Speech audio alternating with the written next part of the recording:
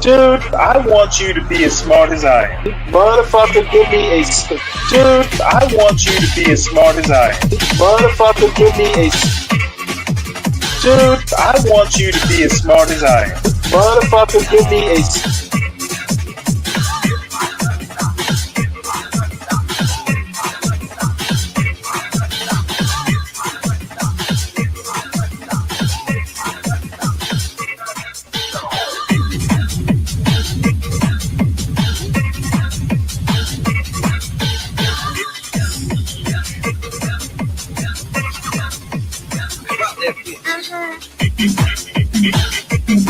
Dude, I want you to be as smart as I am. Motherfucker, give me a specific.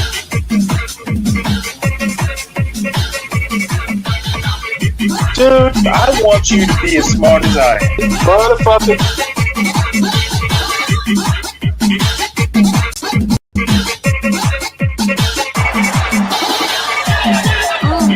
Come on out, you rapist!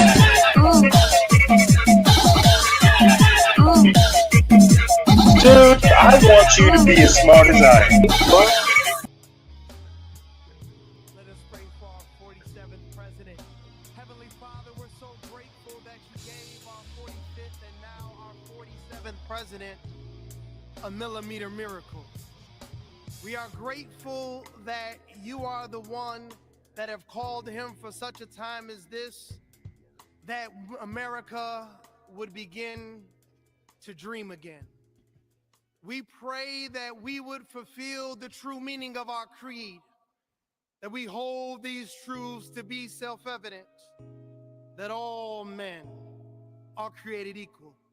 We pray that you use our president, that we will live in a nation where we will not be judged by the color of our skin, but by the content of our character. Heavenly Father, in the name of Jesus, we are so grateful today that you will use our 47th president so we would sing with new meaning, my country, 'tis of thee. Sweet land of liberty, of thee I sing. Land where my fathers died, land of the pilgrim's pride, from every mountainside. Let freedom ring, and because America is called to be a great nation, we believe that you will make this come true. So let freedom ring.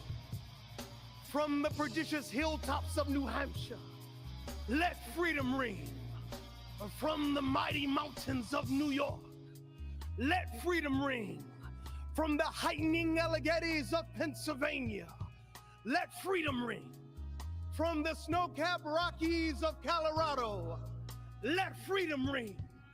From the curvaceous hilltops of California, but God, we're asking you not only that, let freedom ring from Stone Mountain, Georgia. Let freedom ring from Lookout Mountain of Tennessee. Let freedom ring from every hill and every molehill in Mississippi, from every state, every city, every village, and every hamlet. And when we let freedom ring, we will be able to speed up that day where all of your children, black men and white men, Protestant and Catholic, Jew and Gentile, will be able to sing in the meaning of that old Negro spiritual, free at last. Free at last. Thank you, God Almighty.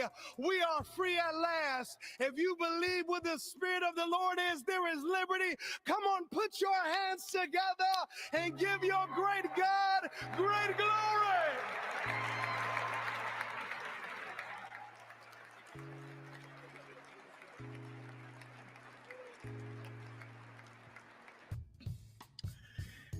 Amen. He made those white people feel good.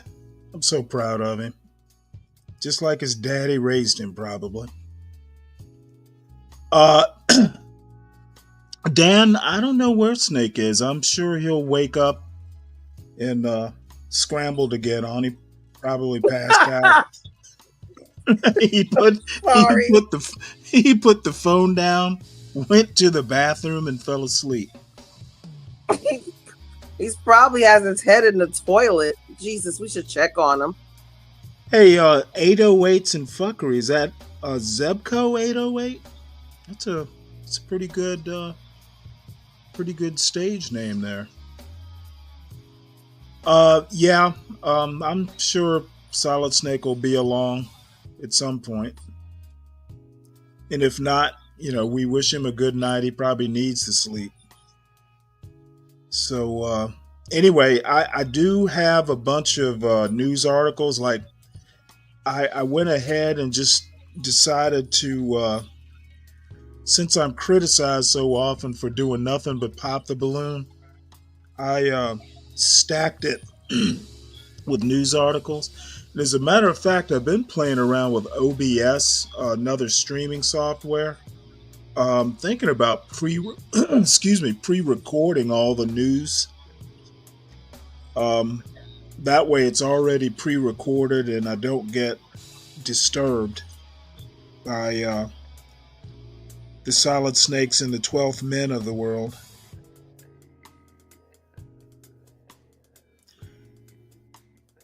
So, what's good with you, Virgo? Anything happened between the last stream and this? Other than happy again, no. Just Happy? had a yeah, You just ran. happy. What happened today? Were you on the stream? Well, of course, she was going in, and Oh, you me. were on the stream, or were you just listening? I was listening, and then I jumped on because I Stanley, I live for the drama. This is just right? This is just the last bit of my life left. Please, just give me some good old drama. Let me laugh. Yeah, it's gonna be Tyrone. They're gonna be nice and fat come next fall. So yeah, but other than that, it was a tough day at work. And I'm already missing like a day. Yeah, because I worked Saturday, and then. Well, you're taking Sunday. This Friday off, right? Oh no, we decided I'm not gonna take this Friday off, so I'm gonna take Valentine's Day off. So me and Mr. Virgo can have a. He said, "We need your ass at work on Friday. Where are you going?" No, not me and the job. Me and Mr. Virgo. Oh. Yeah, decided for me not to take this Friday off. But to take next Friday. You're gonna be right here washing hubcaps. So we can have a nice Valentine's Day. Yeah, well, think of me. I'm gonna be all lonely on Valentine's Day. Oh, Stanley! Oh, come on! Well, don't do that. Really. My wife and I never celebrated it anyway. We weren't. Yeah, we really don't celebrate it either. We're not gonna like do anything big. We're just gonna go have lunch together. That's it. We're not exchanging gifts. We did go out to dinner once. Oh, I don't like to go out to dinner because it's just unless you have reservations. And we're trying not to spend that much money. Right. But we're just gonna do like a lunch, just go to a local mom and pop restaurant, and then we're gonna come back home and play some games and just kind of like hang out, Well, if I remember, my son was born in June, so. I think it was a new restaurant, and we hadn't really even gone anywhere for like months. So my father-in-law kept the baby so we could go out. And we went to this new restaurant, and the damn food was salty. I was so annoyed. I almost didn't pay the bill. You almost dine and dash. As a matter of fact. Well, no, I relish. I have to tell you this story. I'm notoriously hard on restaurants. I don't play that shit. If I'm going to come in here and spend money and good money, I'm gonna get, I'm gonna have the experience. Years Right. ago, this was a first date. I took this girl out. Told you about this girl who was from the projects, and she and I met at a club. Um, and my friends were always trying to get me to come out to this club, and I wasn't working at the time because I was on. I'd had a hip operation, so I wasn't. I was convalescing. So they talked me into going out to this club, in Savannah. The club's down on Bull Street. Sunday night is the big night. Like everybody kind of cutting loose after church. So anyway, that's how I met this girl. So we go out on a first date, and I'm thinking, oh, fancy restaurant and all this. So we get to the restaurant, we order a glass of wine and an appetizer while we're waiting for the food. And, she and I got to talk. And so time kind of passed. Finally, I look at my watch and I'm like, well, where the hell's the food? It's been like 40 minutes. So I called the Oh. waitress over and I'm like, well, what's up? Where's the food? She's like, oh, well, we're having problems with the stove. We're down to one burner and this, that, and the other. So I'm like, well, as a matter of fact, I think we might have even ordered a second glass of wine. It was so long. So anyway, I told the waitress, and I was good. I didn't fuss at the waitress. I just said, "Ma'am, would you please bring the manager over? I'd like to speak with him or her." So manager gets over, and I told her, you know what? Um, this should have been told to us when we first got here. That way we could Hmm. have made the decision whether we want to hang out and drink wine and wait for the food or go somewhere else. Oh, I'm sorry, Hmm. sir. So you know what? I got up, put the coat on my girlfriend. We start walking out. So the manager comes running up behind. Will serve the bill. Turned around to her and I go, you know what? I'm not paying for this. We got here. Y'all didn't tell us what was going on. And I sat here for 40 minutes. And you know what? I had to come to you. I'm not going to pay for this. Walked out. Oh shit, So Stanley, you gangster. my girlfriend was in. Well, she was kind of impressed, but she was also kind of terrified. It's like she I didn't would know be too. because she did not know I was like that. She thought I was just some nerd. And I'm like, hey, don't let the tweed fool you. Oh, you I will had the get at tweed jacket on, didn't I you? had the tweed jacket on. It's like, it's like, it's like, ma'am, I was waiting for her to like call the cops or some bullshit because I Right. was gonna go off. It's like, dude, you better find the owner of this motherfucker because he's gonna hear it. Well, it would have been fine even if they had called the cops. They weren't gonna do shit. So No, at for that point, various reasons. it's a Oh no, a, no, a no, no. civil case. The cops would have known who I was. It wouldn't have been a problem. It would have been worked out. Jeez. He Oh my god. he waits until the third date to put tariffs on his girl. Oh Lord. You know what? I kind of I kind of feel my way to it. It's never any pressure. All right, so first news story because we got a few of them. Um, Trade war heats up after Trump orders tariffs and Canada retaliates. This is kind of an old story, but I'm going to play it anyway. Hmm. If you've heard, the tariffs on Canada have been put off for 30 days because Trump and Trudeau talked today.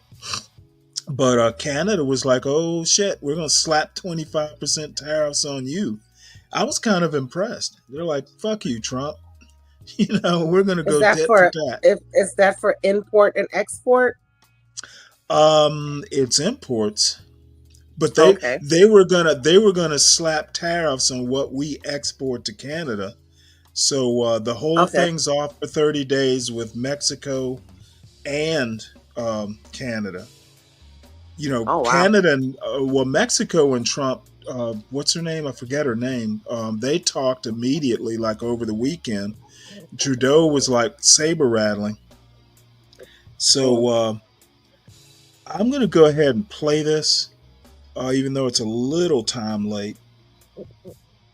Trade war heats up after Trump orders tariffs and Canada retaliates.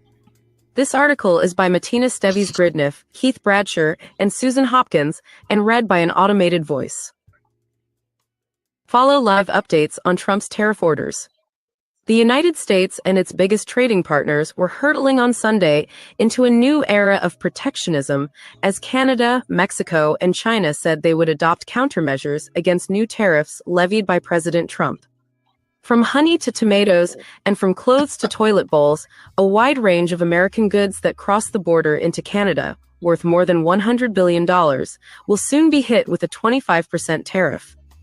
"We don't want to be here," Prime Minister Justin Trudeau said in a somber televised address from Ottawa on Saturday night in which he spoke of the deep bonds between the neighbors. "We didn't ask for this." On Sunday, China said it would take corresponding countermeasures to firmly safeguard its rights and interests. It also said it would take legal action at the World Trade Organization.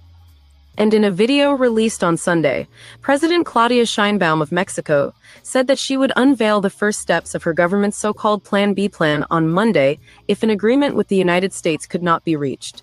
Ms. Sheinbaum earlier warned of retaliatory tariff and non-tariff measures. The policy announced by Mr. Trump on Saturday hit Canada and Mexico with tariffs of 25% on all goods, with a carve-out for Canadian energy and oil exports. Those are to be taxed at 10%. He also placed a 10% tariff on Chinese goods. He also ordered an end to the ability of Americans to buy up to $800 of goods per day from each country without paying tariffs. It was a blow to the giant businesses that online companies like Temu and Shein have built by shipping directly from factories in China to American homes, bypassing American retailers. The levies are to go into effect just after midnight on Tuesday and will be added on top of existing tariffs. The removal of duty-free treatment for small shipments from all three countries means that their buyers will have to start paying not only the new tariffs, but all the other many tariffs that have accumulated over the years on clothing and other consumer goods. Mr. Trump defended the tariffs on Sunday, while acknowledging that they could have repercussions. "Will there be some pain? Yes, maybe, and maybe not," he said in an early morning social media post. Mr. Trump has said that the tariffs are intended to reduce the flow of the deadly opioid fentanyl over the border, as well as of migrants. The traffic of both people and illegal drugs from Canada is, however, very small. If there is economic pain, he suggested, it will be worth it. When Mr. Trump imposed tariffs on China during his first term in the White House, some studies found that part of the cost was passed on to American consumers. Suppliers in China also cut their prices in many cases to offset part of the cost of the tariffs. Most Republicans in Congress have stayed silent or praised Mr. Trump's tariffs, even as their constituents express anxiety about rising prices. Senator Rand Paul of Kentucky, the rare Republican who regularly criticizes the president, was once again an exception. "Tariffs are simply taxes," he said on social media. Conservatives once united against new taxes. Taxing trade will mean less trade and higher prices.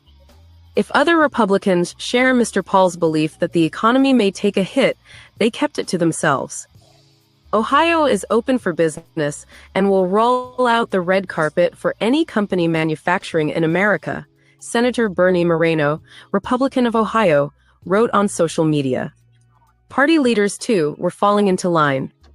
"I support what the president's doing," the number 2 Republican in the Senate, John Barrasso of Wyoming, said Sunday on Fox News. "We need to get rid of the fentanyl. We need to tell China as well as Mexico as well as Canada to get the fentanyl out of our country." Democrats spent the weekend hammering the message that Mr. Trump was responsible for making life in America more expensive. "In one reckless move," said Representative Gabe Vasquez, Democrat of New Mexico, "the president just raised the price you pay for gas, the truck you drive to work, a computer for your small business, and everything at the grocery store, from avocados to tequila."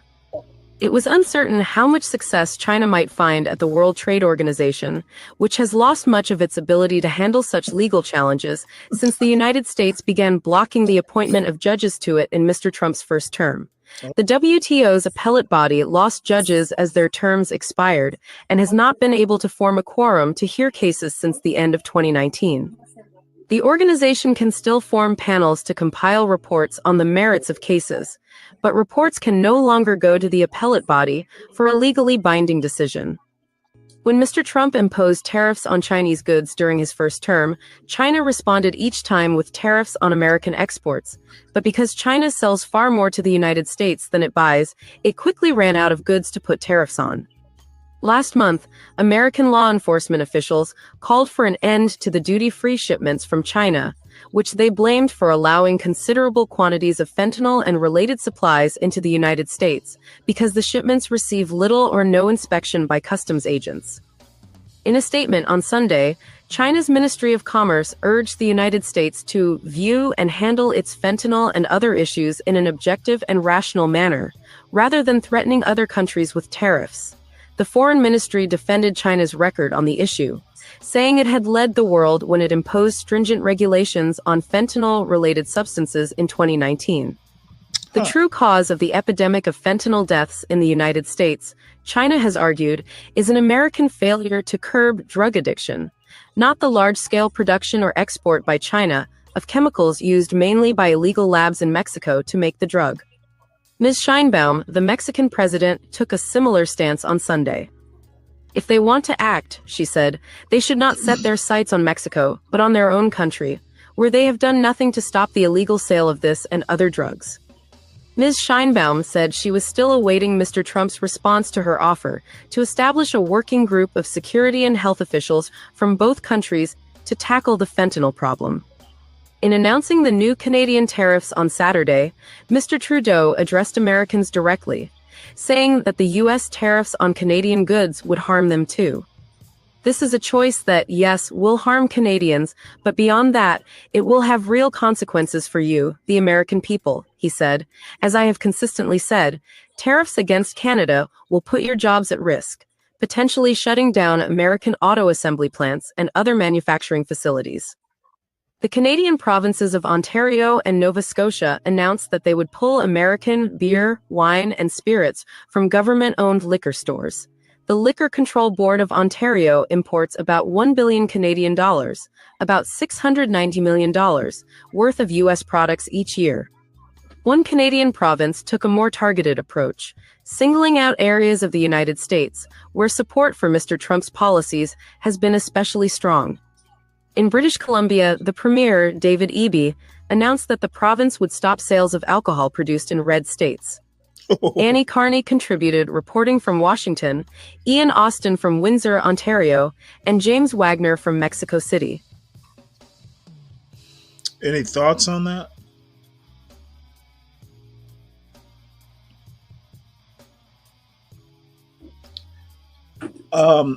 I actually was thinking the same thing. This is actually a little bit more than just the fentanyl. There's a comment Sorry, that stepped Trump away for made. a second. It's all right. Sorry. Trump made a comment specifically about Canada, something along the lines of the first priority is to deal with the trade imbalance. And then he moved on to the fentanyl and the immigration stuff. I am actually interested in what Trump is doing about internal stuff. Because, I mean, there's a demand for this fentanyl and all this stuff. I really haven't heard or haven't paid attention to what what his domestic response to deal with the demand side of this. So, I understand. I think it's a good thing to go and get Canada and Mexico's attention about the fentanyl. But if it's that big a deal, why is he putting this off for 30 days? Yeah. I have some issues where he patting America on the back like a little child. Little Johnny little Johnny, telling the teacher little Johnny could never do anything wrong is bullshit. There is a demand for this stuff, and I'd like to know what his domestic policy is on the consumption of fentanyl and that sort of thing. But it's early days yet. Um, Trump pauses tariffs on Mexico, plans to speak later to Canadian leader. I've already said that basically I put together most of this earlier in the day. He's paused the Canadian tariffs for 30 days. Haven't heard anything about China. So let's see. But here's the thing, Stanley. Like, what? Okay, I'm uneducated on what do we get from Canada? Well, maple syrup. There's some car Okay, manufacturing sort of stuff up there. I think we do get some oil. Um, which we I have can enough of our go. own that actually we can use. But No, no, no, no, no. Oil doesn't work that way. That's the thing that that's the thing these guys bamboozle Americans mhm, on. mhm. There are different qualities and grades of oil. The Okay, type of got you. oil, the type of oil that America produces, most of it gets exported because we don't have the right type of oil for our refineries to work with. We have to import some of that. So, there are oils that are dirtier and take more processing than other types. So oil is a world market. Okay, we can outproduce every other country on earth by twice, and we're still going to be importing oil because our refineries, the one, two, or three, whatever the number is, it's not many of them. They have to have a certain type of grade of oil to process. So they're not telling you that part. Okay, we couldn't just shut down and put a wall around America and be okay with the oil we've got without making some, sinking some dollars into refining it. I don't know Okay, why okay. that. I don't know why that never gets put out. And the person to talk to about it is Ryan. He actually understands all that stuff, and probably Master Kim would too. Oh, So okay, okay. it's not as easy. Oil independence, they're bullshitting you. There is no such thing as oil independence. So can't we just barter Well, on that's what what we we do. It's a tariff? barter with who? Um, okay, let's just say you want my chickens, right? Just for argument's sake. And you're very scarce on chickens, right? So I can put a tariff on, or you put a tariff on chickens, right? And let's just say I need your cows. If you're importing them, yeah. Well, I tell you, the best example is actually fruits and vegetables coming from Mexico. Okay, Right, and the yeah, yeah. we don't grow like avocados. I'm sure they get grown probably in California mostly, maybe some in Florida and other places, but most of Hmm. our avocados come from Mexico. So I don't know what we trade. I don't think we actually do a barter, but I'm sure somehow or another it all works out. But all Hmm. kinds of fruits and vegetables come from Mexico, especially avocados. So, Because I wouldn't put a tariff on something that I can just put the legwork into, growing it here. You understand what I'm yeah, saying? but I mean, avocado, it takes years for fruit trees. I mean, if we wanted to just Yeah, become self sustaining with stuff like avocados, good luck with that.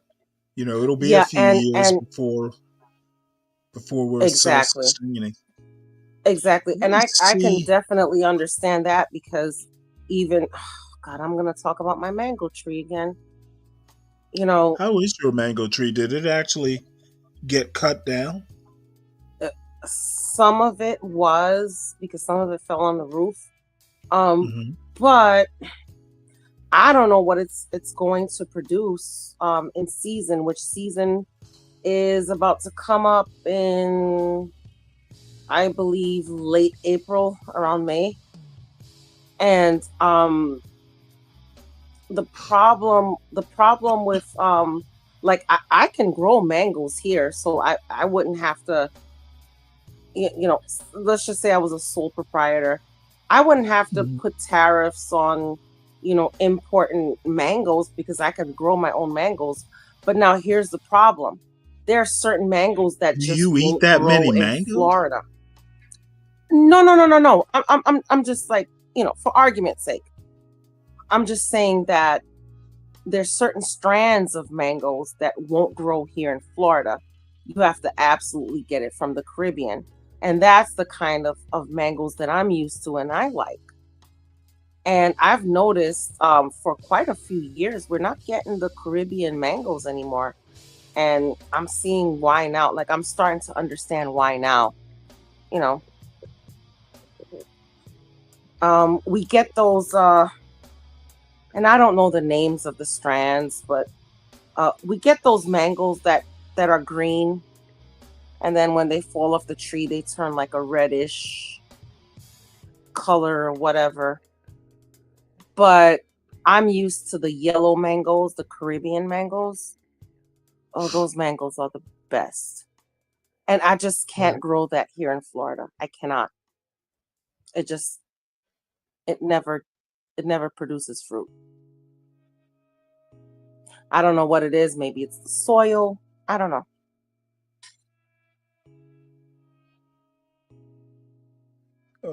Let's see. I'm responding to badass. Um,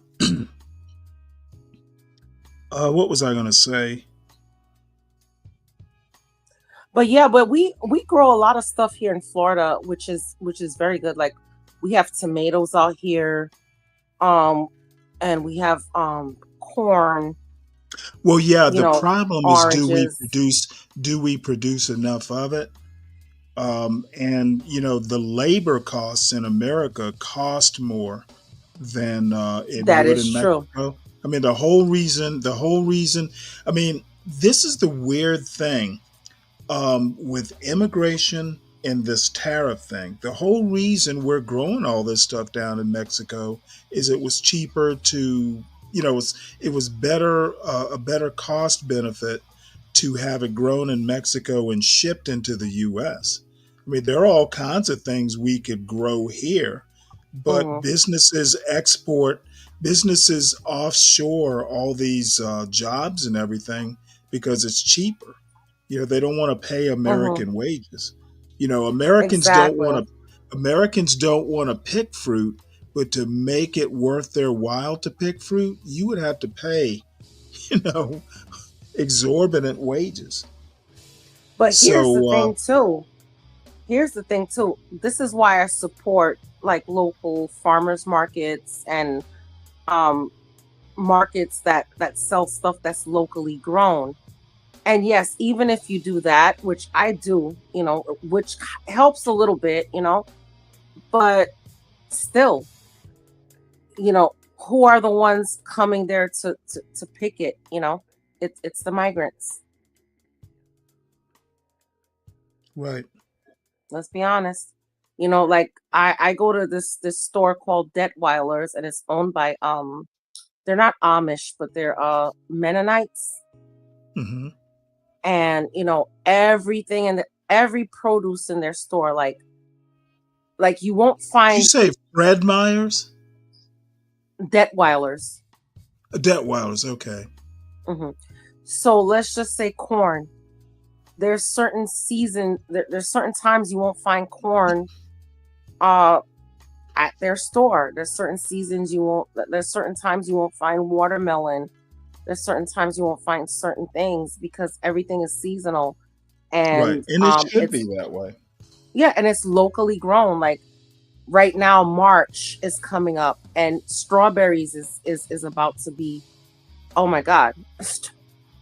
Strawberries are going to be everywhere here in Florida right now. We even have the strawberry festival in Plant City. you know. Oh yeah, well, that's funny. There was a strawberry festival I used to go to up in, I think it was Suffolk, Virginia. Hmm. Um, yeah, strawberry. Shoot, there's Virginia's actually fairly famous for strawberries and blueberries and apples. But again, we don't produce enough for the whole Hmm. country, and the prices would be exorbitant. Getting those the Yeah, strawberries and all that stuff from Mexico is just cheaper. And I it's know, cheaper. I Yeah. know, for instance, because every now and again, I'll get avocados to make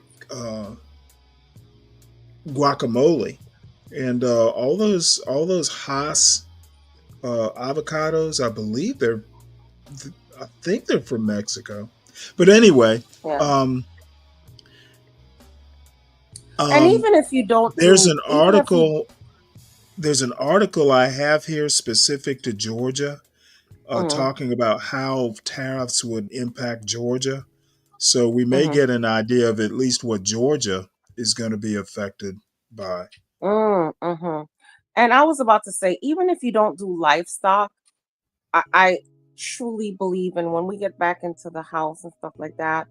I truly believe you should try to at least grow your own produce.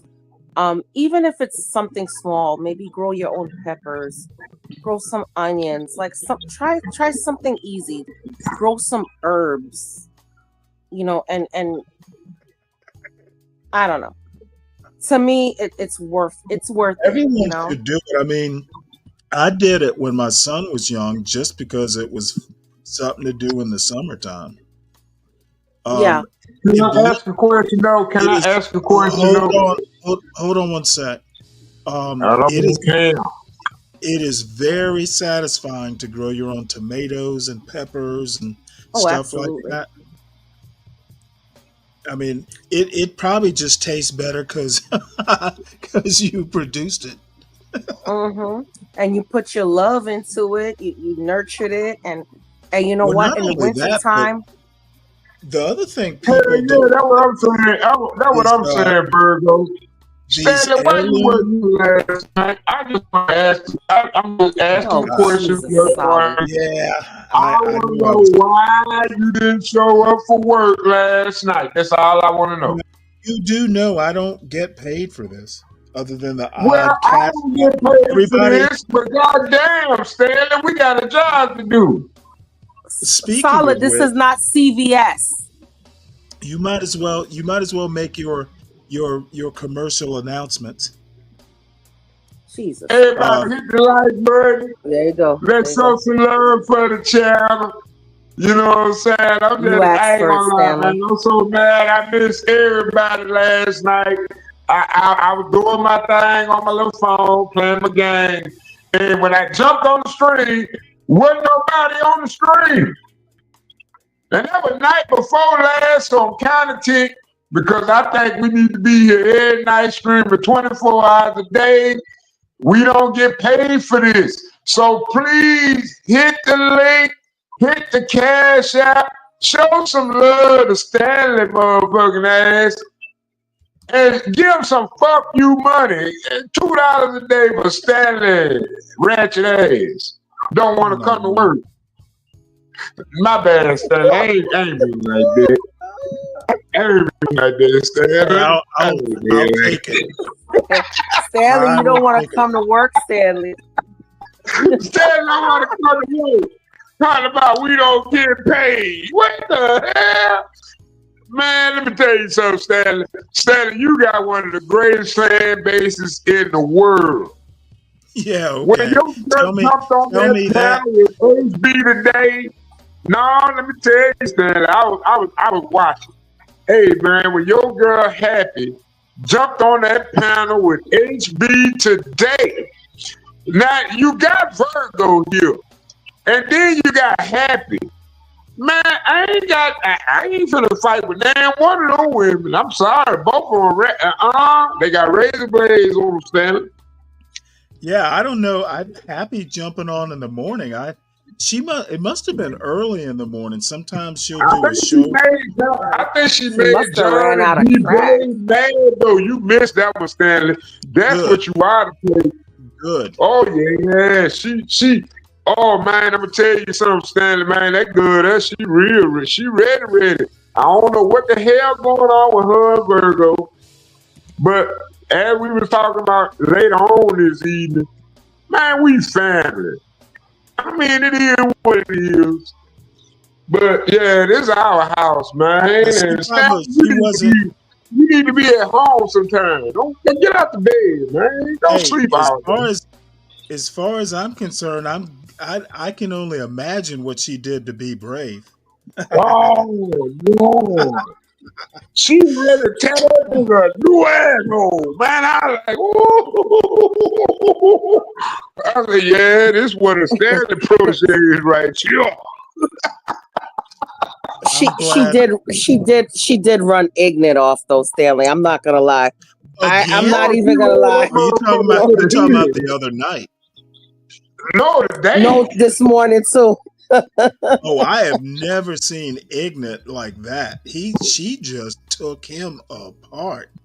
I And was then Hey, and then man. Ignat got so upset about it that he Oh, jumped dude. off and then came back today and started with the Andy guy. And I had to yeah, tell Ignat myself. I said, you got your little feelings hurt today. So now you're just gonna jump on this guy for no reason. Yep. I mean, and Andy ended up Every being dude, a I give weirdo, but Andy his props. in the beginning he was not. yeah. Well, he's getting higher and higher, I guess. Yeah, he was steady hitting that power. I mean, it's like, I ain't gonna lie, man. It's like, I don't want, that's why I wanted to stay away from the channel because I thought I was pretty toxic. Because every time somebody come over to the channel, they want to debate, they want to argue. Why can't we just have a stable conversation? And I know that's my Well, fault because I that's what figure I it's do. like I figure it's like chickens trying to do a pecking order. They just they just need to But they figure out don't where know they. you the king motherfucking rooster. They don't know that. They don't know that. I know you the king rooster. Oh, I'm I'm just a not. motherfucker. I Yeah, have I damn have lie. I have no desire to be. It's Damn just lie, Stanley. Damn lie. Damn no. lie. It's Stanley, just you did what you did. Stand on it. Stand 10 toes it's down, just. Stanley. Oh, I stand 10 toes down on my politics. The Now, rest my of it, I problem don't really was the care that much other day about. with King Nostradamus or whatever the fuck his name, Oh, Afrodamus. fuck Afrodamus. No. You backed off. You backed off. See, Stanley, I got a meme about me because I was getting off on a nigga ass on T Channel. I ain't backing down when you bring your ass in my house and you disrespect my motherfucking Well, residence of my home. the thing I'm is he gonna didn't. beat your ass out of here. No, And hold you on, know for backing up. hold on. It was John. He was John's guest. He wasn't. So okay, Well, okay. But I Stanley, mean, Stanley, I'm only gonna I go get so it. I far. get it. I get it. And I It's was not. on It's HB side because you did go off the rails a little bit. Because in Oh my opinion, no. You you know should have what? let the You interview know happen. what? If it had been my channel, I would have gone all the way. But I mean, it's not my channel. I wish I knew his channel. I'd bring him back over here. Oh, by the way, I do have a channel now. Yeah, you Let me. do. I always forget about it. Let's. I'll drop that at some point. I'll drop it in there. Let me move on to this next story. For China, What do Trump's we moves bring have pain, to, but also Stanley? potential Do we gain. have to? Can we This wait? article is by David We got the Pearson. whole No, night, I got. Stanley. We got Hey, the rest of I the got. night. I got about 5 more news stories to get through here, and then I've got two And we got videos. 12 hours to do them, Stanley. We got 12 hours. We can No, do those we stories don't. at No, any time. I don't plan on staying up for 12 hours. I plan on, what time is it now? I probably won't go later than 2 o'clock. Oh, man, why you do No, this? those. You know what? Those days are over. Unless the spirit really hits me, I'm not gonna do 12 hours. For what? I mean, I'm Well, sure at some point, because the other day I did an 11-hour show, but I was in the mood and had the energy to do it. But once Portia comes back, I'll move back to the 2 o'clock slot, and then I'll go from there. But I'm kind of stretching my hours a little bit, and the older you get, it's kind of tough to change shifts like that. But anyway, let's get the. there I ain't want to nothing do wrong this. with this, man. I want I to want to fuck do. it. I want to do this story on the China tariffs because Oh, China's going to you're doing be tariffs. what? I said, you're doing tariffs. What do you know Right. about the tariffs? Well, I know that Mexico and the Trump has delayed both Mexico and Canada's tariffs for 30 days. Well, he's about to tell you, Solid, if you be quiet. But China is a different story. See, Canada and Mexico are subordinates. Okay, Yeah. China is a peer. You're not gonna fuck around with China that much because they will make it hurt. They can do just about what we can do, and I want to see how China handles it. Keith Bradsher and Sway Lee Wee, and read by an automated voice. As President Trump was locked in a war of words with the leader of Colombia over the military deportation of migrants, China's ambassador to Colombia declared that relations between Beijing and Bogota were at their best moment in decades. Zhu Bogota. Jingyang, the ambassador, later said that it was a coincidence that he posted his comment on social media last week, a day after Mr. Trump said he would slap tariffs on Colombia. But the public outreach suggested that Beijing saw an opportunity to strengthen its hand in the high-stakes superpower rivalry between China and the United States. 2 weeks into the second Trump administration, Mr. Trump's aggressive America First foreign policy holds both promise and peril for Beijing. The perils have always been clear: more tariffs and the risk of a wider trade war. This weekend, Mr. Trump imposed an additional 10% tariffs on goods imported from China, saying the tariffs were a response to China's failure to curb fentanyl exports. He could answer any retaliation from China with even higher levies.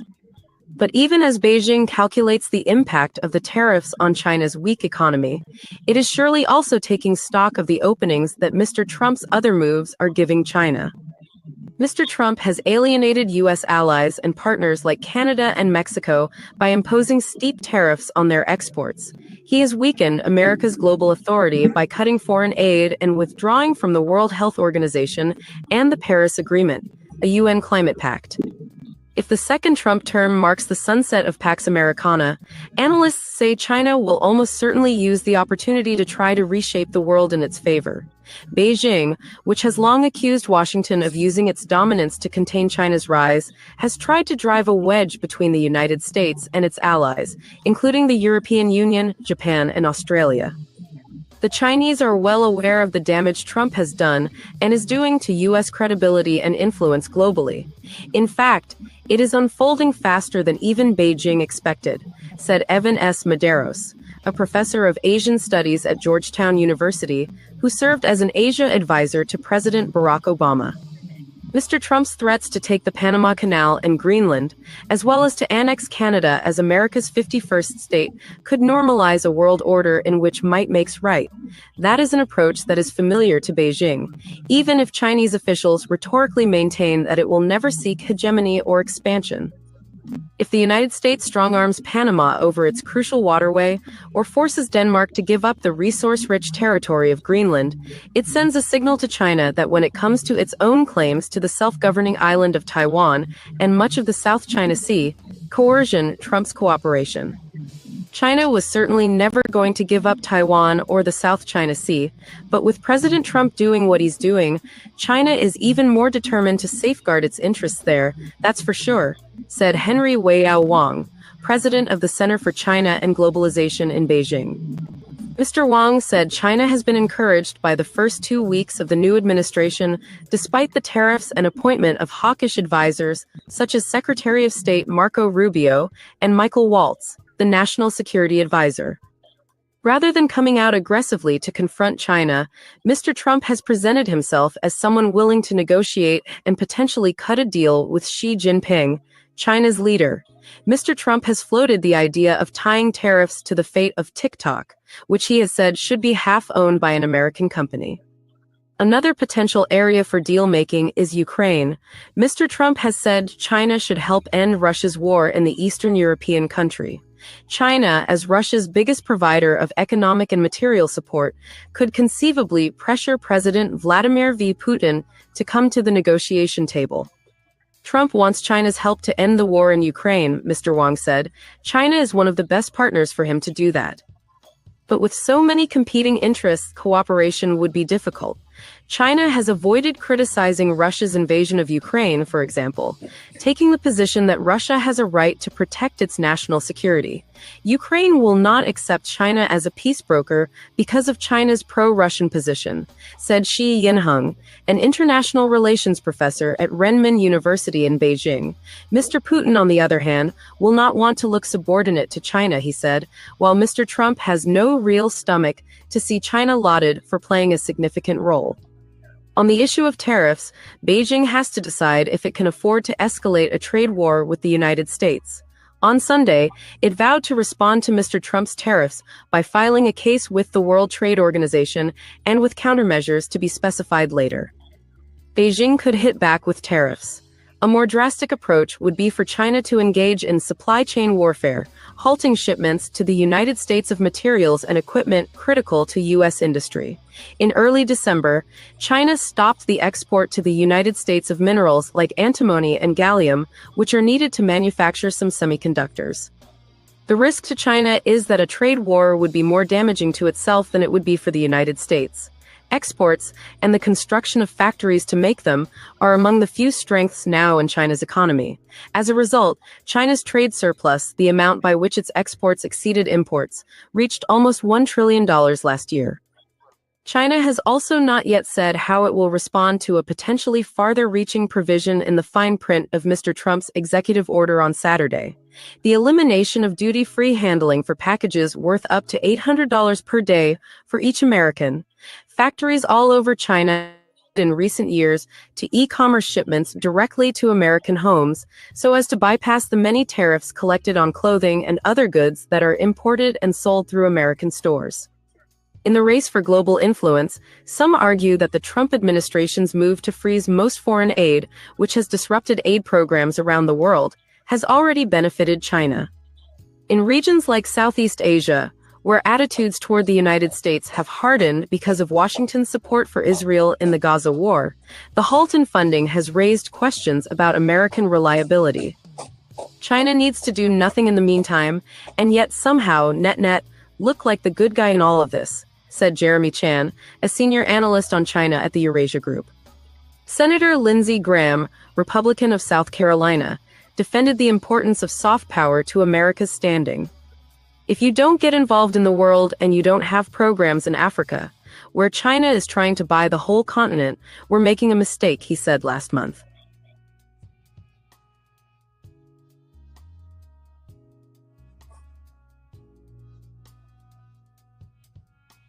Wanted to show this one picture right here where Canada's yanked some U.S. brand of whiskey off the shelf and put a sign that says "Buy Canadian" instead. However, I noticed they didn't take Maker's Mark off the shelf. People would probably complain if they took that. I think it was Maker. Is that? Yeah, that's Maker's Mark. So they probably took some cheap off-brand of whiskey. So the next story kind of points out, and I guess I'll have to read it. I guess I could use the browser reader, but guess I won't do that. Um, White House says Canada misunderstood the tariff order as a trade war. No, they didn't misunderstand it. They're pissed off that you're slapping a tariff on their shit. So, yeah, they're gonna retaliate. Um, I'm sure that Trump knew that if you slap a tariff on a country, there's a chance they might be annoyed. Um, so let me skip to the part because this is covering ground. Uh, Somewhere in here there was a salient. Okay, well, I guess the first paragraph. The White House said on Monday it has noticed that Mexico is serious about President Donald Trump's executive order on tariffs, but Canada has misunderstood it to be a trade war between neighboring countries. Um, I don't see how they could have possibly mistaken that. You're slapping a tariff on it, it's just automatically a trade war. Um, and Trump said that the number one reason he mentioned to Canada specifically was a trade imbalance. So these guys just tend to be disingenuous sometimes. This next story, this is specific to Georgia. Ooh, did I just do that? Damn it. Hold on one sec. Let me go back and retrieve that story. Um, this is about some specifics as to how the tariffs will affect my home state of Georgia. Let me see, can I find it? Somehow or another, I managed to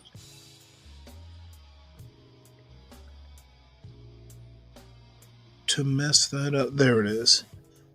This is the Marietta Patch, the hometown Marietta, Georgia, one of the newspapers. Let's see. Somewhere in here. It says gas prices could go. Georgia residents could also could pay higher taxes for cars. Automakers ship tens of billions of dollars worth of automobiles, engines, transmissions, and other components across the borders of both Mexico and Canada every week, and import um, billions more in parts from China. General Motors produces nearly 40% of all vehicles made in North America, in Canada, and Mexico. To my point about these companies exporting or offshoring jobs because they don't want to pay American wages. Um, I'm actually wondering. The last time Trump was in office, he was talking about bringing manufacturing back to the United States. What's up with that? Maybe he's gonna tariff this stuff and then kind of force General Motors back. But I haven't heard anything like that in the news. So um, I didn't realize it was 40% of these cars are manufactured in Mexico and Canada. Gas prices could go up. What happened to energy independence? United States imports about 60% of its oil from Canada. The tariff is lower than on other goods from Canada, and analysts expect it to be absorbed by a combination of oil producers um, in Canada and Mexico, U.S. refineries, and U.S. consumers. So we're importing 60% of our oil from Canada. What the hell? Goods from China, especially computer, cell phones, video games, could become more expensive over the next couple months. US United States imports about 60% of its footwear from China. 60%. Tariffs on lumber and building supplies from Canada, forgot about their lumber, could increase the cost of building a house, worsening the housing affordability crisis. About 70% of the softwood lumber and gypsum, which is used for drywall, are imported from Canada and Mexico, according to the National Association of Home Builders. So that's just a quick idea of what could happen price wise in Georgia. And all those items are used nationwide, so it's not just limited to Georgia. So um oh, I'm sorry, I Didn't realize I had taken that down. My bad. So anyway, stuff's gonna get more expensive with these tariffs. Um, it'd be nice if Trump could address that. And Corn Pop says, "Cry me a river." Cry you a river about what? Can you be more specific? Uh, Cry me a river. All I can say is, I told you so, folks. All this and the price of my eggs is still high.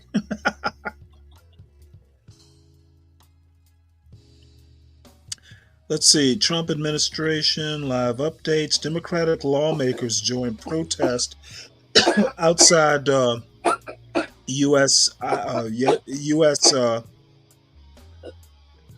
USAID. This is actually a more of Trump's mess. U.S. aid. Elon's trying to shutter it. Marco Rubio says that he's like the interim head of USAID. Um, Trump's had a little bit of a turbulent first couple weeks. So I don't know what's going on with USAID. Either Rubio is the interim head, Elon's trying to shut it down. Who knew Elon was going to be? Why is Elon shutting down government agencies? That's another thing. Isn't Congress supposed to do that? Or maybe U.S. I mean, if Congress has appropriated funds for it, um, yeah, this is a little bit messy. Trump is messy. Secretary of State Marco Rubio says he now runs an aid agency that was a target of Elon Musk. Secretary of State Marco Rubio told reporters on Monday that he has taken over as acting administrator of the U.S. Agency for International Development, but that he planned to delegate its day to day business to another person whom he has not yet named. Speaking to reporters in El Salvador, Mr. Rubio said that many of USAID's programs were worthwhile and could continue under the umbrella of the State Department. He added that the organization change was prompted by what he described as efforts by USAID officials to obscure details about their work and failure to cooperate with reasonable questions from the incoming Trump administration. Well, what I heard is that Musk was trying to gain access to some classified stuff, and they basically said, "Hey, no, you don't have clearance or something like that." So who knows what's going on there? But I guess it'll all sort itself out. Trump is certainly messy. And let's see, what does he have to say after what you guys did? Oh, fuck that. I wasn't running the government, so I don't want to hear that bullshit. And you know what? About the last 4 years there, Corn Pop, cry me a river, to quote a great man.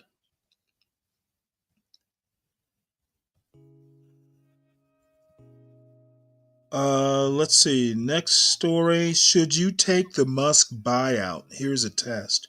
And I thought this was pretty interesting. Um, we might just take the test. Let's read this. This opinion piece was written by Annie Duke. Should you take the Musk buyout? Here's a test. A decision expert explains how to make a good decision.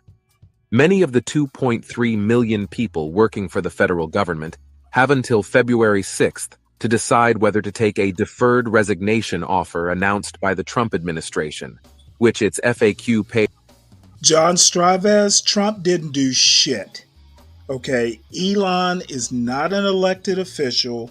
Why the world's richest man is in there deciding what the government runs and what the government doesn't is bullshit. It's a bad look, and Trump doesn't have enough sense to know that, but he will.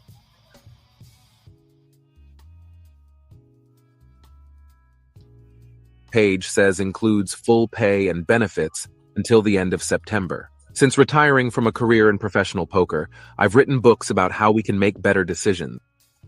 You guys, hey, Corn Pop, that lame ass TDS bullshit is tired. Okay, Trump is messy, and you're in denial about how messy Trump has been these past couple weeks.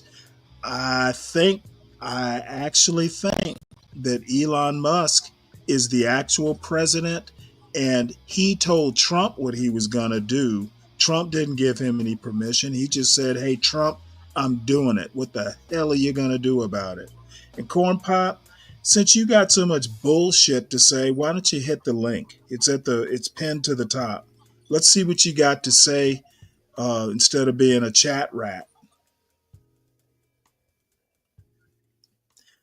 You guys are acting like Trump gives a fucking shit about you. He doesn't.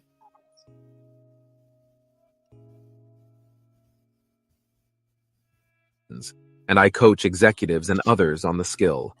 I am not in the business of telling people what to decide, but in helping people with how to decide. That is what I did this week when 2 government workers, independently, sought me out for help. I gave each of them a handful of prompts that required them to take into account their own values and goals as they considered the offer. They each reached a decision that feels best for them. No, I will not share where they landed. One appreciated the framework so much that he gave the gist of it to colleagues. After getting that feedback, I crafted a list of prompts here for anyone to use. There are legal questions swirling around the program that could remain unanswered by the deadline. That's why I recommend first working through these prompts, imagining that the terms will be met in full.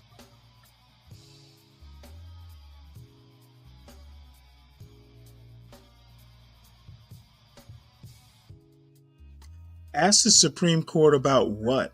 What does the Supreme Court have to do with any of this?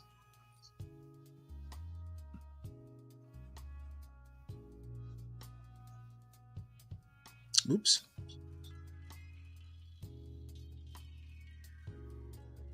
Full. Then, I recommend running through them again, imagining the terms aren't fully met. We need to create distance from the moment at hand when we're faced with a tough choice, so we prioritize long-term, not short-term thinking, which can be in conflict. There's a lot of evidence that when we do this mental time travel, we improve our decision quality. That's why the best decision-making tools nudge us to think about the future. That's what these decision prompts are designed to do. To quote the late Nobel laureate Daniel Kahneman, "Nothing in life is as important as you think it is while you are thinking about it." Picture yourself a year from now under 4 scenarios, where you are either unhappy or happy. Here, happy means the sense you are achieving your goals and living a life that aligns with your values. Assign a probability to each. A. You took the buyout and you are happy you did. B. You did not take the buyout and you are happy you did not take it. C. You took the buyout and you are unhappy you did. D. You did not take the buyout and you are unhappy you did not take it. In my experience, people tend to balk at putting a probability against scenarios such as these. After all, we can't know what the chances are. Of course not. We aren't omniscient. But even if you can't get it objectively right, it's important to go ahead and give it your best guess. Why? Because you are already baking an assumption about happiness into your decision anyway. Implicit in your decision about which path to take is a guess about which path will make you the happiest in the future. It's better to make that guess explicit. If you do this often, you get better at making such estimates, especially if you check back on previous predictions. Look at the 4 scenarios. Is there a version of the future with a clearly higher probability of happiness? If so, that's a path you should probably take. If not, or if you're just still feeling unsure, let's go further. Take a deeper dive by doing a pre-mortem, an exercise where you imagine a future where things have gone poorly and you explore how you got to there. Then try a backcast, an exercise to unpack why things went well. These can help offer clarity on which path is better for you in the long run. A. Imagine it's a year from now and you didn't take the buyout. You're miserable because you made this choice. Brainstorm why. Then ask yourself, Looking back, I realized there were early signals that things were going to turn out poorly. What were they? Make a list of them and give your best estimates of the chances you'll see those signals. Also ask yourself, am I already observing those signals? B. Imagine it's a year from now and you did take the buyout. You're miserable because you made this choice. Brainstorm why. Then ask yourself, looking back, I realized there were early signals that things were going to turn out poorly. What were they? Make a list of them and give your best estimates of the chances you'll see those signals. C. Now try a backcast. Instead of imagining you're miserable, imagine you're happy. Follow the same prompts to unpack why. When trying to decide between two paths, it is helpful to consider which is more likely to expand your opportunities. Having more options is a form of wealth, so the number of opportunities each path opens up to you should factor into your decision. A. Imagine yourself in a year having rejected the buyout. What desirable opportunities do you have available to you? Have they expanded? Have they contracted? B. Likewise, imagine yourself in a year having taken the buyout offer. What desirable opportunities do you have available to you? Have they expanded? Have they contracted? We have a tendency to discount the chances things will change. If you reject the offer, it doesn't necessarily mean you will keep your job. Ask yourself what the chances are that you'll still be in your position in a year. Put a probability on it. If you're struggling with this question, break it into parts.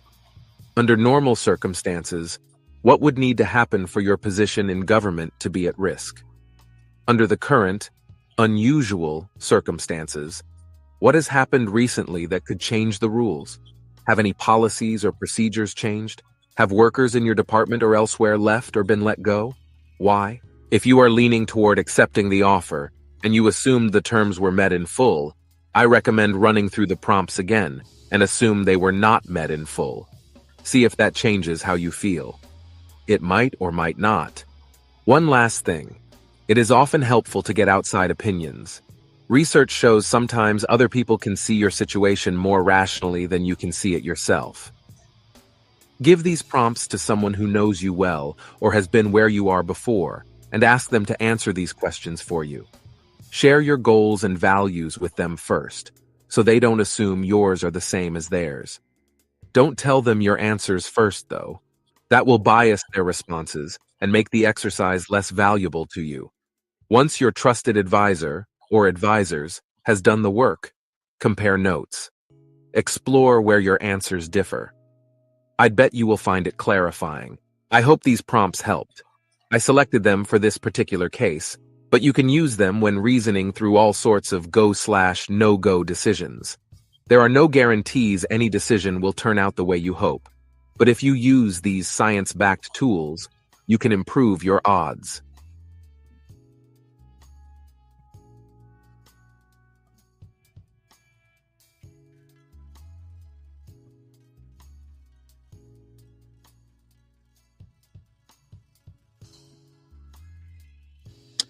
Just so you know, the author of that opinion piece is she's like a expert in decision making, and she's also a former professional poker player. So I guess she's good at knowing which risks to take and deciding deciding which risks to take.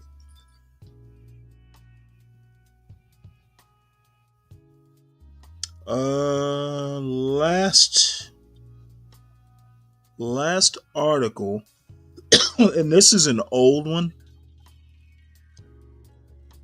I've been meaning to show this for a week or two now.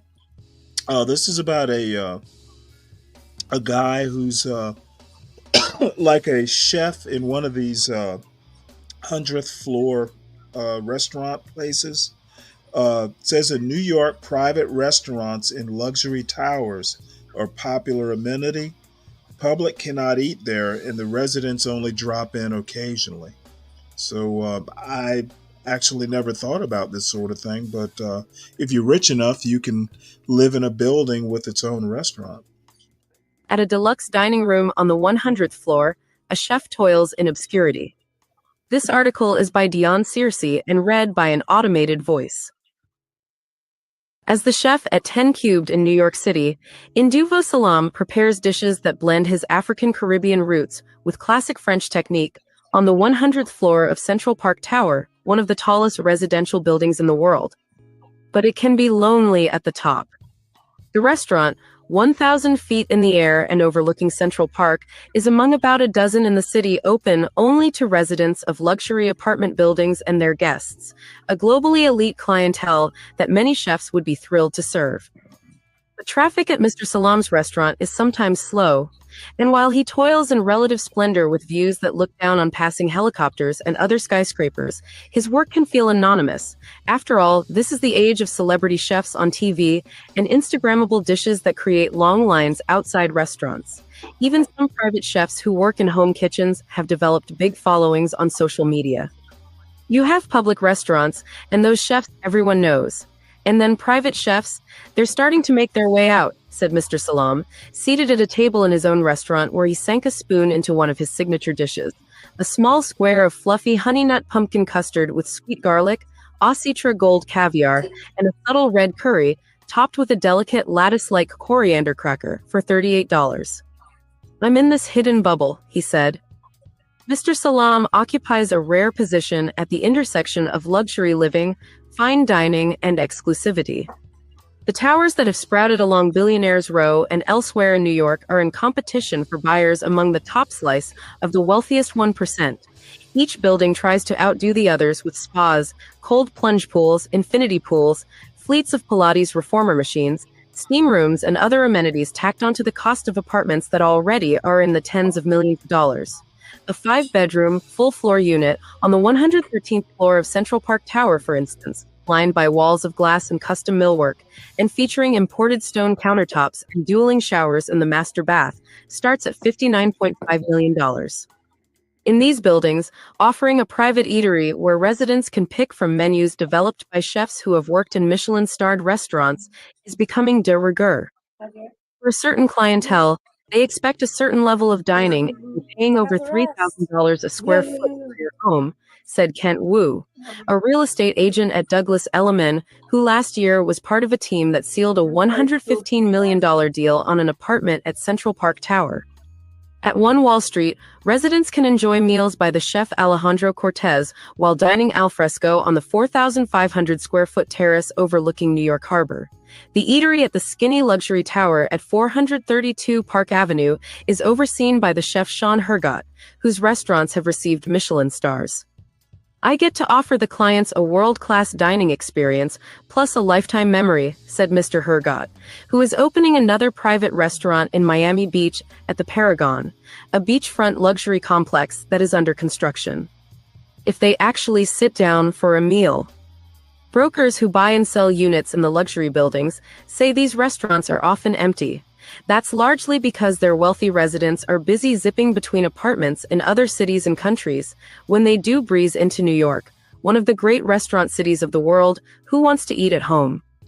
The restaurants host events to lure residents inside, whiskey night or wine tastings, or guest chefs to curate meals. But most of them stay afloat with funding from the building's steep maintenance fees or requirements that residents spend a minimum monthly amount dining there. At 432 Park, residents at one point were required to spend $15,000 a year at the restaurant. It's the only way to keep them going, said Kirk Rundhaug, sales director at the realty firm Compass, who has sold units in luxury buildings with private restaurants. Foie gras for one. On a recent evening, 10 Cubed in Central Park Tower was glowing.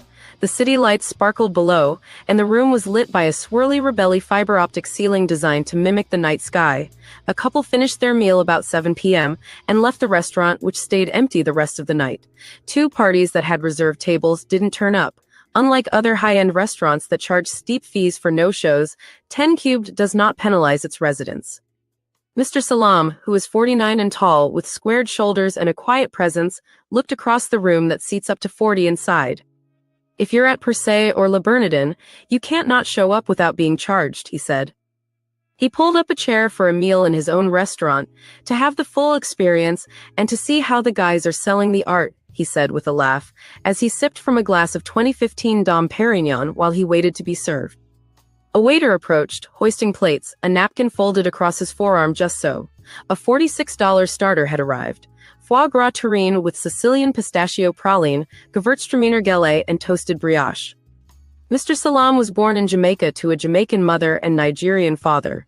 His mother thought it was important that her 3 sons learn to cook, not just her daughter, so she gave them lessons. He realized one day that he was alone in the kitchen cooking with his mom. His brothers had lost interest. In Kingston, Mr. Salam spent time with his aunt, who was part of the city's upper crust. By the time he was 4, she had taught him what the British consider proper utensil etiquette, keeping his fork in his left hand while eating. There were a portion of Jamaicans I grew up with who still would do some things that they learned from their colonizers, said Mr. Salam. When he was 8, he moved with his mother to Brooklyn and later Harlem, enrolling at Saunders Trade and Technical High School in Yonkers, where he studied culinary arts. He stayed in the same field after getting a scholarship to Johnson and Amp, Wales University in Rhode Island. Afterward, he immersed himself in the world of fine dining with low-level positions at some well-known New York restaurants, including Union Pacific, the Palace Hotel, Le Cirque in the days when young Donald Trump, Martha Stewart, and the Hilton family were regulars, and Jean-Yves Schillinger's restaurant in Colmar, France. The work was sometimes grueling. Bosses were sometimes cruel. Once, when he was working in the kitchen at Blue Smoke, Danny Meyer's Battery Park City restaurant, which closed in December, his pay was docked by a head chef for reasons he still doesn't know, he said. When I started, I was usually the only one in the kitchen that looked like me, so the question was always, how did you get here? They would try every trick in the book to mess with me, he said. Food suppliers would brush past him in the kitchen without a word and talk instead to the head chef. As a young chef, Mr. Salam was curious to learn what they were hawking. Only one vendor, a fishmonger named Louis Razzo, would stop and talk to him. One day he asked him why. He said, because I'm going to need your business when you became chef, Mr. Salam said. At that point, I never even saw myself as being a chef. It was a transformative moment. I knew failure was not an option, he said. While everyone would go out drinking after the shift, I would be studying. I just put my head down and really learned the craft. Then one day I picked my head up and was confident. He became chef de cuisine at BLT Market in Midtown and had a baby, but he and the baby's mother split up. He went on to become executive chef at Nomo in Soho and executive chef at the Roosevelt Hotel. In 2017, he went out on his own and opened a small restaurant called Café on Ralph in Brooklyn. He married one of his customers. A victim of the pandemic, the restaurant closed in 2022. I tried to hang on as much as I could, he said. Cooking for the 1%. Mr. Salam signed on to 10 Cubed initially just for its opening. The kitchen, a relatively small windowless space, was built around him as the tower shot upward, joining the ranks of other luxury apartment buildings, including those known as supertalls on Billionaires Row. I have some people who have specifically bought into these buildings I sell because of the restaurant, said Jade Chan, sales director of the Mandarin Oriental Residence, who is one of the stars of the new Netflix reality show Selling the City. The building is the home of Bolid Privé, a private eatery that even offers room service to residents with a menu designed by the chef Daniel Bolid, whose restaurants have been awarded Michelin stars. Roasted chicken breast with rosemary smashed potatoes is on the lunch menu at Bolid Privé for $31.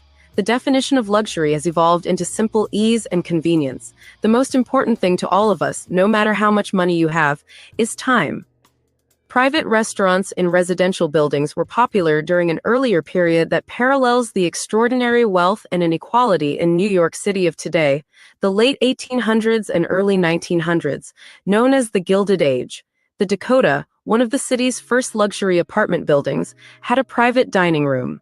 So did the Ansonia, which also featured a fountain in the lobby with actual baby seals. When the luxury apartment buildings became a trend in the 1880s, they were seen as suspect and déclassé compared to having a brownstone, said Vincent DiGirolamo, an associate professor of history at Baruch College. The exclusive dining rooms were part of what helped establish the building's allure in a city that back then had a thriving elite class. even as 2/3 of the rest of the population crowded into tenements. At 10 Cubed, other chefs from Michelin-starred restaurants, Alfred Patale, Laurent Tourandel, and Gabriel Cruther, lent their names to the first menu to help create buzz. Mr. Salam stayed on. The outlook for the post-pandemic restaurant industry was still murky. He had a new baby at home. He built a team around him, pulling in workers he had met at prior restaurant jobs or who were celebrated in New York's fine dining scene. Louis McCullough, the former fine dining captain of the Four Seasons restaurant, is one. At 10 Cubed, everything is made on the spot, partly to adhere to quality but also because it's wasteful to stock a kitchen with food that goes uneaten. Workers and Chef Salam himself make frequent trips down the elevator and downtown to the farmers market at Union Square, to Chinatown, or to a nearby Whole Foods. Mr. Salam is often awakened in the middle of the night with calls from his fishmonger, Mr. Razzo, advising him on the catch of the day, but work-life balance is reasonable at 10 Cubed, as it is not for chefs at other public restaurants, as Mr. Salam calls them. Evening service wraps up relatively early. He didn't have to work on New Year's Eve. Paul Friedman, a cuisine historian at Yale University, likens chefs at private restaurants to those at country clubs or upscale corporate dining rooms. A lot of chefs take these jobs because they're less pressure and they pay well, he said, but I would imagine you get tired of it. Your customers don't change. You get an idea of what they like. It's all kind of predictable. This has always been a kind of stepping away from the high pressure. But Mr. Salam is under pressure to please the wealthy and powerful residents of Central Park Tower. As he wandered through the cigar room in his chef's whites the other evening, a man rose from the poker table, past the private lockers where residents can store cigars and expensive bottles of liquor, and approached him. "You should put a bit more breakfast food on the brunch menu," said the man. That morning, he had asked the chef to make him eggs for breakfast, off menu. Mr. Salam smiled and nodded. "I've cooked for the 1% my whole career," he said. "That's part of why I ended up here. Not everyone can walk in off the street and do this." What has he learned from his years serving the elite? "I don't take anything personally," he said, as a waiter offered plates of another of his creations, a dessert that was somewhere between brownie and cake, with light notes of hazelnut, topped with gold leaf beside a dollop of not-too-sweet vanilla gelato. "People that look like me in these positions 30 years ago, it didn't happen," he said. "By the time I got here, that thick skin had already been there." Mr. Salam appreciates the perks of his position, including the view. Sometimes only the tops of other skyscrapers are visible, poking through the clouds in an otherworldly tableau. He has learned that it takes exactly 4 days in autumn for the leaves in Central Park to go from green to golden. Among the privileged few to eat at the restaurant is his 4-year-old daughter, who likes to point to the tower from the family's apartment window in Long Island City, Queens. But for chefs, being so far out of the public eye can be difficult. "There's a trade-off with ego," said Stephen Zagor, a restaurant consultant and adjunct professor in food studies at New York University. "The dynamic has been tough for Mr. Salam. He is known in the industry, but it's not the same as if his crispy king oyster mushroom, atop a perfectly spongy bao bun with delightfully tangy pickled ginger, was subject to critical reviews and eligible for awards. I'm in all the rooms with all the other chefs, but obviously I don't really look like a typical chef, and my peers are like, 'Oh, chef, we've never heard of you,'" he said. Alexander Smalls, a James Beard Award-winning chef, discovered Mr. Salam when he was scrolling through social media 10 years ago. Mr. Smalls messaged him, and the men have since become friendly. Mr. Smalls has eaten at 10 Cubed and is impressed by the food, as well as by Mr. Salam's humility, he said. He called him a culinary practitioner and an artisan. "He is so gifted, and he isn't getting the affirmation that most chefs get because he's laboring in a vacuum of privilege," Mr. Smalls said. "I would eat his food in a basement." Mr. Salam said he longs for a critical eye. "I would love to be reviewed," he said. "Obviously, this is curated for the residents, but there's that competitive side that would love to know what it's like to be up against the others."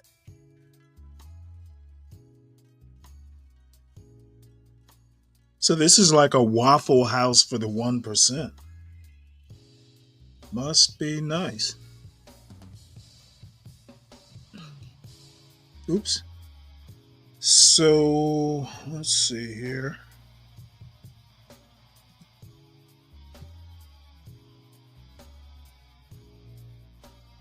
Oh, damn it.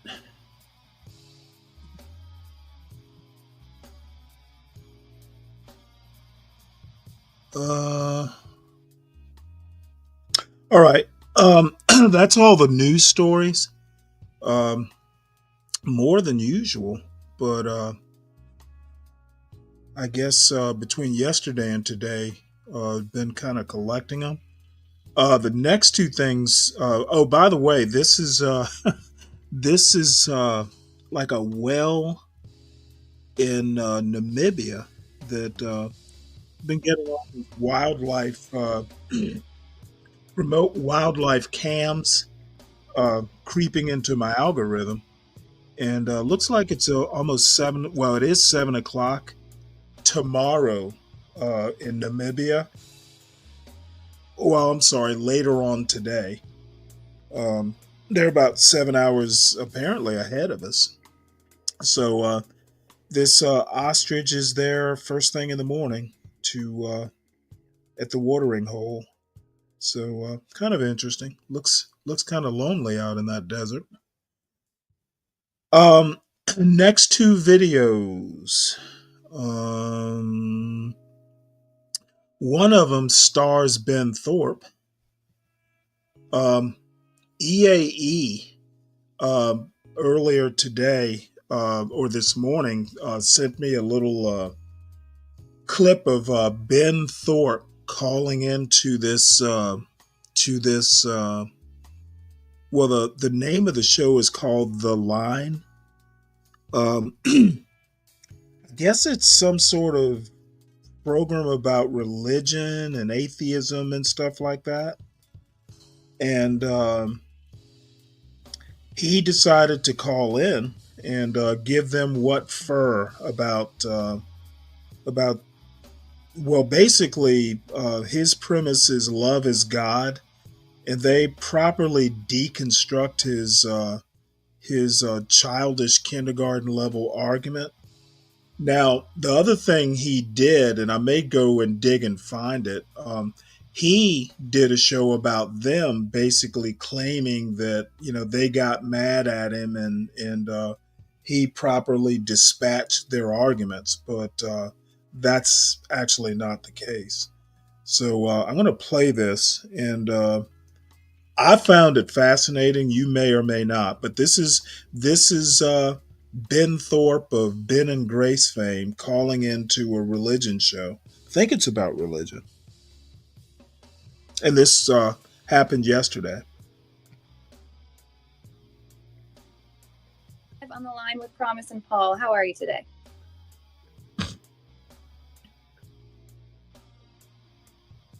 Blake, you might need to tap your phone if you're calling in from the web browser.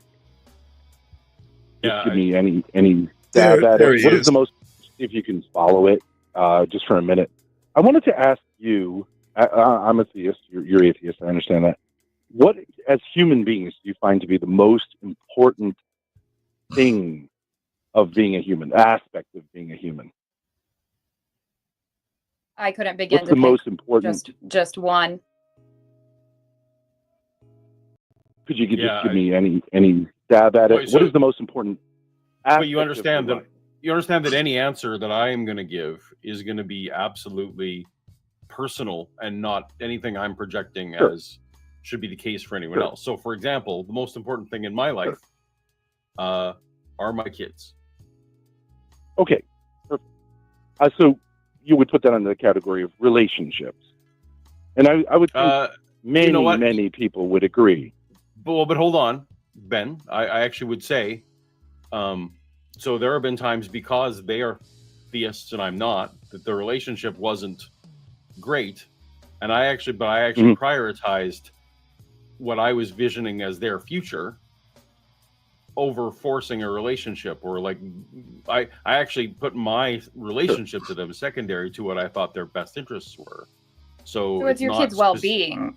My kids' more well-being than your relationship is more important with to me than my relationship to them. Okay, but the best thing for them is that they never see me again. I would never see them again. Right. Okay, but that would be your relationship with them, right?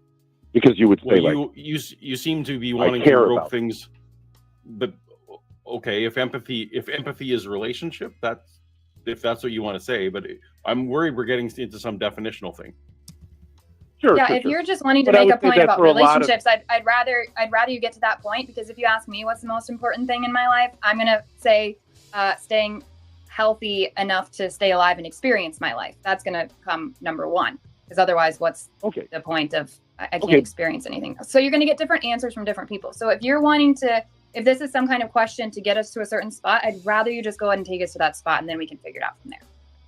Okay, so I would say for a lot of people, relationships are the most important thing in their life. Whether the relationships are good or bad, it is. We are social animals, let's say, and relationships are generally the most satisfying thing for us. And the opposite of, I think most people would also say, what you really don't like is being treated like an object. Like in sexual relationships, if someone treats someone else like some people like that. Some people actually really like that. So I'm still not sure where we're going with this. Okay, so yeah, you could say maybe there are exceptions to this, but like largely speaking, that is true. I don't know, because I don't know. I'd have to see data on that to see how most people like to be treated during sex. I don't know. No, you wouldn't. No, you wouldn't. We all know that. Like, I would need to. I'm sorry, I would need to, Ben. And I'd rather you get to your point that you want to make instead of having us come along with you on these presuppositions about social things that I don't know if I agree with you with. I'd rather hear your point. That's an honest conversation. Okay. So if love is important, at least to many, many people, let's say love, caring about another person, we can use the word love. All right. And one definition of God is that God is love. Then for at least all of those for whom relationships and the word love could be used by them, they are theists.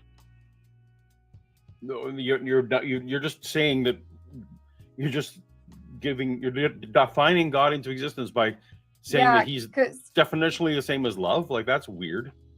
Because now I could say hunger is God, and everybody that ever feels hunger is now a theist because they've experienced hunger, which is what I'm going to now say is the definition of God. Well, in other words, it says in the New Testament, God is love. It doesn't say God is hunger. Why should I care? So I'm saying, like, why should I care what the New Testament says? I'm just saying, like, I have written on this. So I've written on this piece of paper that hunger is God. So why should I care what this piece of paper says versus what the Bible says? You know, why does that matter? Who gets to decide?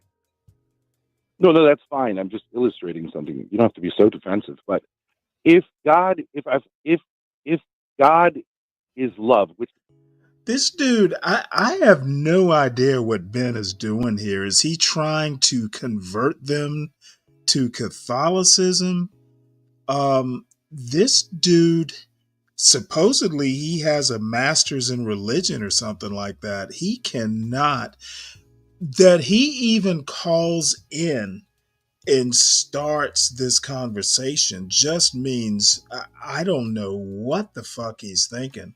But this is like literally, I went to Catholic school and this is like second grade religion, or, you know, this is like third grade religion class. I have no clue what he thinks he's accomplishing here. But by the end of the conversation, he's talking about these two being triggered. I'm sorry. I know this lady sure as shit isn't triggered. She thinks he's an idiot. In other words, love is not a thing. So it can't be like hunger where it has like a relationship to things. Then I just don't see what I understand there's a big gap between saying I believe in love. Anger. I believe in God. Anger is God. Anger towards other humans is God. So now that's God. And if you've experienced anger toward another person, then you are a theist. No, because God is love. That's okay. There's your claim. Cool. So your claim is that God is love. What is your proof or your evidence that God is love and God isn't anger? Because we experience love and we experience our nature as being an image of God, and to be treated as. Hold on. Yeah, this dude is just like, this works in an audience of believers. Okay, they will buy into this. But if you're going to go and talk to two people who are atheists, this isn't a convincing argument. He basically, read your Shakespeare, a rose by any other name. And then you will have basically why it's not a convincing argument. This is why I don't like dealing with people like Ben Thorpe. This dude is just weird. And I don't even know what to say. Like I said, I never would have known about this had it not been sent to me. And I kind of wish I hadn't now. If it's possible to think any less of Ben Thorpe, this would be it. And they're responding. Basically, the Thorpes are doing a show about these two people being triggered. They basically were not triggered. They were probably puzzled, would be a better word. And finally, they just had to say, "Hey, enough's enough." We're moving on. I experience anger as well. I experience anger as well. Why is that not God? Why is love God? I'm not talking about the emotion. Do these people look triggered? About the emotion of love. I'm saying to care about someone else without self-interest is, I think, what most people would say is the definition of love. And that love, if I say that love is God, then you would be a theist, right? No, because I don't believe that love exists. I don't believe. No, I don't. I don't believe love exists at all. Love is an You don't English believe word in that love? we use. No, I don't. Look I at don't this believe dude. that love exists. I think love is a word that we use in English, and in other languages they have way cooler words and more descriptive ones to define different types of love. But love is a word. He's basically saying love is a description of an emotion. The emotion exists, the feeling exists, but love as a standalone thing does not exist. It's just a descriptor. And, again, this sort of argument works if you're up on a pulpit preaching to, a church full of believers. As a standalone, kind of like a Socratic sort of or philosophical argument outside that congregation, doesn't work. And Ben needs to just fucking I don't know. Apparently, his new shtick is to be some sort of religion expert, and he's failing miserably. I'm not even that much into religion, and I know he sounds like a kindergartner. So I don't know. Maybe I'll tune into his show tomorrow just to see why he thinks he triggered these two. Maybe I won't. Probably I'll have better things to do. Word that we use to communicate. Sometimes it's a feeling towards somebody else. Sometimes it's an act towards somebody else. There's all sorts of things. Paul, what do you think? Do you think it exists as an entity? You don't think love exists? No. Love is... No, and I just explained why I don't. Yeah, we don't think love as an entity exists. Love is a description of actions and or feelings, and they're all equally, they're all defined, they all are wrapped up as just versions of empathy, which in our previous callers we've literally talked about how all social species definitionally have empathy of to some degree or another. And I see no non-naturalistic reason I don't see even need the reason that we need to appeal to anything other than natural biological processes to understand that empathy helps us as a social species. So I don't see the reason why you're labeling this God on top of it. I don't see the distinctions that you're making. And I definitely don't think that love is an entity. You don't believe that love exists. You don't believe that you love your children. You believe What that did you're I? just What did biological. Richard? What did I say? What did I say that love is? Just to see if you're listening and caring at all. What I said. Ben. Sorry, Ben. I'm so sorry, Ben. No, Ben, no problem. What were you listening to? What I was mean, saying at all? What I'm saying is we all know what the word love means, and I'm saying you're appealing to intuition. What did both sure. Promise and I laid out what we think love is? Were you listening? And can you repeat back to us what we said love? What we think love is? You said that you don't think treating love him like a exists. You think it's school a biological thing. Can you repeat what the teacher said? Biological process. It can be. I think it's a word that we use to describe certain things. Some can be biological elements. Some are just us using that word. I don't think love exists as its own thing. It's not like some thing out here existing. It's a word that we use, just like I use the word joy to describe something that whatever I decide that word is defining for me or expressing for me. I don't think joy is this thing out here that exists in reality. It's a word we use to define and describe certain things we experience or express as humans. Right. It's a property of an action. Truth exists? Lou? In other words, aren't you trying to say that what we're... Lou, love and empathy actually can be very closely related. For the sake of this argument, I don't know where you're going with this love and empathy thing, but you're not making the point you think you are. We're saying is true. Truth is the extent to which a proposition conforms to reality as adjudicated by predictive power. Truth is a property of a proposition. So do you have a problem with using the word truth to say, like, this is true? Or, yes, because truth is a property of something. Because truth is a property of something else, not an entity floating around. Just like yellow is the property of an object, potentially, and not... Well, Palomino, just to be specific, there's empathy and there is sympathy.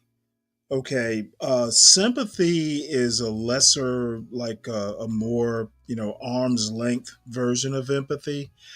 I would argue, and probably Ben would argue, that, when you talk about love, like, Christ and love and loving all of mankind and all this sort of stuff, you could probably argue, at least in front of certain audiences, that the only way to have empathy is to love, even if it's like a platonic sort of love. I don't know that you can have empathy without some form of love. So you're right. They're not the same, but they're closely related. And I think I could make the argument that empathy doesn't exist without at least some form of love or, deep caring or whatever you want to say. So again, the argument you're making about empathy, and that maybe they mentioned it in the in the video. My bottom line here is that Ben is just basically being a schoolboy here. I've heard these sorts of arguments. I went 1st through 12th to Catholic school. You would hear this type of argument in like grade school. When Sister Anne would sit down and talk about Jesus, during religion class. You might get this sort of question, or this line of reasoning. Ben is embarrassing himself. But anyway, like I said, it was brought to my attention. I don't even know why it was. Maybe it was just, to make me laugh.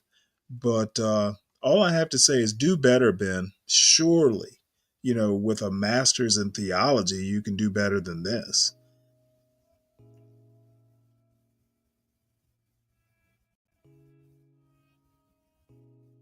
No, Palomino, I disagree with that. My argument is that empathy doesn't exist for a person, for another, without some form of love. Even if it's just like Christian love for your brother man.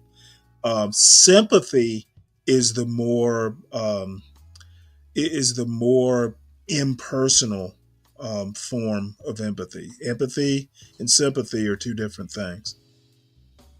So anyway, enough of this foolishness. But I'm hoping this ends. This ends momentarily. I want y'all to see how they pretty much just brush him off, and he's trying to make something out of nothing. There's yellowness floating around. Doesn't exist. Right. Yellow doesn't exist. Yellow is a property of an object. I mean, right? I think most people think love and truth exist. That doesn't. We're not here to talk about what physical. We're not here to Who talk cares about what what other most people. people believe? Yeah. Well, if you don't love other people, you treat them like things. And who said we don't love other people? We said. See, this is exactly what I'm talking about. The loving other people, in that Christian sort of love, can lead to empathy. And I think he's trying to maybe this is some mental exercise he's doing. Well, essentially what he's doing is generating content because he's doing a show about this tomorrow. So I think he just got on there acting like this just to see if he could trigger these people. Said love is a property love is a label we apply to certain behaviors, actions, and feelings. I disagree, Lou. Okay. I would just say that if you believe in love and truth and you believe in God, and I would say like someone who wants to say, I don't believe in those things, or I want to redefine them in some kind of way. How is redefining love? How is love being a label for an action, motivation, feeling? Redefining it. It's more than I understand you could express the. Lou, just to call your attention quick, what you're describing here is sympathy, not empathy.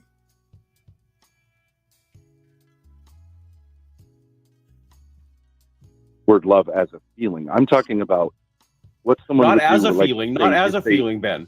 It's not as a feeling. It is a property of a feeling. We have many feelings. Some of them we consider to be loving. That's why we have to put label on some of those feelings. As that feeling felt like love to me, or that feeling felt like something else. That doesn't mean I'm trying to express to you that doesn't elevate love to be an entity that exists. And you're appealing to people's intuition. I was one of the people just a few years ago who gave this no serious thought at all and just went around with my intuition thinking, sure, love's a thing, evil's a thing, good's a thing, because I spent no time thinking about it seriously.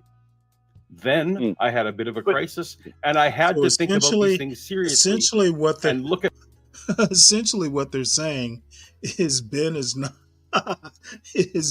not serious. That's pretty sad. My own motivations and how things work. And it's like, no, you know what? My intuition that evil was a thing was me being sloppy with language.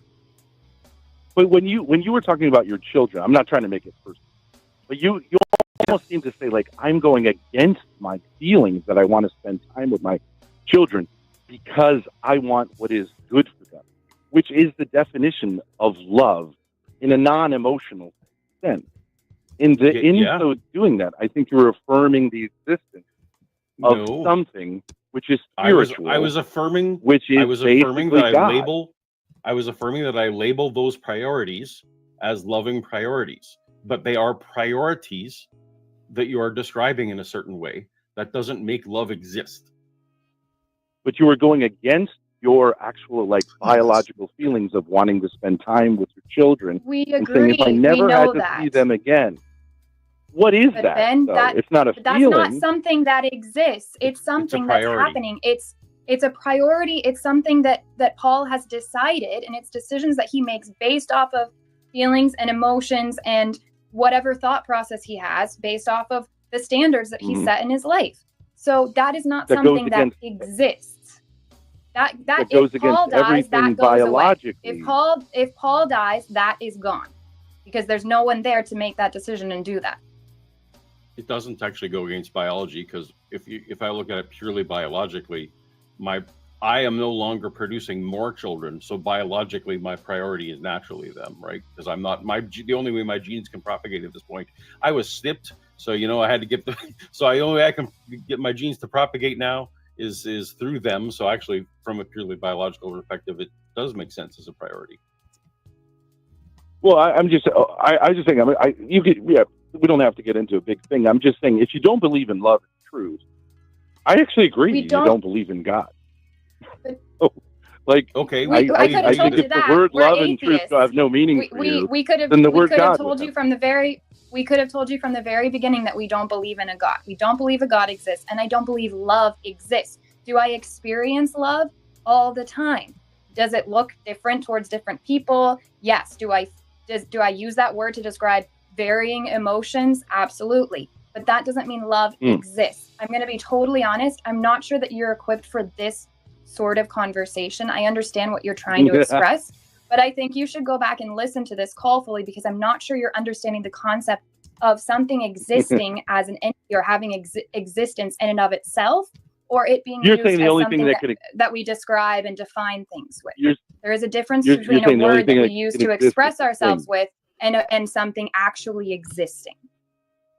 You're saying the only thing that can exist is the thing, and therefore you just really can't have a conversation. That's not what I'm saying either. And we've had plenty of conversation here. It's not about not having a conversation.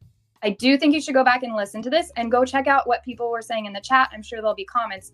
Maybe some of them will be more helpful than Paul and I were able to be, to try to point you in the direction of logic, to show you where we're unable to be convinced by what you're saying to us. It's not making sense, because you're right. We don't believe love exists as its own thing. We don't believe that love exists outside of what we as humans cool. But we don't believe that it exists outside of us using it as to express something that is happening that we can point to. Lou, I actually disagree with you. I think these two are spot on. Ben's premise is that love is God. Their premise is that love is not a discrete object. You can't point to love and say that's love. It describes a feeling, and I don't think Ben wants to insist. The only way an argument like that works is in a group, like a church congregation. Okay, if you look at love objectively, it does not exist. You can't quantify it. You can't put it in a lab and synthesize it, etc. Ben's calling into the show trying to tick him off, I guess. Palomino, apparently you're not getting my drift, and I'm not going to beat this dead horse. Love is not a discrete object. It is a description of a feeling or an action, period. That's real.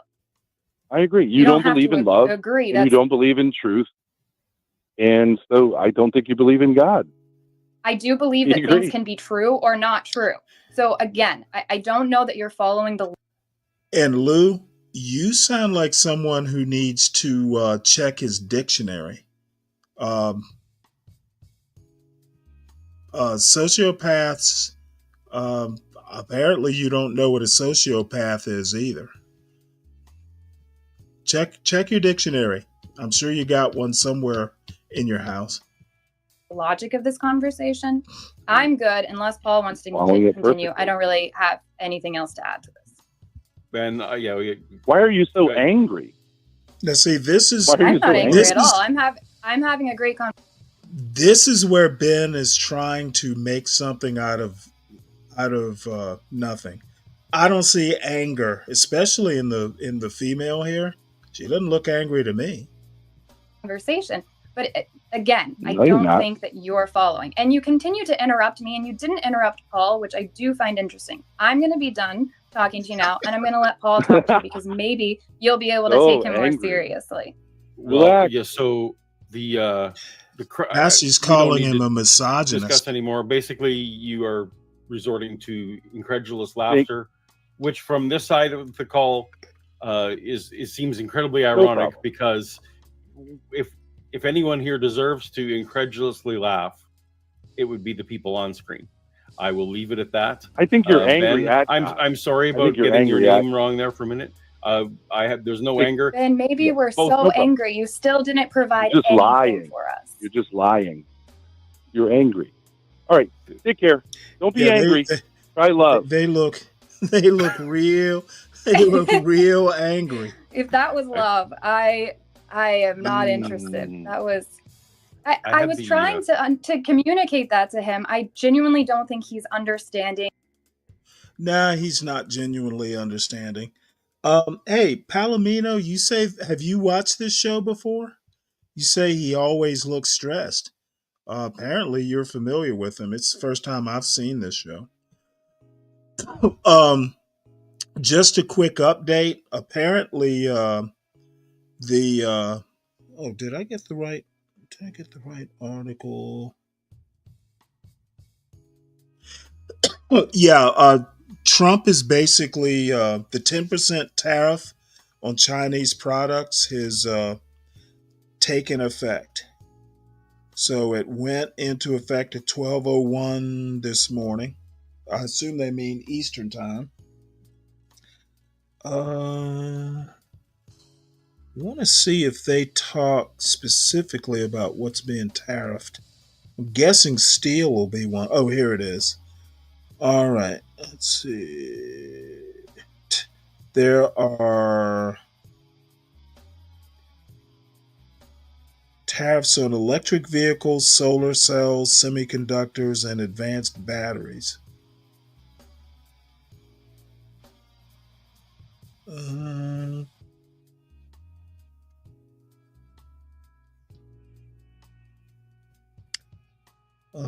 Let's see.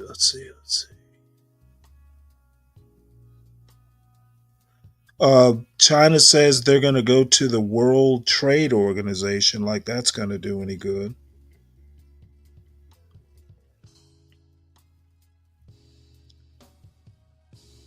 And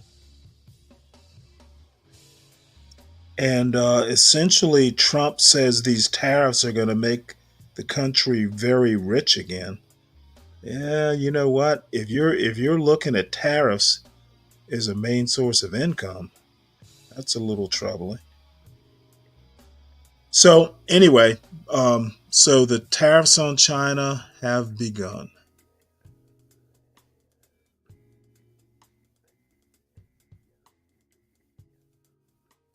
We'll see what China's going to do. This next video, a friend of mine sent me this video. This is on the left is a lady who's a head mistress of some school in like an inner city sort of or urban environment in London. She's Canadian by birth, but she lives in London. She's running a school there. And there are about 3 segments of this particular video that are interesting and worth hearing. Yeah, hey, Free Zone. This was this music was written by Tough Guy.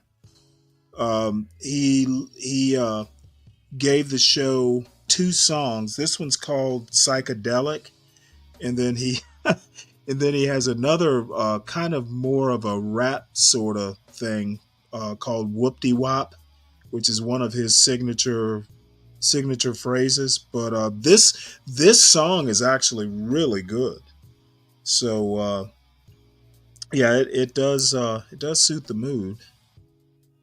So again, this is kind of touching on one of my things that I like to keep up with, and that's K through 12 education specifically. Just because I just had just put a son into college, and basically from the end of first grade to his graduation last summer, I've been pretty much a single father, so I've been very involved in his schooling and interacting with his teachers and guidance counselors.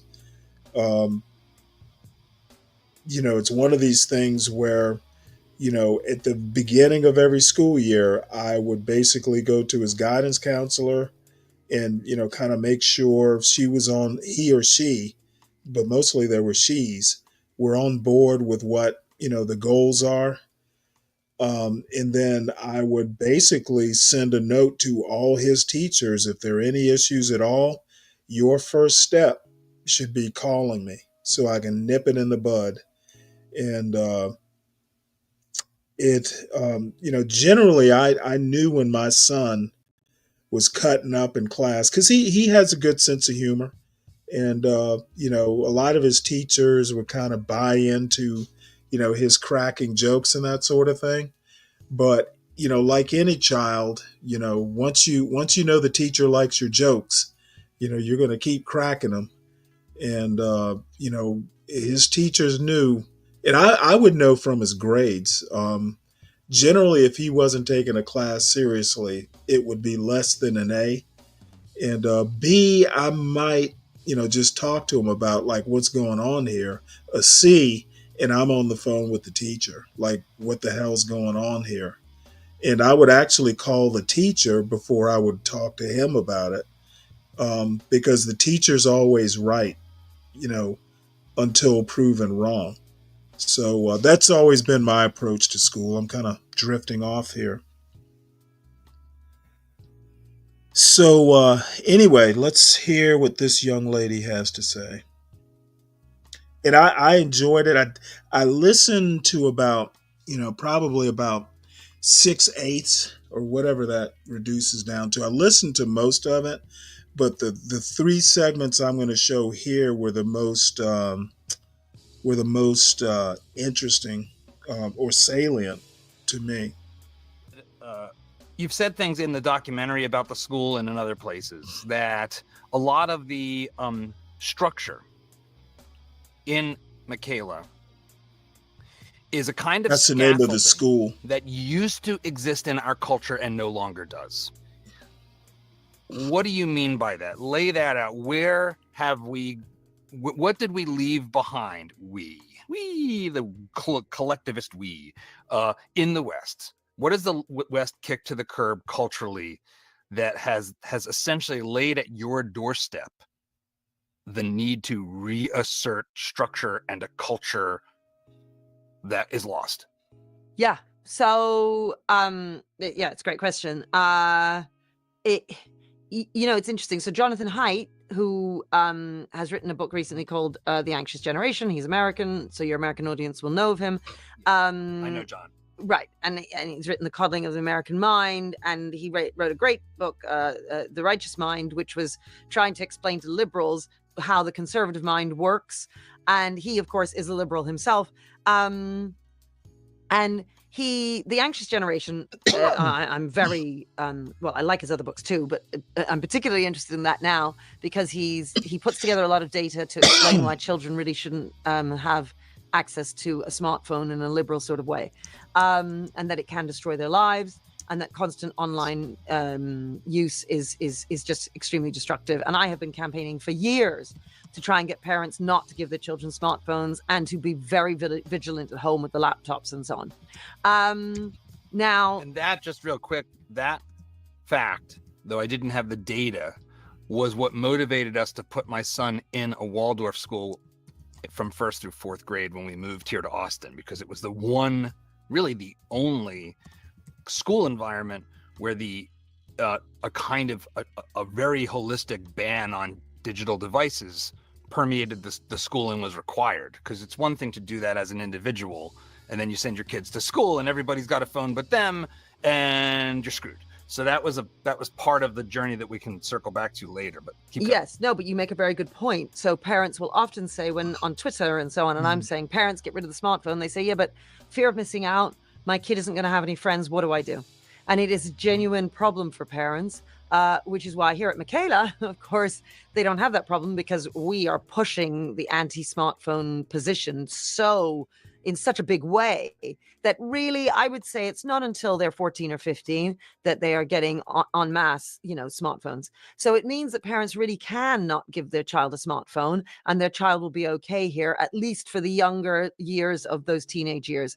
Now, I mean, I wish, my thing is you really shouldn't give children a smartphone below the age of 16. Now, the reason why I bring up Jonathan Haidt is to your question. So I agree with Jonathan on everything, but one thing that he says that I have a bit of a problem with is that he very much wants, I know why he wants it. He's saying we coddle kids too much.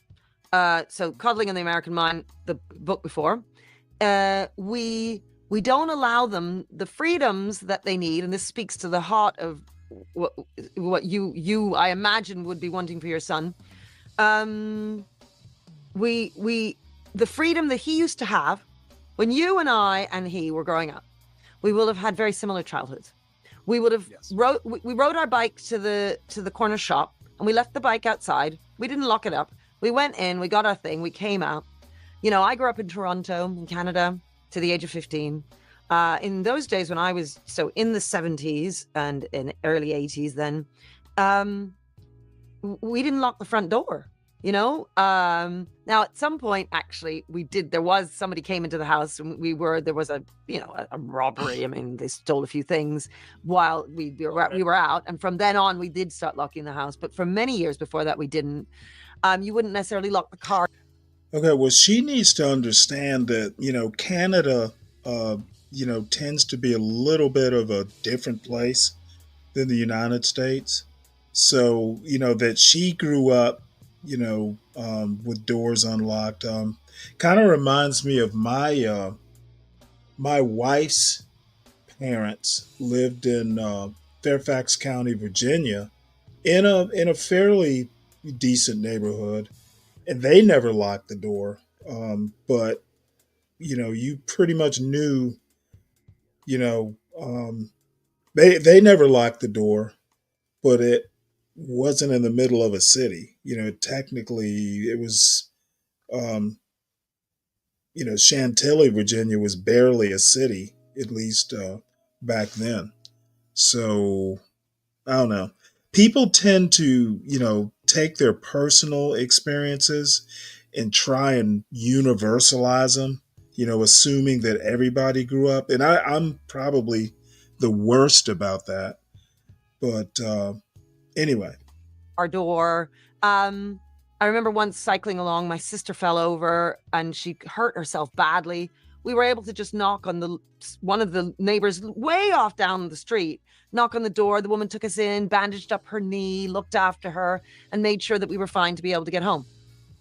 Now, in 1983, in Toronto or in New Jersey or wherever it was Jonathan was growing up, the fact is that we had a culture and a society where we could depend on each other, to trust each other, to look after each other.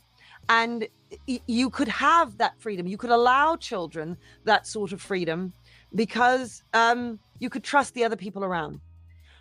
And that's what Jonathan Haidt is arguing for now, because he's saying that if we stifle the children too much, they're not able to grow in the way that we want them to and develop a sense of personal responsibility, decency towards others, a sense of duty towards others, and so on. All of that, small c conservative values, I live for that. I call myself a small c conservative, and I'm very much trying to instill those kinds of values in our children here at school. But we strongly advise our parents, where possible, to try and meet their children after school when they're going home. Often they can't do that.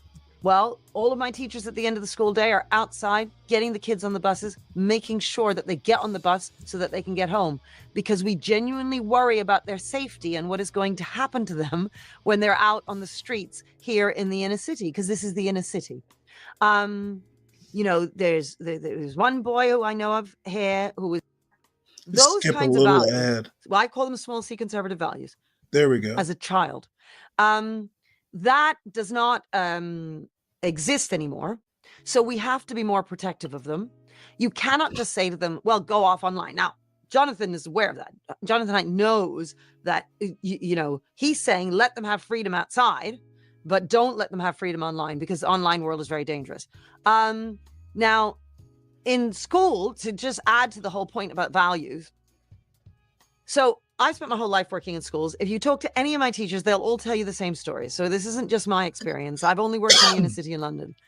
The corridors are places where children fear to walk to their next classroom. Now, not necessarily because they think they're going to die. I don't think that's going to happen, but they will get beaten up. They're going to get bullied. Exactly. And they're worried. And if they don't get beaten up, they're going to get shoved, and somebody's going to give them a look, and then they have to keep their eyes to the ground. And that we teach the children, keep your eyes to the ground when you're walking outside, because if you catch somebody's eye in the wrong kind of way, your life is in danger. So, and that's the case inside your own school. Now, not in our school, okay? Because we have taught our children how to behave and look after each other and be kind to each other. Kindness is actively taught. Gratitude is actively taught. Now, you should be grateful for your life, however little you have, Now, the thing is that those kinds of values, well, I call them small C conservative values: kindness, gratitude, a sense of duty towards others. So if you get a detention, you're not just letting yourself down, you're letting down the whole class. Because your tutor, you come back at the end of the day and the tutor says, okay, 3 of you have got detention. You've let us all down, because that brings shame on the entire class. Now, the idea of shame, for instance, like that is something that no one talks, no one's allowed to talk about that kind of thing anymore. I'm a big fan of shame. Right. Well, I don't think you can have a free society without shame. You either have a free Exactly. society and shame, or you Yeah, have that's a tyranny. dumb Exactly. statement. That's exactly right. So what you're saying there is, 50 years ago, there was more of a sense of shame. So you could have the freedoms. The freedoms were there because people would have felt. Okay, I think that's a ridiculous argument. Shame creates is a requirement for freedom. I don't even understand what that means. But I understand that. I think a better word for shame is basically, either societal pressure. They're just certain things you don't do, or aren't going to be accepted without some pushback from society. I don't really like the way they're framing this whole shame argument.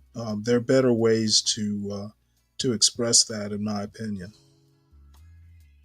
More ashamed about robbing you. They would have felt they wouldn't have gone into your house even though it was open, because you just don't do that, right? Oh, that's bullshit. I don't know where. Well, she grew up in Canada. Maybe in Canada, but you go back to the 80s and 90s when she grew up, and I grew up in that same era. Crime in places like New York City, there was no shame. So I think that I don't know. I think this just sounds like pedantic, and she is a teacher, so right. The just don't do that still applies nowadays, but to far fewer things. So you wouldn't just run down the street naked, because you just don't do that. Although there are some times when you are allowed to run down the street naked in certain parades and Okay, well, I don't know about Canada. I've never even been there.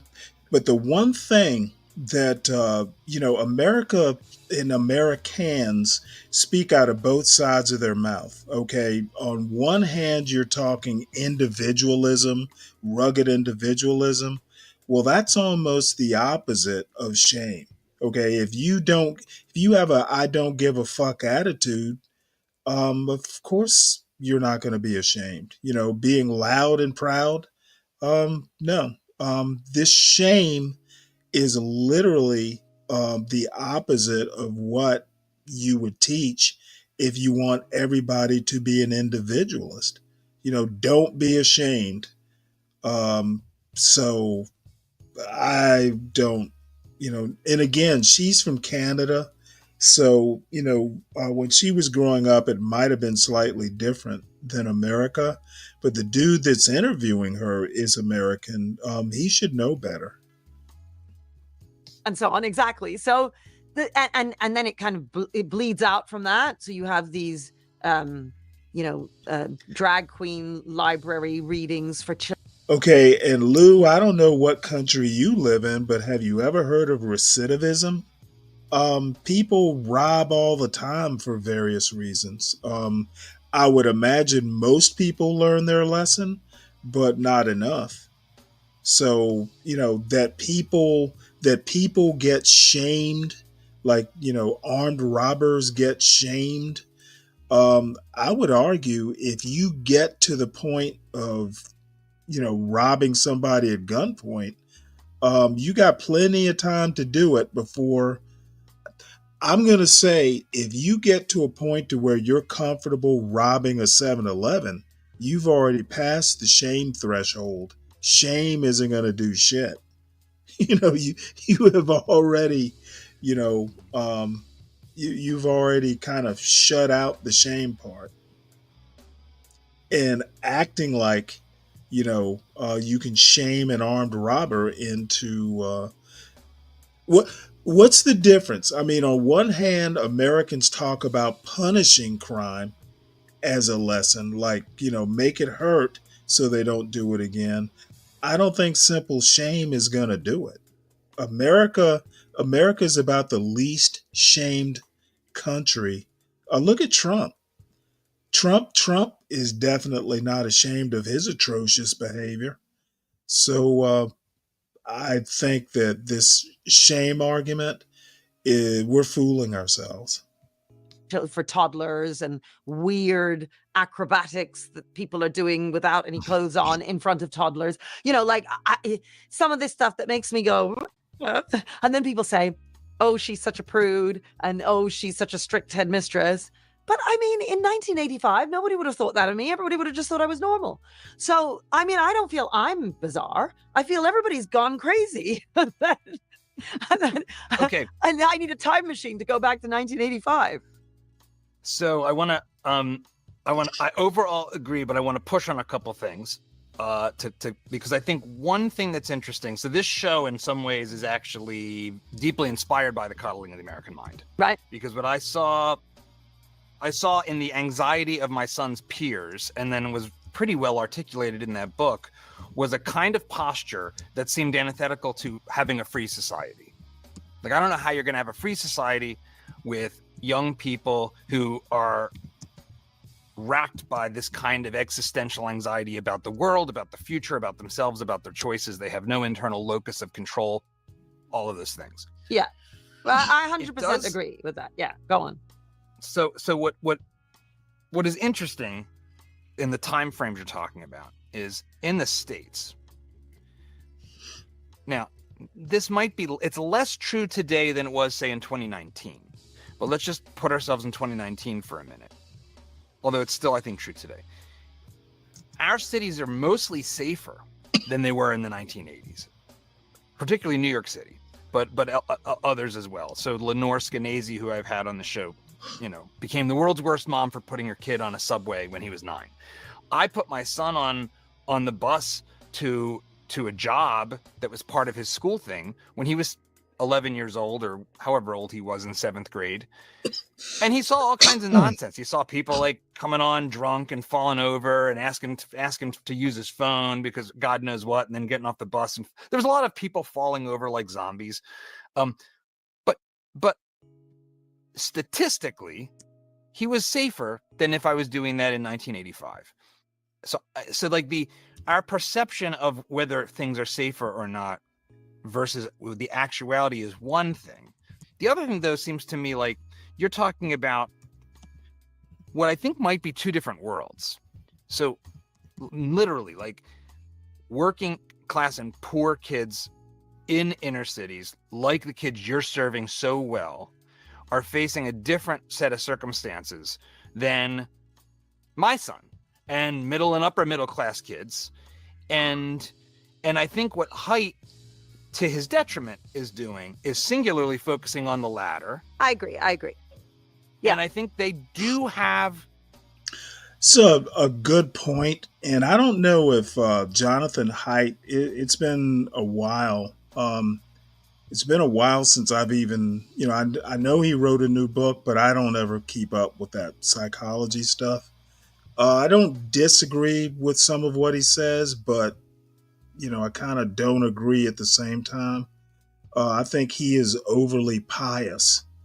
Um, but their point here about Jonathan Haidt basically talking to an affluent audience with kids who are not, who are middle class or above is spot on.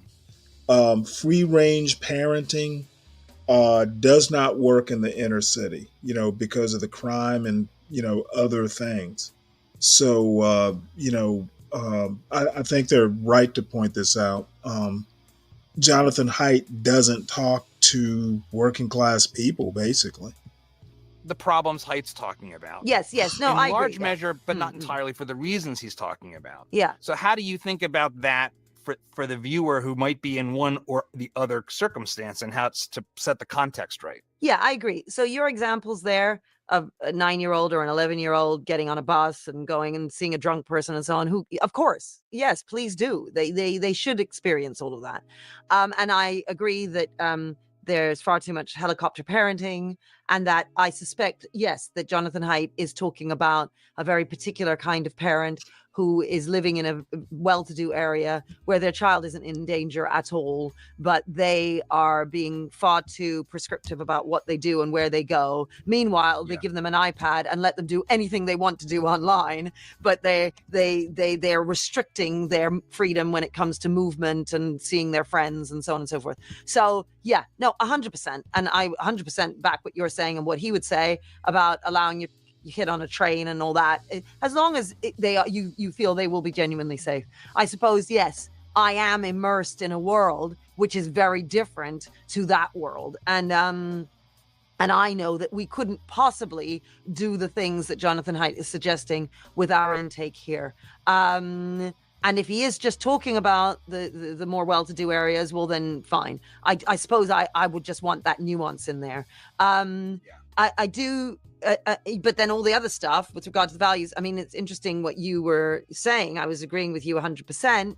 Look, you do want, like, so when he says, for instance, you need a junkyard in the schools with lots of different items that they can build things with and do random stuff with. And I'm thinking, look, if I have crowbars sitting around the yard, that is a disaster in an inner city school. So, but it is true that that we are perhaps talking about very, very different spaces. And I suppose when I say 1985, maybe New rewind Jersey, a little further back is would be one way to put it. Like if Right. if you rewind back to before the 1955. race riots of the 1960s. Yes. Okay, so You 1955. have a different, you have an environment that's a little more consistent across the board, I think, for all the problems pre-Civil Rights Act. And whatnot. Yes, yeah, you might be right. I mean, when I said 1985, I just meant when you and I were growing I'm going to up. skip ahead here. Now, what I would This next part, I agree with wholeheartedly. And I don't think that parents do enough of this these days. And I'm not exactly sure why. But essentially, parents are afraid to be parents. And you don't have to wail on your kid's ass, to a point to where, child protective services are going to be called. But you can be very, stern and, with kids, so they know you mean business. argue, and this is what I was saying to you when we met, is that the more progressive educational model, progressive, yeah, exactly, does not give you those things, and that what gives you those things is what we do here. So let me explain. Often, so Elon Musk is another person I disagree with. I mean, look, obviously, he does great things, and I don't know anything about rockets or cars and so on. But his opinions about education are wrong. He thinks that he always says what you need to do is teach them how to think, not teach them what to think. Now, there are lots of people on the right who say this, okay? And I know why they say it. They say it out of frustration because they know that the schools and the universities currently are sort of doing a brainwashing thing where they are teaching. Okay, and I thoroughly disagree with this. Your brain can only be washed if there was nothing, what was there was not dyed in the wool.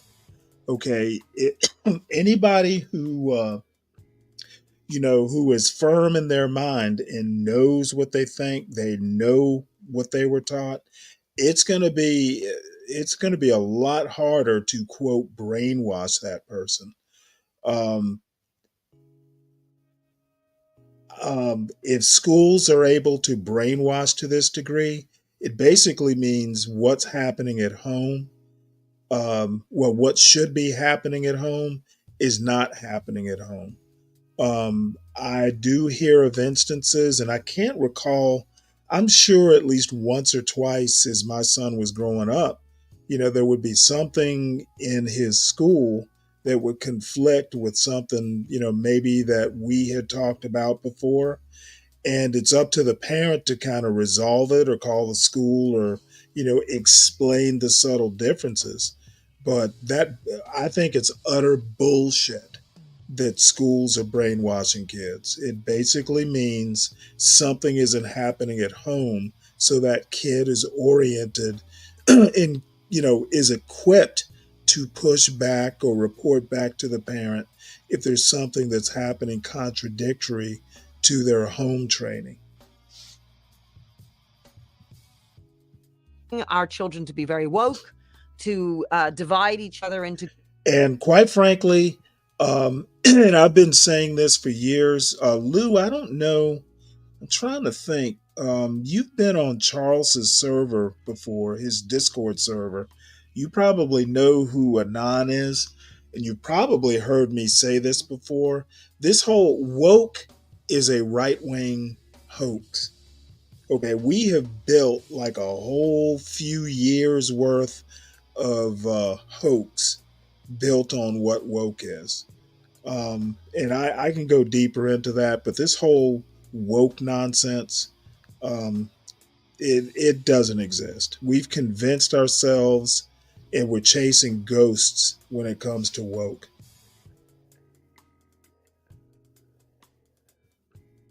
The groups of LGBT and Black and Muslim and Hindu and poor and rich and so on.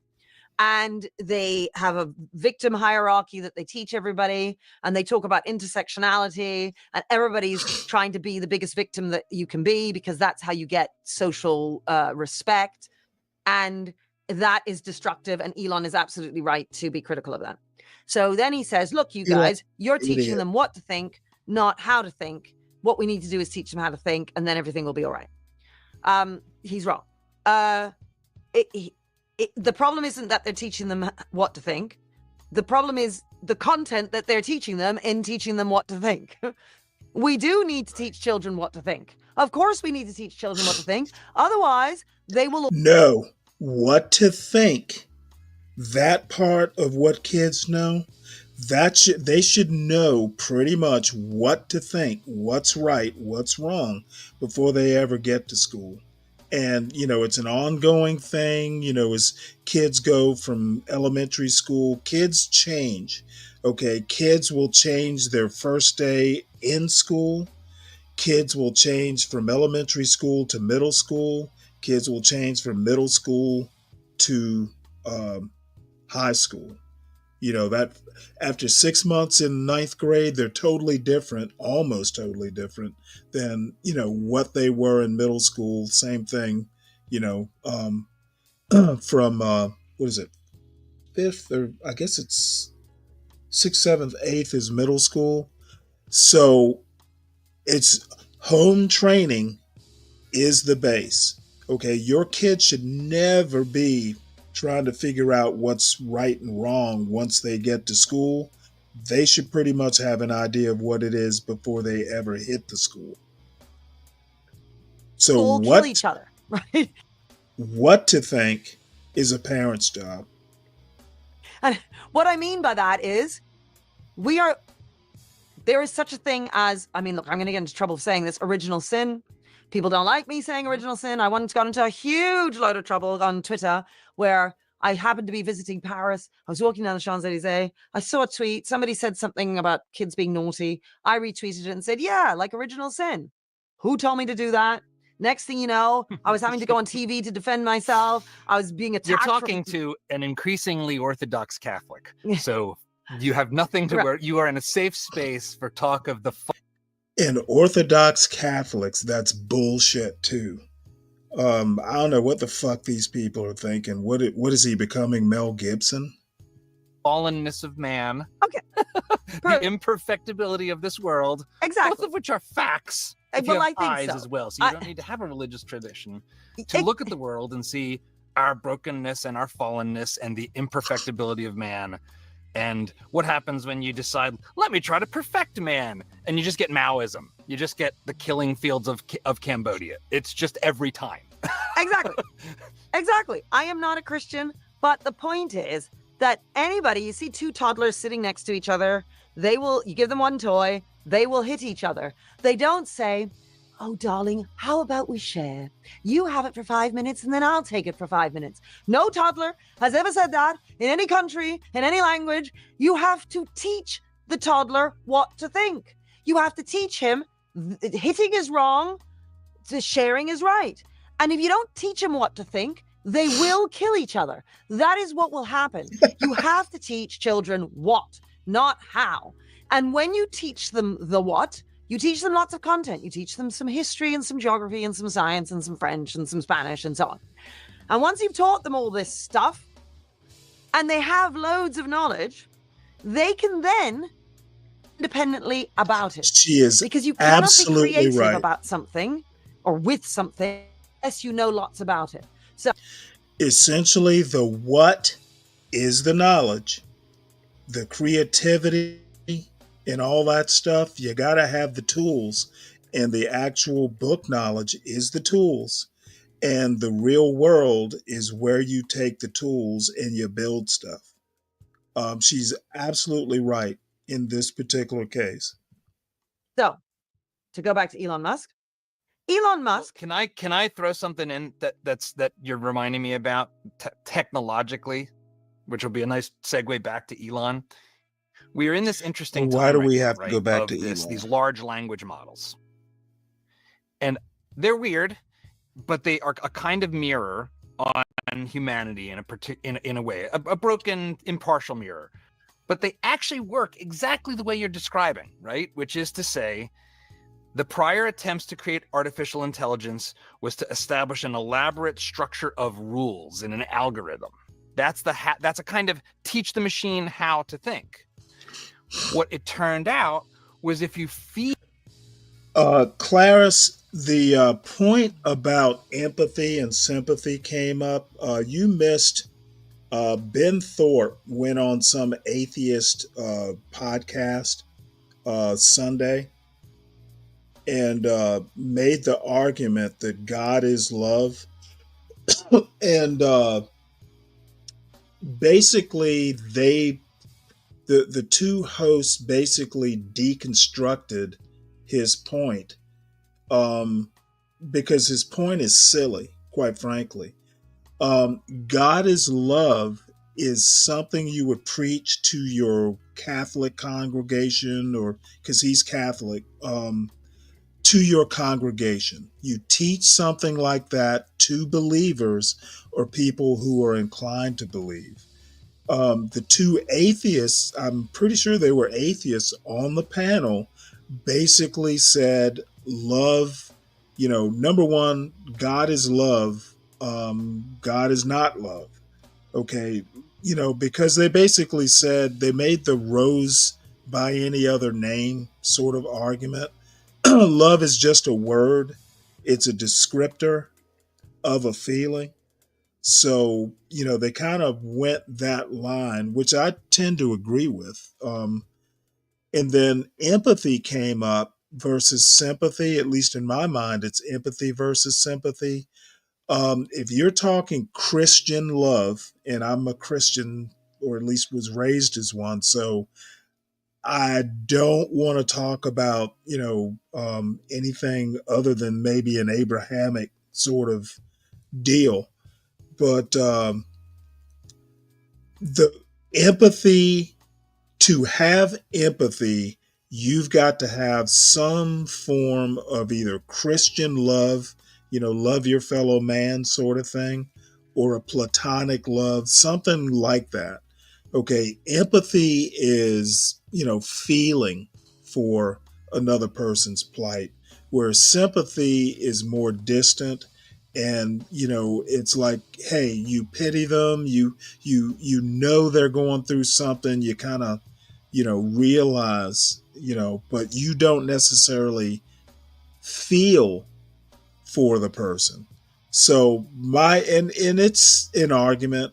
It's not, like I'm some authority on this, but I personally don't think you can have empathy without some sort of brotherly love. You've got to have some sort of feeling for your fellow man to form any sort of empathy. So that's my argument in a nutshell. I leave it to, you know, the chat to figure it out, but I'm pretty sure I'm right. Feed them all the text you possibly can, which is what, not how. The mechanism of No, actually, that's not what Ben was saying. Ben was trying to justify the existence of God because love exists. Somewhere in the scriptures it says something like God is love. Therefore, if you feel love for somebody, whatever kind of love it is, that proves the existence of God. Okay, and the atheists just aren't having it. That's what he was trying to do. He was trying to proselytize. He wasn't making any sort of object-oriented argument. He was making a scriptural sort of homily sort of argument, and he sounded like a third grade, Catholic school girl talking about that sort of thing. Of the transformer technology that underlies these things gives rise to something that sure looks a lot like how to think, like analysis and text prediction that pass. Okay, Palomino, I know you guys just you gotta have something to fuss at me about. I don't have a doubt in my argument. I have no doubt that I'm right. You guys need to whip out a dictionary, and maybe I need to do like Miss Burble Sing here and teach y'all what to think, so you have the tools to get creative. But I'm sorry. I think my argument, at least in a Christian sense, is sound. Sociopath. I fear you all don't know what a sociopath is. That's why you're bandying the word about. This is the Turing test, and now even a kind of step-by-step analytical process. So actually, it appears that Lou, it is a very sound argument. Okay, you can't point to an object called love and say that is love. I don't need to even make an argument farther than that. I don't know where y'all get this bullshit from. At least in terms of the computer world, you have to start with what before you can get to how for any of that tech to work, which I think underlies your point. Do better. I don't know that these things ultimately work like we do. They might be like the airplane that uses jets instead of flapping its wings. But it's still pretty interesting that that's the case. Yeah. Well, that's amazing. I'd never thought about that, but absolutely. Exactly. How? I kind of do wonder how she does what she anyone do uses anything. to So to comb get her back to hair. Elon, look, if you put a car in front of me and said, Catherine, do something creative with the car. Create a different sort of car. I would say, I can't do that. I don't know anything about cars. So there's no way I can be creative. Elon Musk can be creative with cars because he knows about cars. He's unable to be. Lou, I don't know where you're going there. Of course, emotions aren't objects. That's the whole point. And love is not a discrete object either. But I think emotions are actually quantifiable if you want to go down and measure hormones and stuff like that. Love is just a concept. It is not a discrete object, and a concept. What the atheists are saying is if you can't prove the existence of God, um, then you're pretty much cooked as far as an argument. And love is not a discrete object. It is as ethereal as God is. Just like God is called different things in different languages, love is called different things in different languages. And that right there, the two concepts not having a consistent word, is proof that both are conceptual, and not being able to point and go, "That's love." Um, you know, um, it's a label, like they said, and I know you guys want to wrangle with the concept and all, but you know, pretty much the last I'll say on it because I'm beating a dead horse here. Creative with education and succeed because he doesn't know anything about education. I, on the other hand, do know loads about education, which is why I've turned education on its head, which is why I'm controversial, which is why Actually, Palomino, lightning is an object. It's a bunch of ions. It's measurable. It can be recreated in a lab. Yes, it's an object. Thank you, sir. I've had over 7,000 visitors come and visit my school because I know education. So I am thinking independently about it. I'm being creative with it. I'm out of the box. The only way that you can be out of the box on anything is if you know lots about it. So this idea that we need to be teaching kids how to think, it's just silly. You need to teach them what to think. You need to give them loads and loads of knowledge. And then it's not like they don't do anything with the knowledge. So if you come to our school, you will see children learning at speed. I mean, the pace is incredible. They learn so much. And then if you were to sit with them at lunch and have chats with them about history or geography or science and so on, they will impress you to no ends. You won't believe everything that they know and think and so on. And then they'll be able to give you differing opinions at the table about what they think about 1066 or whatever it is, whatever historical battle you want to discuss. They will have different opinions about it because they know it inside out. And that's because their teacher knew more than they do. The teacher gave them the knowledge, allowed them to do some exercises, which meant that they would remember the knowledge. And then once... Okay, Palomino, you can measure energy. You cannot measure love. I don't know why that's not obvious, but you're worrying me, son. Once you've got that knowledge in their long-term memories, they can use that knowledge and develop it to come up with their own ideas about that knowledge. Okay, and Lou, I know tons of people who think they're street smart and think that's all there is.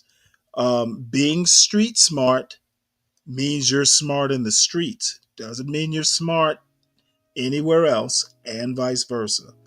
The Renaissance man is gonna have both the book knowledge and the street smarts or common sense or whatever you want to call it.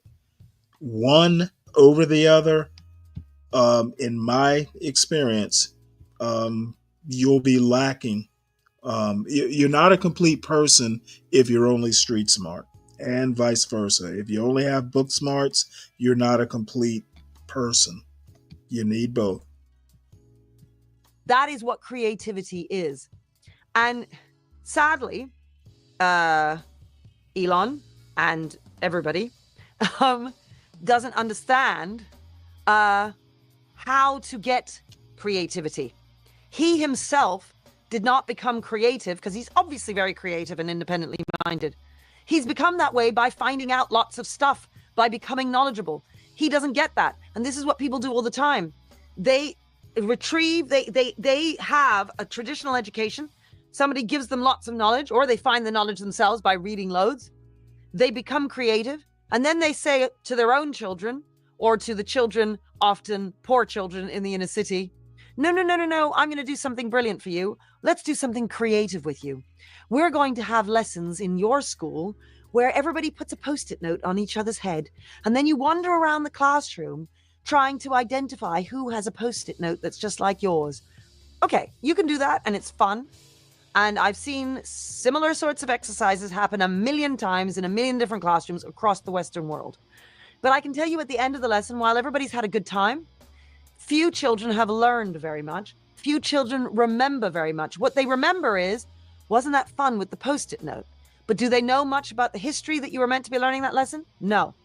And so are they ever going to be truly creative later in life about the history that they were learning? No, because they don't know any. And then, because they haven't been told what to think, right? And they don't know anything, they are ripe for TikTok because they don't know any history. Yeah. The only history that they're then going to learn is what they're taught on TikTok.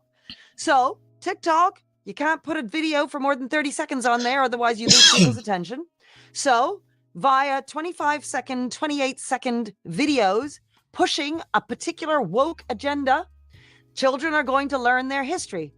So they are then being taught what to think by TikTok instead of being taught what to think by their teachers, who should be, now this is the problem, and Elon is right to pick up on this, the teacher should be sensibly minded, small c conservative, slightly fuddy-duddy people who in 1955, there were loads of them. Nowadays, all of our teachers are very woke and believe that the way children should be taught is to radicalize them and make them into adults. I actually disagree with that. It depends on where your school is. I actually think the public schools are less likely to radicalize children than some of these esoteric, like Montessori type schools. Other than like a actual like religious school, some of these more, you know, I don't know, some of these elite schools with the unique or what's the word I'm looking for? Some of these weird educational schemes. I think that's where kids get radicalized. I don't see how, public school education, and again, it's my personal experience. My son went through public schools, small town public schools. There wasn't anything radical there. As a matter of fact, my both the Virginia school, it was a small town school, and the Georgia schools that my son went to were, yeah, I wouldn't call them radical at all. Maybe it's a northern thing. I put the link in the to this video in the chat.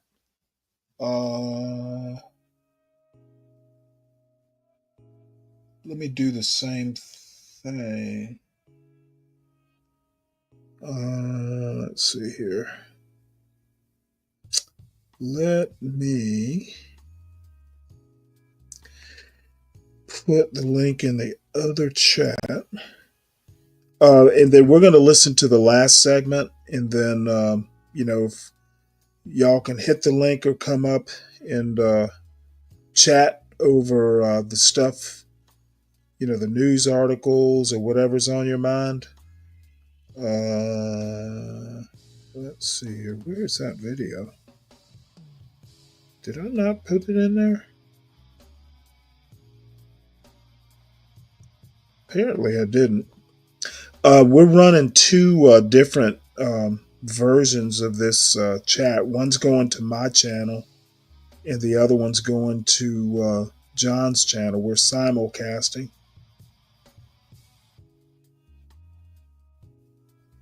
So I need to make sure this video gets put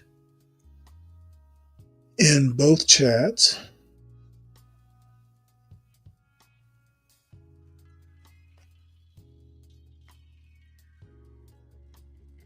So there it is.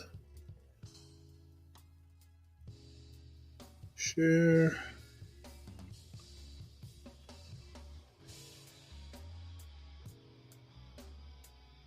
Okay, so we'll watch the last segment, which this last segment I didn't get to watch, but the title is interesting. This segment is called Freedom is Not a Complete Value Set. My idea, and it's more or less, I'm copycatting someone else. Basically, freedom is the ability to make plans and see them through. Basically, you can set a goal, a worthy goal, and achieve that goal without, either without people kind of impeding you from achieving that goal, and you might even receive help. So let's see where this goes.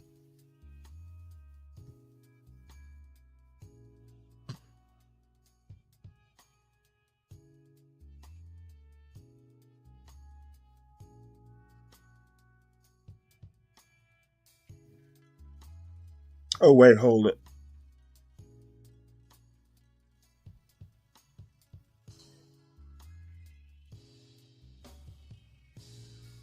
As we come to a close, I want to come to something that you've talked about that we started with in a way, which is the question of freedom.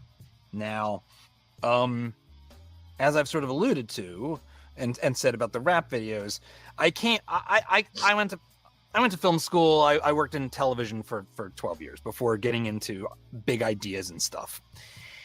My entry point back into the academic as an adult with a long bus commute was reading Friedrich Hayek and free market stuff and becoming very much a hardcore libertarian. And a libertarian, as you know, and as you criticize, values freedom as the primary, almost the singular value or virtue. Jonathan Haidt talks about this in The Righteous Mind. He notes that libertarians / classical liberals are actually as unidimensional as left-wingers. Like left-wingers care about care, and libertarians care about, if I remember this correctly, like oppression / liberty. And conservatives, more traditionalist people, actually have the full palette of moral concerns, is the way he likes to put it. Okay, that's bullshit. The reason Haidt puts it that way is he's a conservative, so of course he's going to favor his team. These different dimensions, sovereignty and loyalty and sanctity and these other things, disgust. These are all part of the picture. So, Okay, Lou, listen to what I said. The ability to make a plan and see that plan through. Okay, maybe I kind of did misspeak now that I think about it. Impediments that you can overcome are just, that's life. Okay, as long as you can overcome them. You might need help overcoming them. You might have to work harder or whatever. I guess what I meant is you are prevented from achieving that goal. So, sorry, I wasn't clear. Impediments are expected, but you can get around them or solve the problem, what have you. I meant prevented. Like someone comes out and says, well, nope, you're not going to achieve that goal. You're going to do something else. I have noticed in myself as I've aged and hopefully gotten a little wiser isn't that I've become less libertarian per se, but it has come to be that, oh, wait, like all systems, even down to the mathematics of them, the logic of individualist liberty makes a set of institutional assumptions in which it cannot function without the respect for the individual. We've talked about this already because this is they all do just seem to gobbledygook. require a context that sets the rules of the game for freedom to work. There's a great. Is this what they call right woke? Because that's what he sounds like. Okay, nowhere in there does he define what freedom is. He defines it as something you're trying to like get to. And this sounds mighty woke to me. Respect for individual. How is that any different from woke? He sounds like a right-wing social justice warrior. Respect for individual. Let me go back and replay a little bit of this. In which it cannot function without the respect for the individual. We've talked about this already. 12th man. They do seem to require a context that sets the rules of the game for freedom to work. There's a couple quotes I want to read. One of which I saw is on the wall of your school, Virginia Woolf, "Freedom comes from self-control." There's two others, and then that makes open sense. the floor up for you to have at it. The second one is from Aristotle. "Freedom is a property of the will which is realized through truth. Freedom is given to man as a task to be accomplished." Exactly. My final one, which former versions of myself would push on, that now I think to be profoundly true, but challenging because it almost seems like a contradiction. This is from Pope John Paul II. "Freedom consists not in doing what we like, but in having the right to do what we ought." Which sounds like, well, wait, freedom to do the right thing, is that even freedom? But I'm now realizing, no, that is profoundly true. And simply valuing freedom just doesn't seem like enough. The floor is yours. Respond how you like. Yeah, well, that's absolutely right. You know, the freedom to do what is right. Like, what is life about? It's not just being free to just do anything. Like, it's it's about finding purpose. It's about living a life that is worthy of dignity. It's about finding something, a purpose in life where you can contribute, where you can look back at 85 and say, I did something with my life. I contributed. I made the world into a better place. I made myself into a better person. I left something behind in terms of children, like you were saying, or something. You left something, which is why a housewife and a mother who's never worked can have the most extraordinary life, because she's raised her children and made the world quite hard and has worked quite well, hard. Indeed. But I mean, in a job. Yeah, I know. Yeah.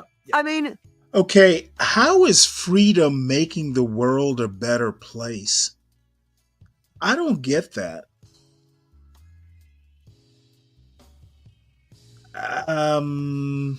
That is a very religious sort of thing, I guess.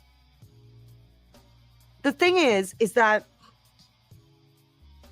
the libertarian position I'm highly critical of, because you're not just meant to be free to do anything. And I understand why we're fighting for freedom of speech now. It's absolutely right that we should, because obviously it's under threat. And it is one of the great bastions of Western society. Without it, we're finished. So I absolutely 100% believe in freedom. But the freedom needs to be... constrained is the wrong word, but it needs to be carefully managed. And we need to think about, look, you said it, without shame, we can't be free. Okay, this is just all over the place. Freedom does not need to be managed. Well, I guess you could make that argument, but the way she's saying managed, all it is is the freedom you you freedom is you can make plans and take the plans through completion. Now we'll assume that those plans are constructive, but the make the world a better place and all that stuff, that's all nice to haves. I think this is probably heading towards right wing woke, and I'm poking the bear a little bit, but uh, these two could do better. What's up, tough guy? Yo, what the fuck going on, man? Well, we're sitting here criticizing these people talking about education. Most of it is has been okay, but they're getting. Wait, are you? What are you eating? I'm just drinking lemonade. Oh, okay. You're slurping, not drinking. Um, the anyway, I think they're talking around freedom, kind of telling you what freedom will accomplish, maybe, but they're not defining it, and maybe that's not their point.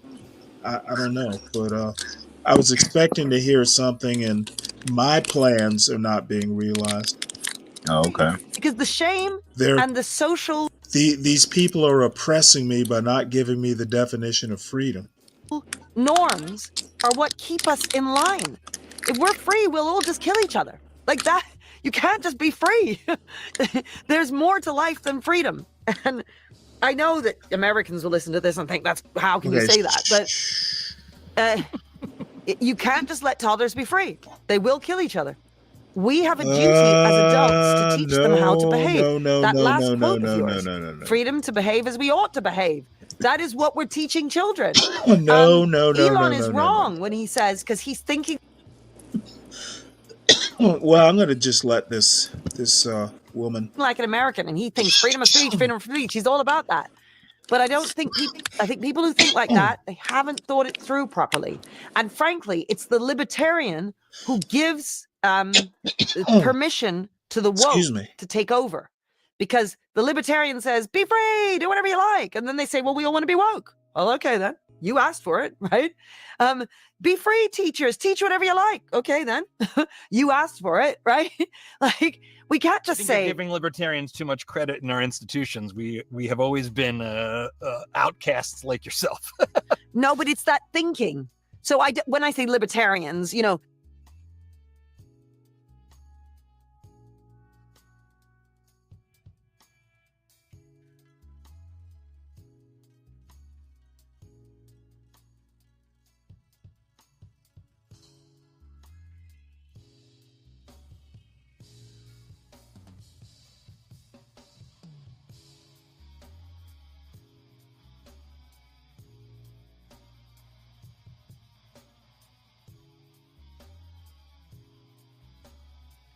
If you're Palomino, the goal,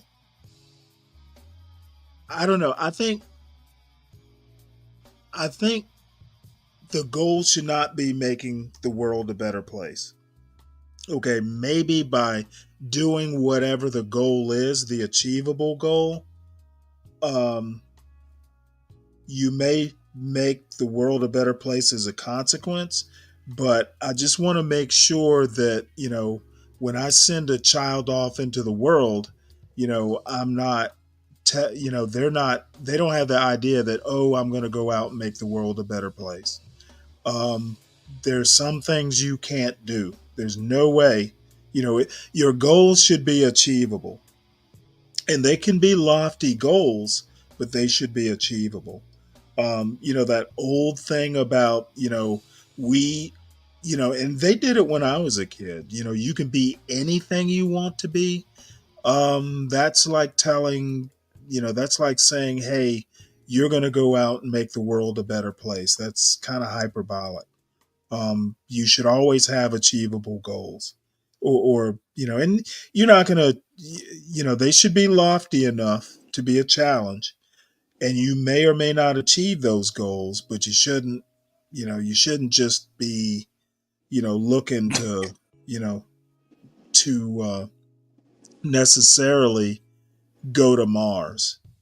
And, I know Elon Musk wants to go to Mars and all that stuff. In my opinion, I don't think he's making the world a better place with that sort of goal. But that's my personal feelings towards it. Well, you never know, man. You never know.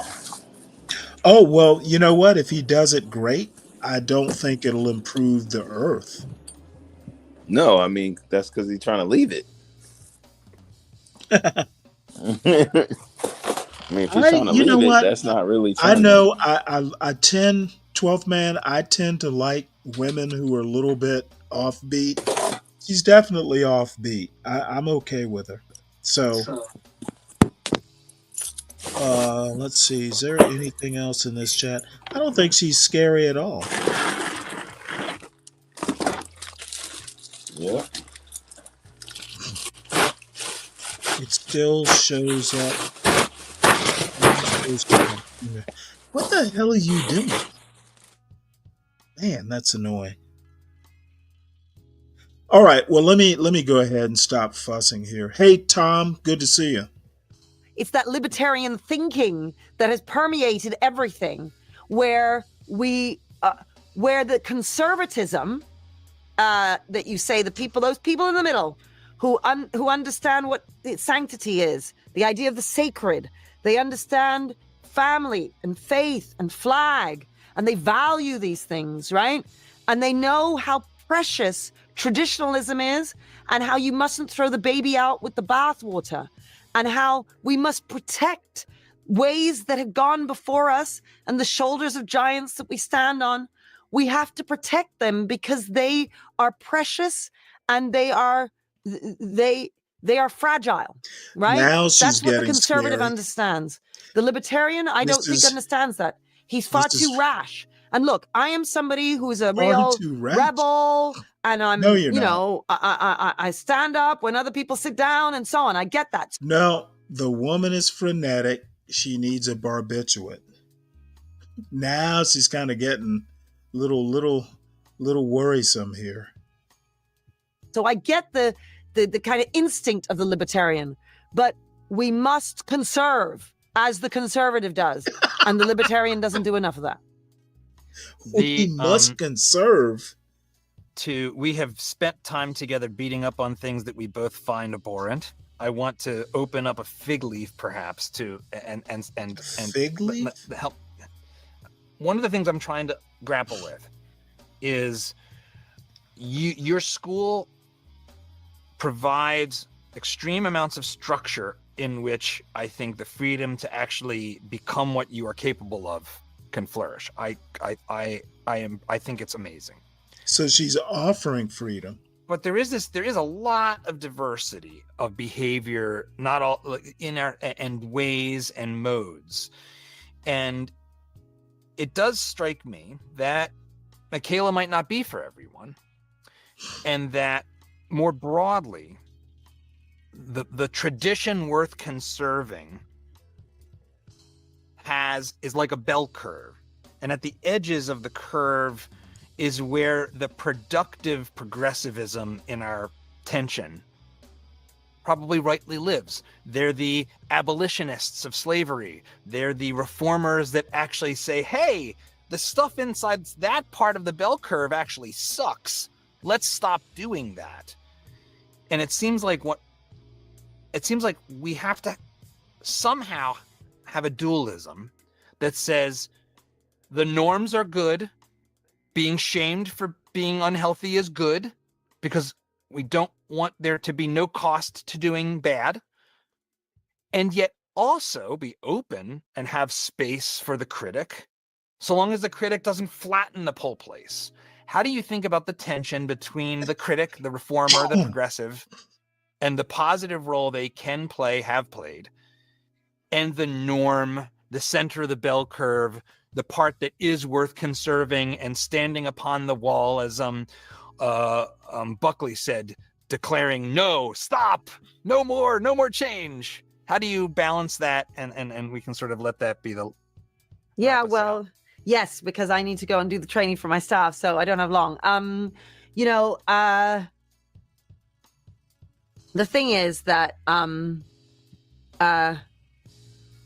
I think we probably had it at some point, maybe in the 90s, or I don't know. Like, it's funny because in those days, I just took it all for granted. I thought that was normal. I didn't realize how much. 90s. Yeah, I didn't realize how much things could change for the worse. I had no idea. And that's because we don't recognize how fragile what we've got here in the West is. And now, like you say, there's so many young people who don't even know what the 90s was, because they were kids then. And it's, look, I don't know. I don't know how you get there and then stay there. We haven't stayed there. We now need to make our way back there. So that's the challenge, actually. The challenge is how we get back to 1997. And so, you must join me in building a time machine, and we will find a way. I asked this very quick. Okay, this is another thing that politicians, religious leaders, etc., they want to roll back the clock to 1997. And I think even, I know what they mean. They don't really mean a time machine, but you know what? Time moves forward. Okay, maybe you can recreate the conditions, but bottom line is the genie's already out of the bottle. Okay, containing it and reversing it, that's not going to happen. No matter how much we fight, even if you go in and change policies, that genie is out of the bottle, and we need to meet people where they are. I use that phrase a lot. It kind of starts out as a joke, or it's kind of a running joke. But, it worries me when people want to talk about, hey, 1997 was so great. Let's go back to it. That's just ridiculous. Every day is better than the last. And I'm a bit of a cynic. And I don't even buy into the argument that tomorrow's going to be worse. If you actually think tomorrow is going to be worse, it's going to be worse. And, as cliche as it might be, there is a certain value in the power of positive thinking. Conservatives are just fucking doom and gloomers sometimes. And they need to stop that shit. So anyway, I put the link to the to this podcast. It's called Dad Saves America, which I kind of like the title, but it's the links in the chat. I just there's a documentary on this woman and her school that's in the chat. And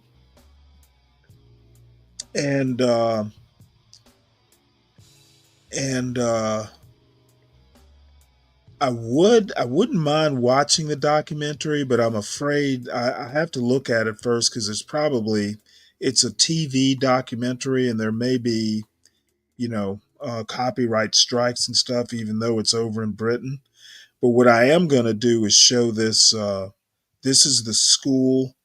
This is the school's website, which I'll actually put in the chat too. Or I did actually. I think I did. And this is a video embedded in the school's website. This is over in London. So let's see what this is all about. Sometimes I think people think about Michaela and they think, oh gosh, is it really mean? And are all the teachers like bouncers? And of course, it's nothing like that. What's key about Michaela is that the teachers are in charge. They're in charge of the children's learning and they lead that. And the children then feel safe in that environment to be able to put their hands up and answer loads of questions. The children know that we're with them, and the children trust us. The teachers love them, the children love them back. I think teachers come here because they really believe in the bigger mission. They know that we're trying to transform the lives of these children in the inner city. Teachers come here because they want to change the world. We believe very much in the idea of personal responsibility. We want our children to feel personally responsible for who they are and to know that they own that. They own who they are, and whoever they become, they are the captain of their souls. If they come to Michaela, they're going to become better people. I think sometimes people might think Michaela's just about exam results, but we're about so much more than that. We believe very much in the development of the whole child. We teach gratitude at the school. We talk about the importance of duty to the community, to your family. And you need to be happy we even brought your ass into this school. Is that what she means? No, Palomino, I disagree. I think, well, number one, you need to understand MAGA has some intersections with conservatism. I don't consider MAGA a conservative movement. I don't know that both sides are doom and gloom. The type of doom and gloom I'm talking about is thinking that it was better back in 1997 versus, hey, every day is better than the last. And of course, you'll do, 3 steps forward, 2 steps back. But, in the end, the arc of the future or whatever, well, the arc of whatever is going to bend towards the future, whether you want it or not. So, this OG, I wish we could go back to 1997. Let's make America great again and all that stuff. I I think that some of that is just kind of negative Nancyism. these are ideas that we narrate constantly with the children. They stand up proudly and say, I want to thank my mom for waking me up this morning, or they want to thank their teacher for making some resources for them. During this coronavirus, I have never seen commitment like I saw from our staff here. 100% attendance from everybody. Teachers were crying with the kids because they were realizing that they might not see them again. Oh my Lord. We are the Michaela family. We recite poetry together. We sing songs together. We believe in a better world. And we do that by making sure our children develop into really wonderful adults. I love being a teacher. I don't know why everyone wouldn't want to become a teacher, really. It's the best job in the world. Ready? Get set. Good.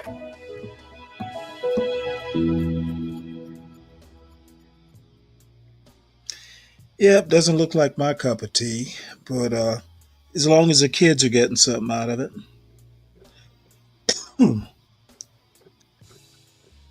Let's see. Well, that pretty much concludes the video portion of this evening. Well, this morning. What's up, 12th man? Hey, what's up, Stanley? Kind of seemed pretty strange school to me. Well, it's in an inner city, and there's schools like that in the United States. If you're familiar with a guy named, Ira, he's associated with the American Enterprise Institute. He runs schools in the the Harlem area, and it's a private school. You know, there's a whole movement to privatize education. Basically, it's going to be privatized to a point to where he's like CEO of a school system. He's got several schools, and it's basically, a school that is for profit. You know, which I tend Ian. What is his name? It's Ian Rowe. Ian Rowe is his name. Let me see. Can I find him? So there's schools like that in the United States. Probably some magnet schools too. We have a couple of private schools, and we have what do you call them?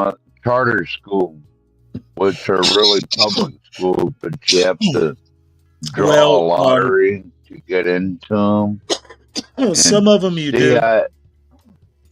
The CIA school here is called Cook Inlet Excuse me. Academy, which is kind of the major one, and it's nothing like that. I mean, yeah, they all have to dress in uniform and all that, but Right. it just didn't seem quite as Palomino. weird. I don't know who's telling you this, but I haven't heard anybody say Trump's gonna be a dictator. Nothing's foregone. In saying that he's a dictator has nothing to do with being liberal. There are people on the right who think he's going to be a dictator. Well, some concessions were made today. Hey, Lou, hold on one sec. Lou, you're seeing something Yeah. I don't see. But if you are indeed right, I need everybody to hit my Cash App with enough money to fly to London. Well, Trump isn't a dictator; he's a negotiator. Palomino, I think people have been telling you, liberals have been saying that. I mean, I am a liberal, and I haven't heard people say that. I think I've heard he's a threat to democracy, but you can be a threat to democracy and not be a dictator.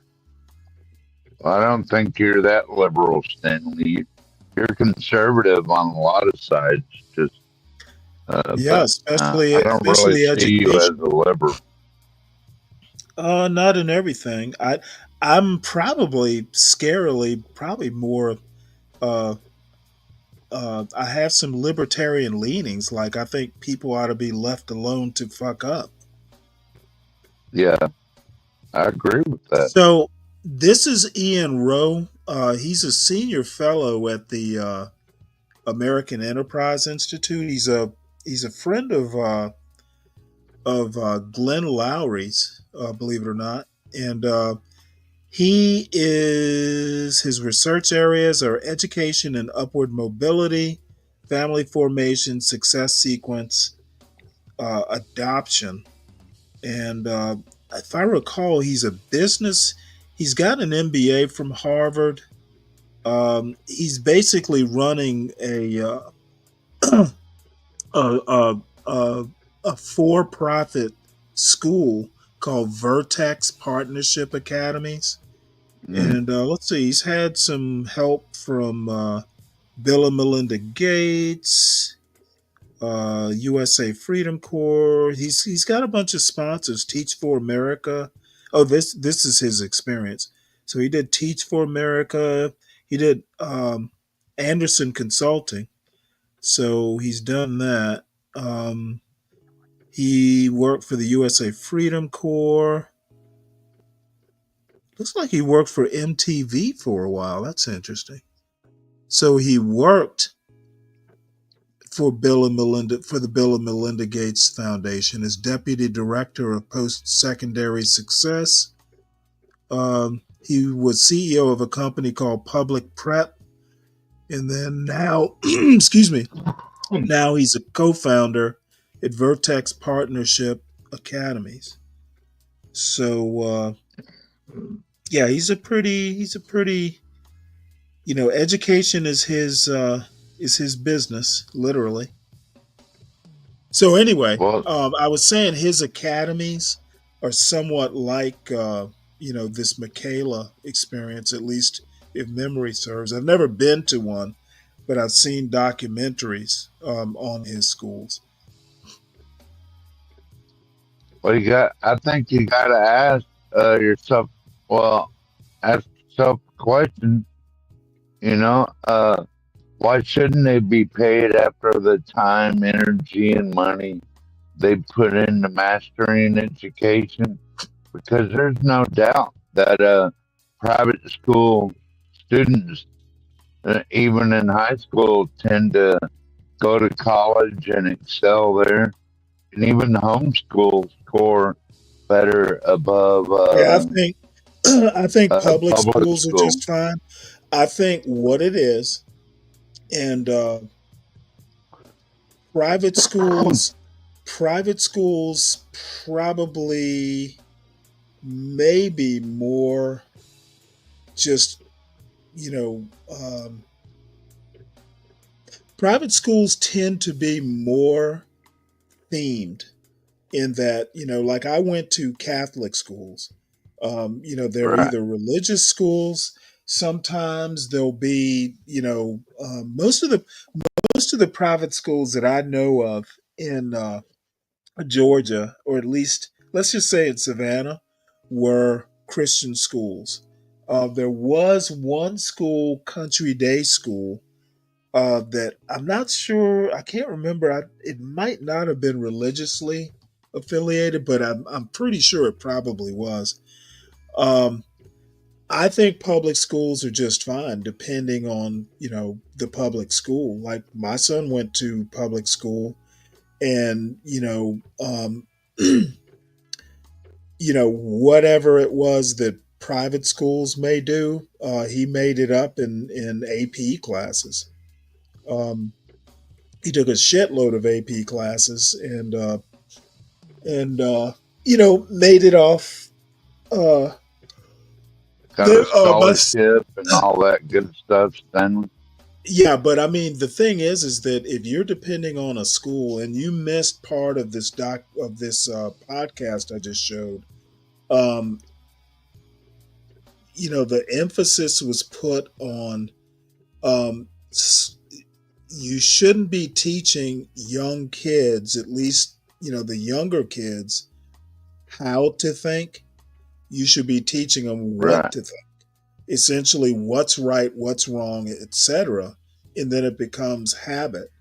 Um, so my caveat to that, or my what I put on top of that, is kids should know kids should know what to think um, from when they set foot in the school. Okay, school is just there to teach. It is not to parent. It is not to teach kids what to think or anything like that. It really should be reading, writing, and arithmetic. The morality piece and all that stuff. If you go to a religious school, of course, shit. We used to go to mass pretty much every day when I was in high school, anyway. Yeah. Um, Nothing wrong however, with that. well, if you like that sort of thing. I kind of OD'd on it. But Yeah. all I'm saying is that, even with the Catholic schools, I mean, we were oriented at home. Schools should not be parenting. Schools should not be teaching kids what to think. They should be teaching them like reading, writing, arithmetic, what to think. Well, schools even could teach how to think, but the what to think, what's right, what's wrong, what to do, what not to do, that needs to be home training. And if it's not, then it's not being done right. I think they should just be taught like history and stuff like that, and basic math, and uh, stuff like that, and English, and maybe add some Spanish in there, but don't be Oh no. teaching people how to think. Yeah, I agree with that, and just So teach the basics. where is our emu gone, or our ostrich? I think it was an ostrich. This is Namibia. There were some. This is like a well or a watering hole or something. In Australia? Oh, no, it's Namibia, and it is 9 in the morning there. So Kind hopefully, of looks like Australia. Jesus. well, there was an ostrich there. There it is.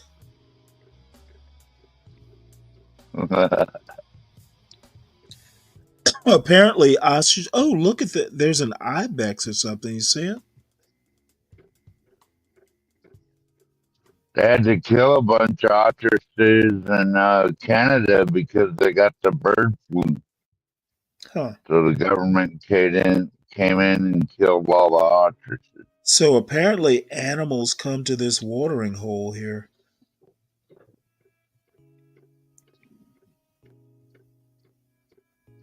Nice. You can see it's I some wonder, is sort of that a spring. natural watering hole, or did someone Well, dig yeah, that? it's a natural spring, but you can see they built kind of like a structure Yeah. to kind of pool it up. Mm-hmm.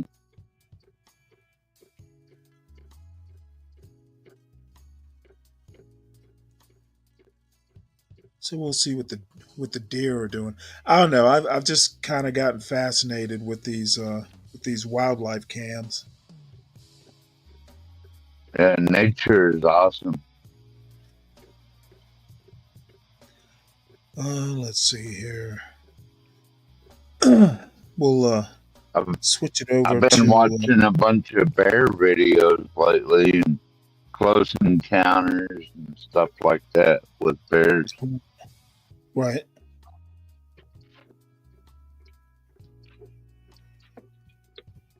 So I don't know. I'll probably stay up another hour or so. Then I'm gonna wrap this up.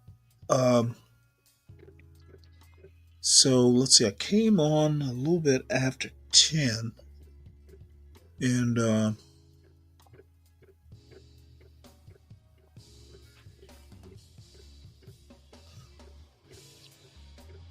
let's see. We will close this out. Close this out. I really do kind of want to watch this. Oh, good Lord, Stanley. Well, that woman again. Well, I don't have a problem with her.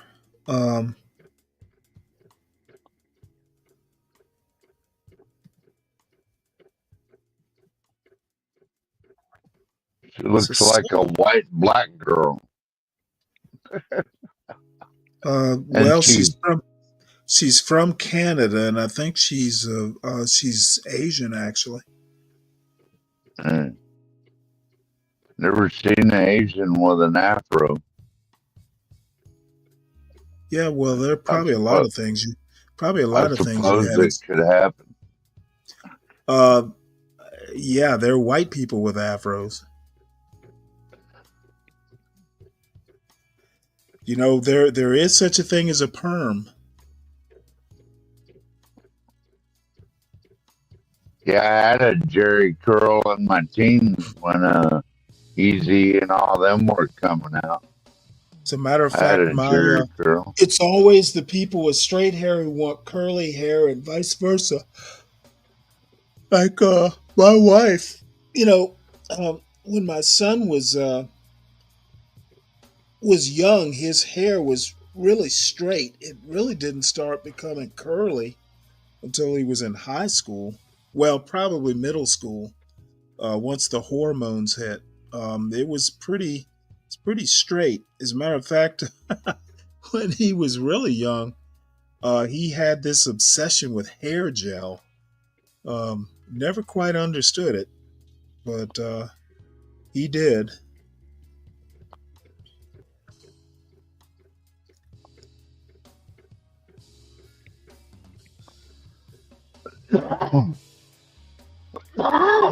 Excuse me.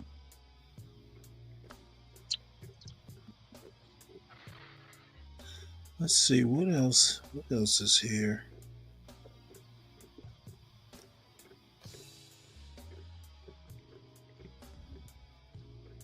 There they are.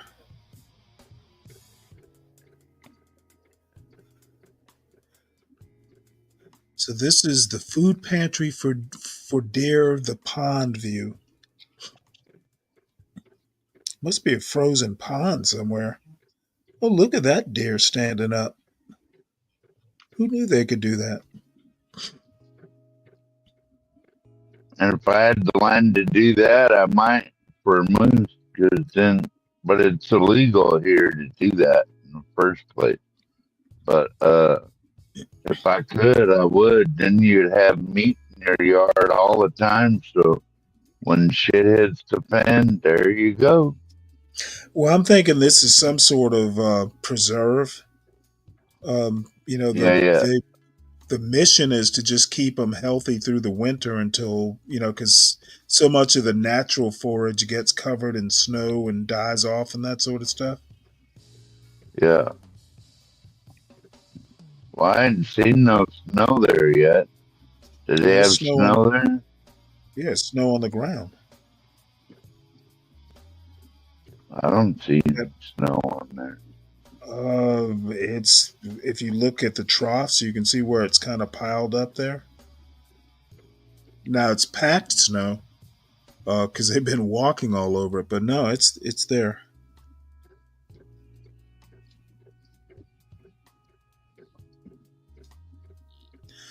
So let's see. I don't know. I don't have anything really lined up. Are you glad there won't be any tariffs or boycotts or anything Uh, like that? well, China's tariffs took effect. The 10% tariff at Yeah, midnight. that's So the only one. The China tariffs have gone into effect, and the tariffs are just delayed. They're not canceled. Right, right, right. Yeah. They agreed to make concessions and No, I don't know. I don't know that they've agreed to do some stuff. Um, I wouldn't call it concessions because the first thing Canada did was slap a 25% tariff on US stuff. So Mexico pretty much, wanted to cooperate immediately. Canada was like, "Fuck you. We're going to tariff you back." So they I don't think. eventually conceded though. No, They, I think it was a mutual concession. well, Canada, can, Canada, Canada is a first world nation. They are yeah, and not they without. agreed They are to. not. They are not without economic tools, and I know. Canada did not make concessions any more than the U.S. did. Well, What? They agreed to No, 1.3.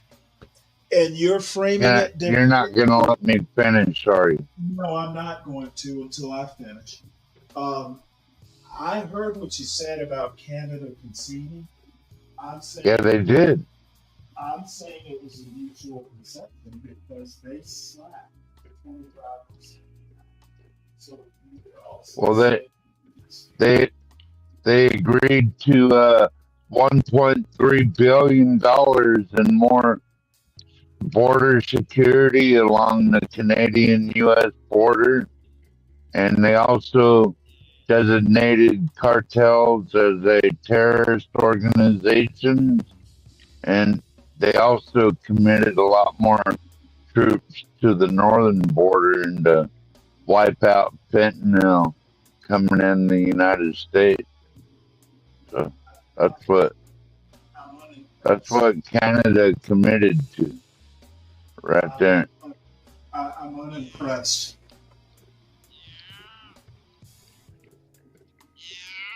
So they did kind of concede while Uh agreements are in place for huh. deliberation. And you're not going to hear what the U.S. conceded now, are you? What did we concede?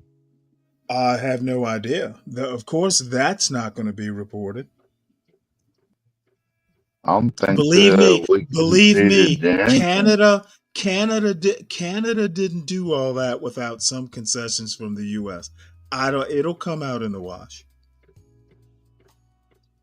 Well, that's what Canada decided to do. And Okay, all I'm we're telling asking you, them to I'm t- do is, motherfucker, you're going to keep pressing. I'm saying countries don't do stuff like that. It was a mutual thing. Okay, now. Maybe I'm getting the wrong impression, but you're thinking that that the U.S. basically Canada's doing all this, and all the U.S. had to do was say, "Hey, we need you to do this." That's not how. That's not how these things work. Well, I agree. We agreed to keep subsidizing them at almost 200 billion a year for now, Okay, until well, it trade sounds like they got negotiations can be worked out. sounds like they got the better of the deal.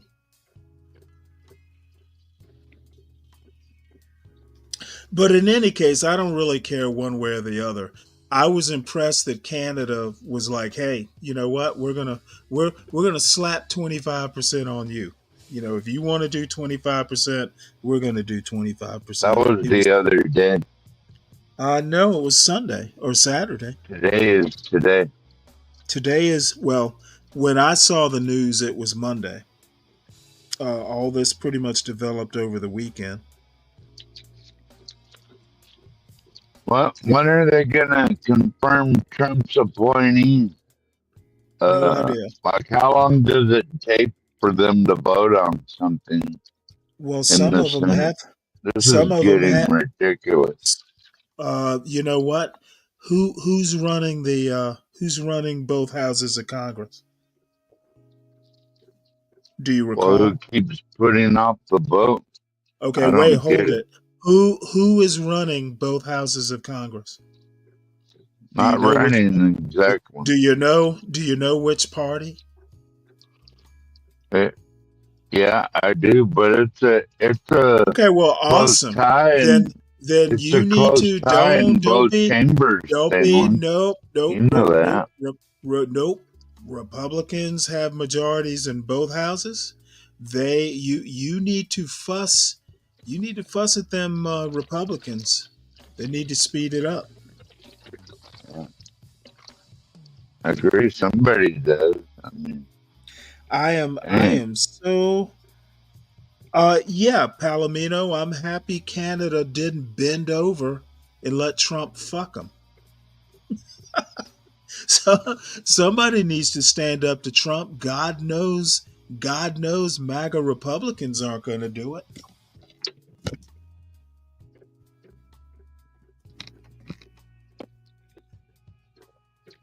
Stand up to him for what? Well, him doing a unilateral tariff for starters. Are you cooking in the kitchen, Stanley? No, I did it over.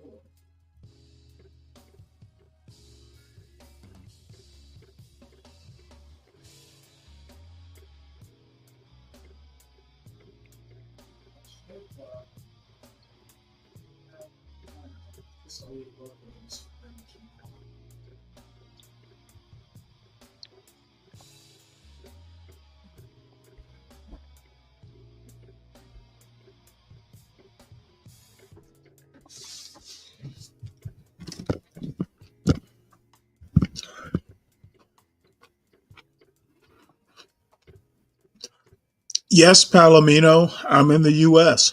Where are you?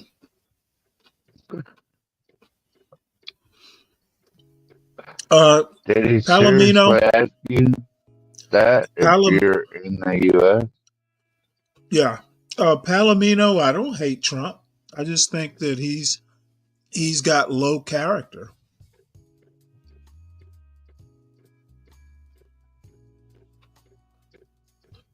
Okay, yeah, I have problems with bullies, and Trump is a wannabe bully.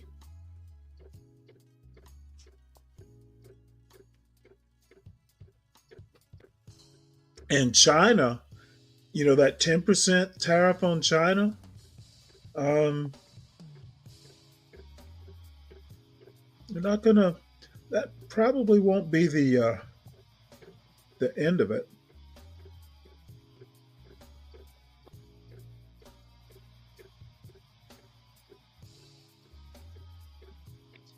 personally, I make enough money off of some Chinese goods that $10 aren't gonna hurt me a bit.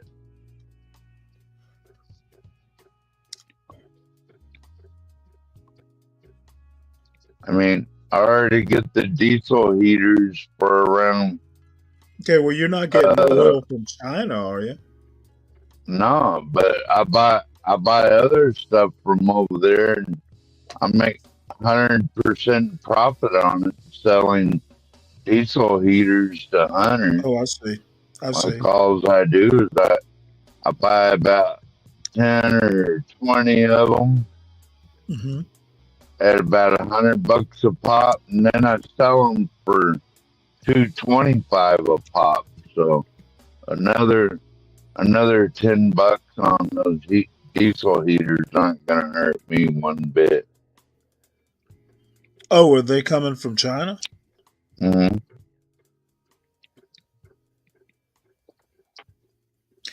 Was it an across the board, a board tariff, across the board tariff, or was it specific to types of products? So I didn't think heaters. I knew there were. I know there's electric cars, solar panels, chips, computer chips.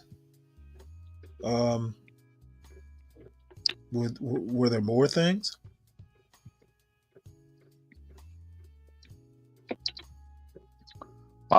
Is it a blanket tariff or not, Stanley? That's a good question.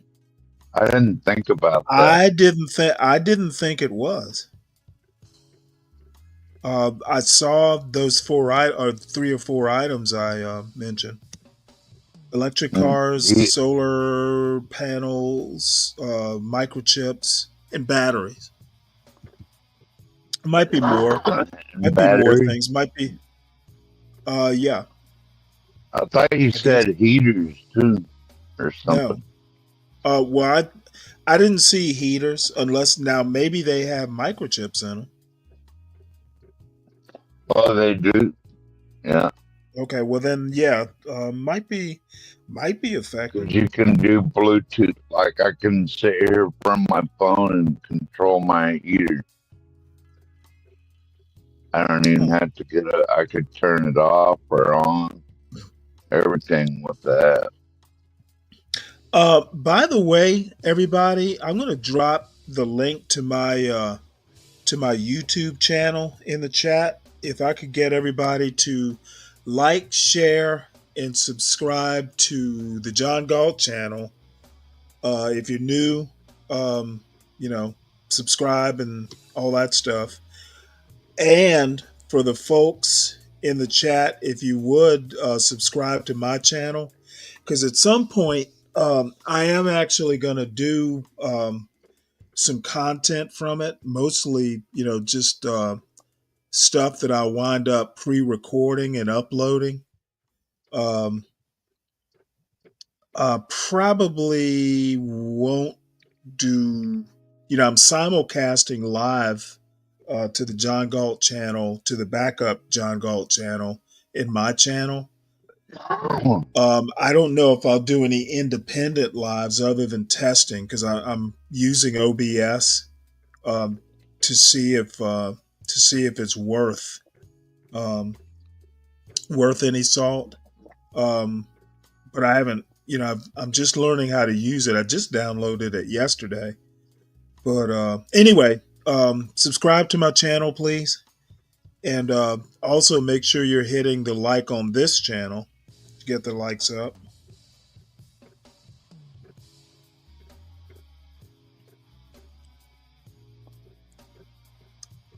And let's see. And I will be wrapping up the show around 3 o'clock in 33 minutes or so, unless the spirit hits me. But I doubt it will. I'm actually. I know you got some spirits around there somewhere, Stanley. Maybe have a shot. Nah, it's too late now. I'm really more interested in sleep. Never too late. Nah, yeah. I can. You need your rest, especially when you start getting older, I know, Stanley. Yeah, Well, I'm catching up with it's you. really not the rest as much as the odd hours. The Yeah, one thing that I've found is that you actually really do need regular hours. Shift work is tough.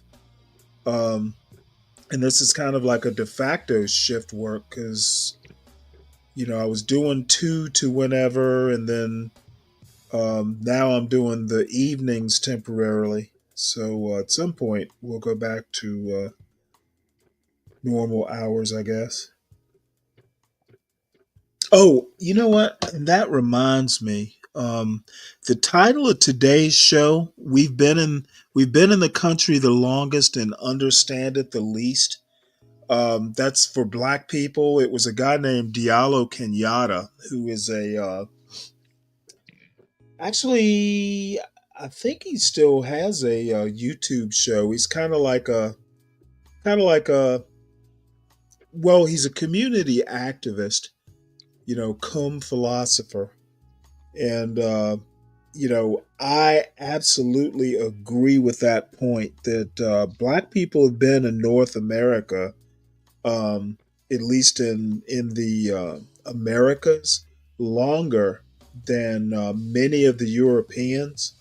If you'll recall, blacks Africans came over with the Spanish. There were black conquistadors. As a matter of fact, the first person to domesticate wheat in North America was a black man. A lot of people don't know that.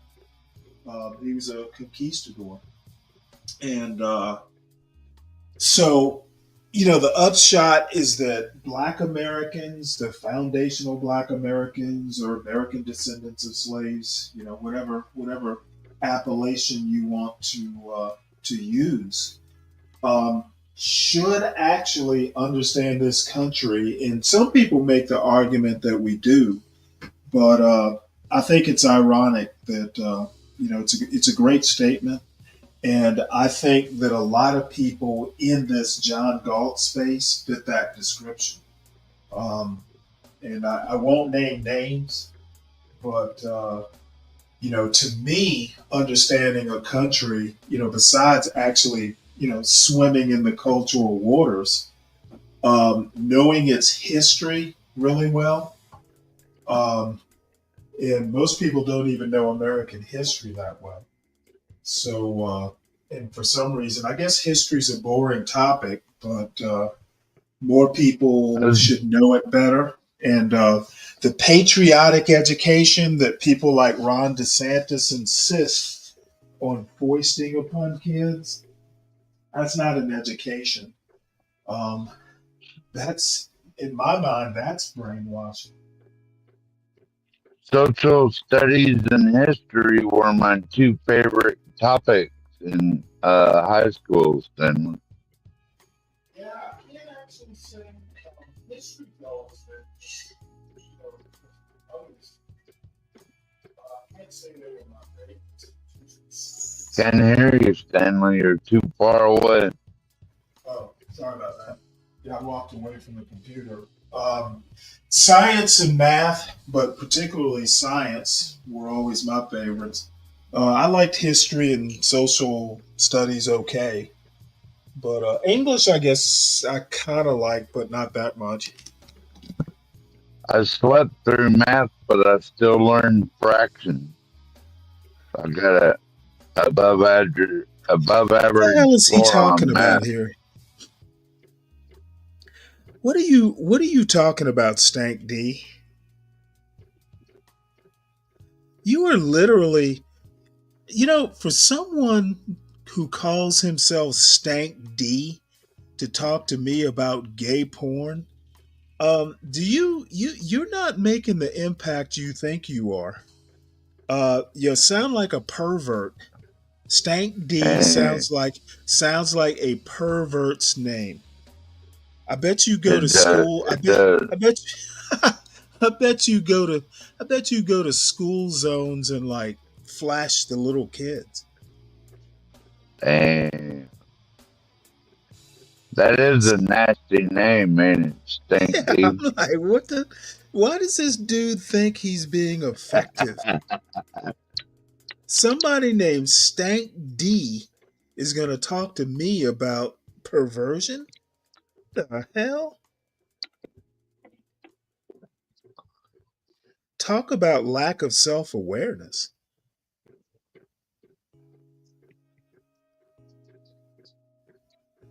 Okay, let's see what China's doing here. I just had a little news pop up here.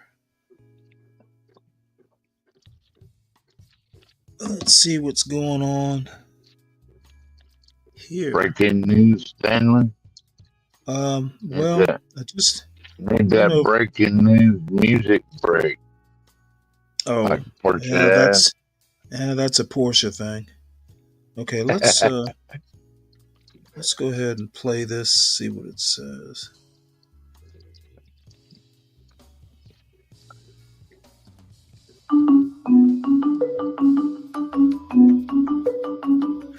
What the hell is all that?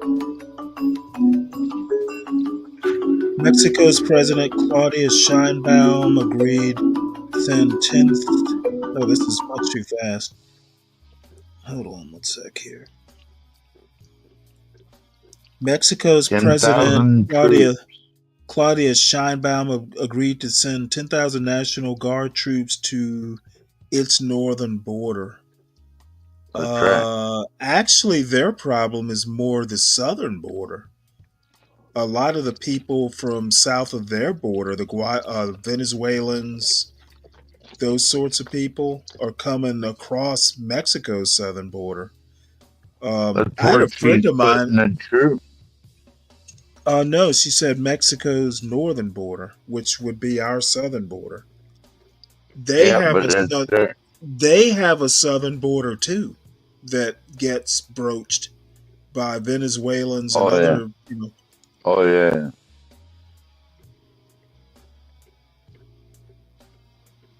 Okay. Yeah, I get it. Let's see, and then Trump.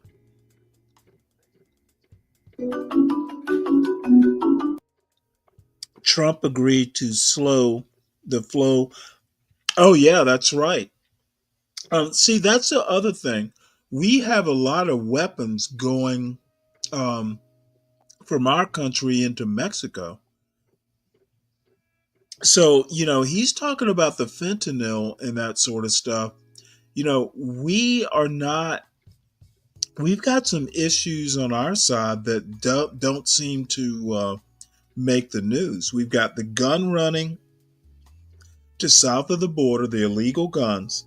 And then we've also got like a raging, fentanyl market here. What is he doing to contain that? Well, that's what it's about, Stanley. No. You don't just blame, the addictions in America on Mexico. Do you remember seeing that that video from a few months ago, where a lot of these drugs are being brought in from south of the border by American citizens? Do you remember seeing that? Who's making them though? Take out the people Okay, that no. making them, then Okay, you solve the problem. Okay, bullshit. Okay, you don't just blame the supplier. It's literally, there would be no supply if there wasn't a demand. So I want to know what the holistic solution is. The idea that these addictions are Mexico's fault. So you just can't wipe out the industry. That's what you're saying. You don't think that can be done? I'm saying, what about the people that are addicted? What are we doing? They What got are we Narcan doing? for that. Narcan is free everywhere. Okay, what does Narcan have to do with curing the addiction? They'll have to get over it because it won't be there no more. Okay. Get it? Okay. No, I think that's idiotic. You don't just And you don't cure an addict by making them go cold turkey. They'll find Canada, other they will find other drugs or get desperate to figure out how to get fentanyl in. well, at least it I'm might not return I'm back saying to basic I'm saying opium and crack instead of oh yeah. fentanyl that That's kills people that's all the time. that's a solution. Go back to the less hard drugs like heroin.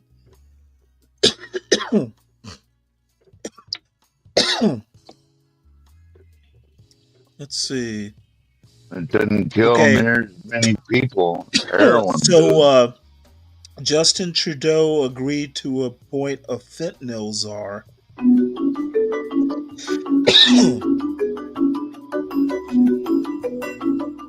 Designate drug cartels as terrorists and send out 10,000 frontline personnel to their southern border.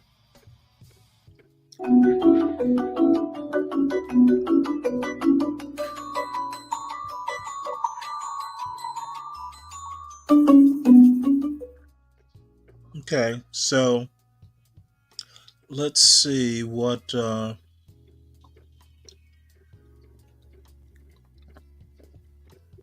let's listen to this article. China on Tuesday slapped tariffs on U.S. imports in a swift response to new U.S. duties on Chinese goods, renewing a trade war between the world's top two economies, even as President Donald Trump offered reprieves to Mexico and Canada.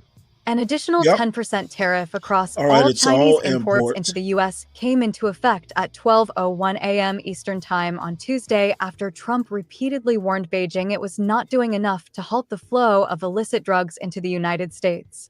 Within minutes, China's finance ministry said it would impose levies of 15% for U.S. coal and 10% for crude oil, farm equipment, and some autos.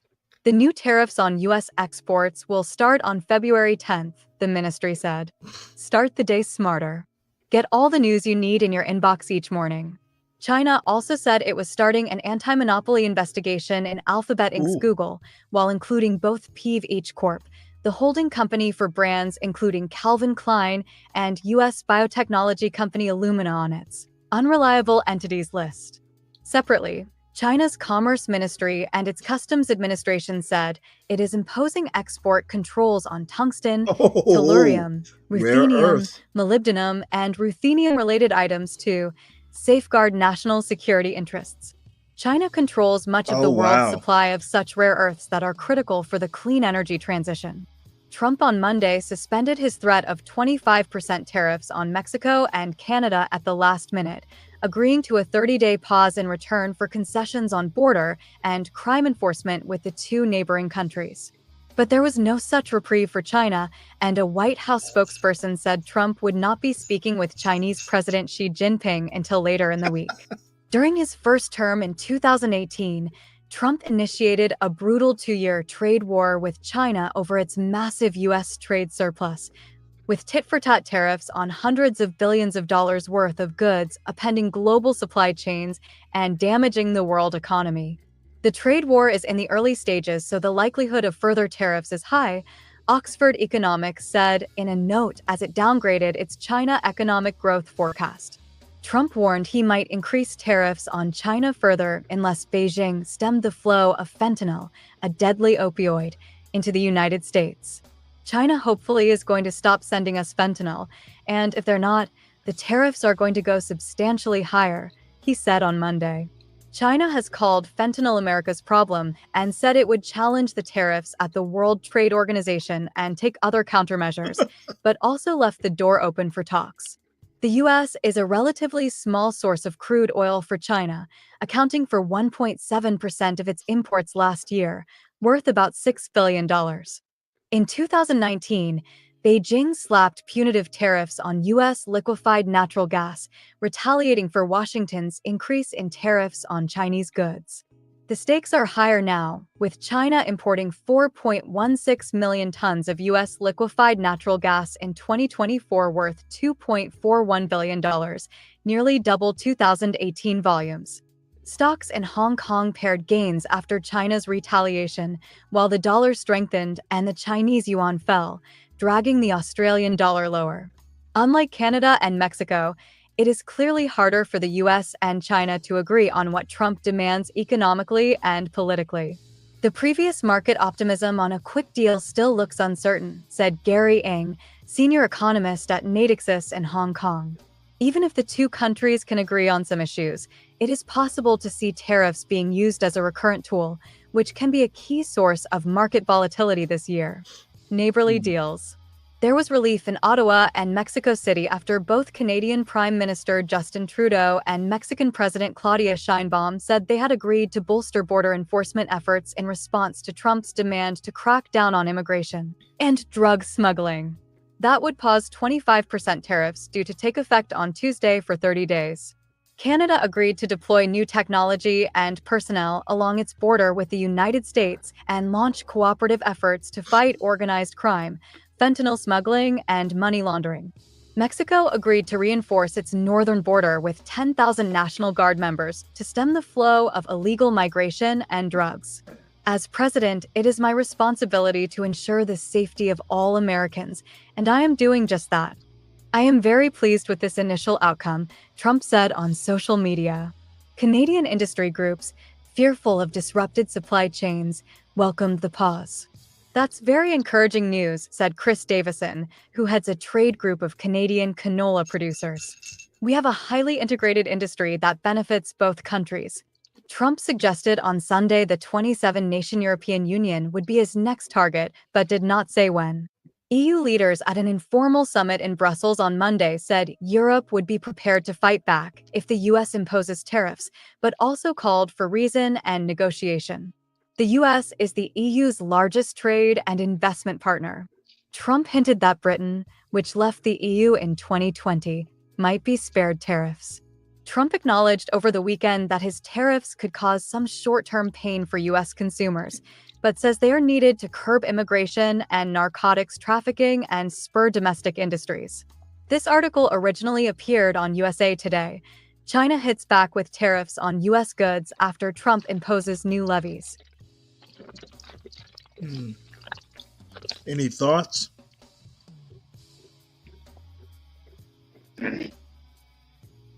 No, not really.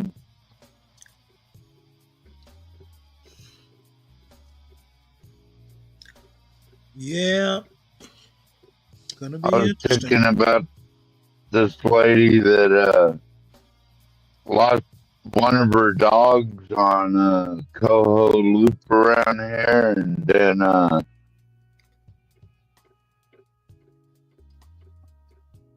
like she showed pictures of her other dogs, and they look like they haven't been fed for a month. So, well, maybe if you would feed them, they wouldn't leave you. Yeah. She got all mad at me for that and started threatening me. Shit like that. There's some local bullshit. That's true. If you're nice to your dog and you feed them and water them, give them treats, they'll never leave you. Oh, No. I don't know. Huskies are notorious wanderers. Well, he wandered just I mean, right they'll come. around here, like you don't. They'll come. And then They'll come back. if I call him, he always comes right back. You know, he might wander off, but not outside of my voice. Let's put it that way.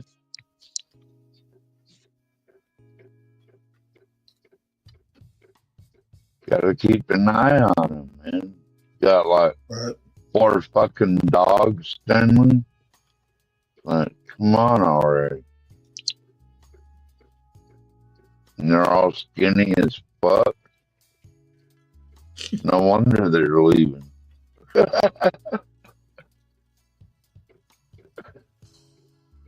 Just common sense basic, you know. When are you getting you a little dog, Stanley? You gonna get a poodle or what? It's going to be a while.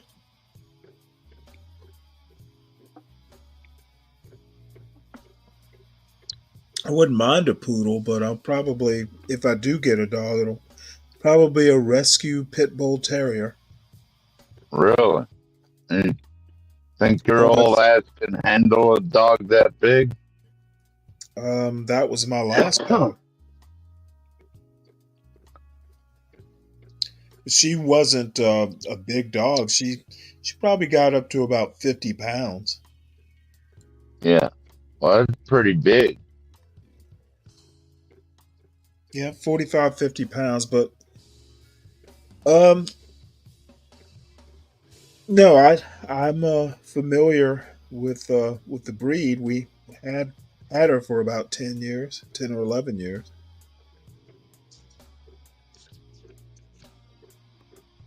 Well, you know, Sam Fisher is still in first place on the contest, Stanley. Good. For now. Got to keep those votes rolling in, though. Well, how many rounds is the competition? Well, we're on the top. We're going for the top 5 right now. And I'm still in number 1, or Sam is still in number 1 place. And then I think that we go off to a semifinals, then a quarterly finals, which is, so that's 2 weeks. And then the final. So there's only a few weeks left then. It's not an easy competition. Honored to still be in number 1 at this point, though.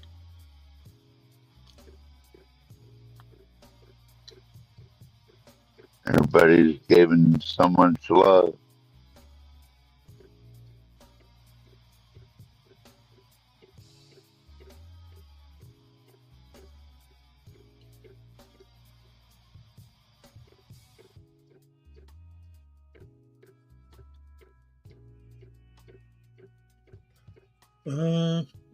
Let's see here. I'll put them in the back chat if you want to share it, Stanley. I understand if you don't. It's all good. Yeah, go ahead and put it in the back chat. It just did.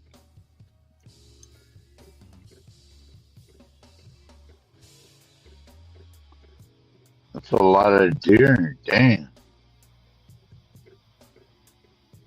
You can't tell me they don't sneak one out of there every now and then for their own oven or grill or iron skillet or whatever.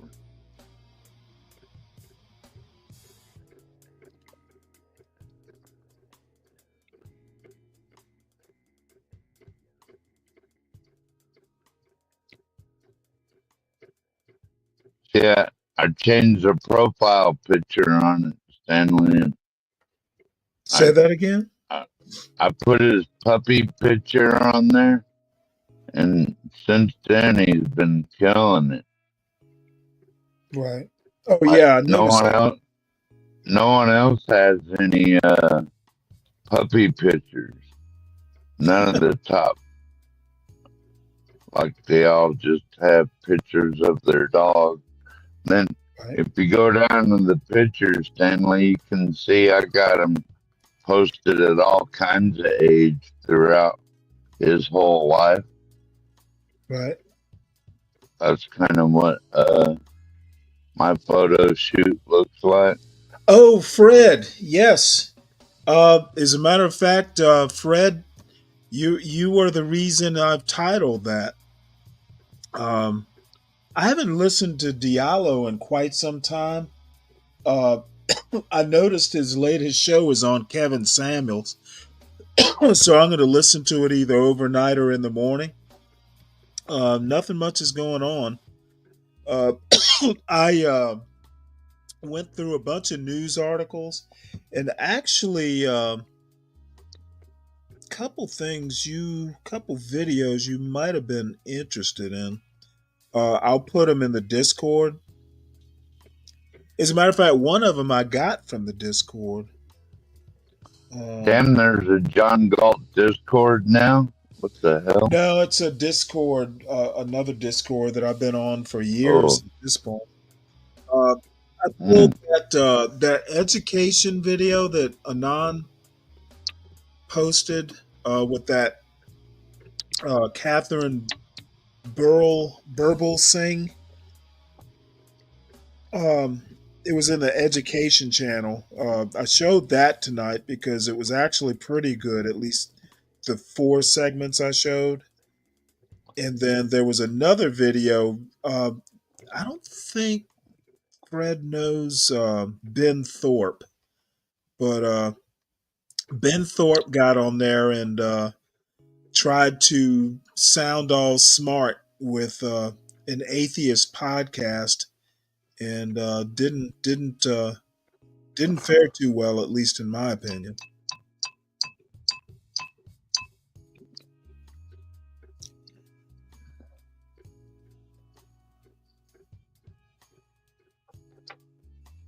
Let's see here. Okay, and I'm going to drop the link for Sam Fisher. Thanks, Stanley. Appreciate that. No problem. Did you vote for him yet? Yes. Or maybe you don't have a Facebook. I do have a Facebook. I have no idea what the login for it is. It's all saved. But just trying to confirm you're a real person. That's all they're doing. They don't want your password or nothing like that. Well, let's have a look at it then.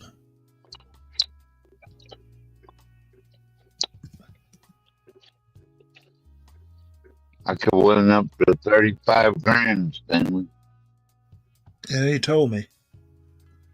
Yeah, and I'm gonna give back dollar for dollar to the John Galt show. They just logged me in with the shoot, I don't remember what the password is.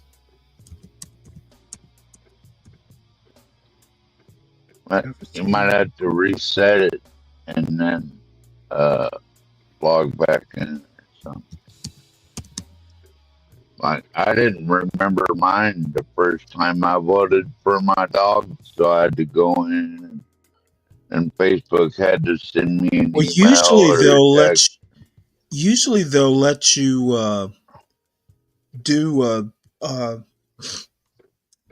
2-factor authentication sort of deal. Yeah, that's what I use.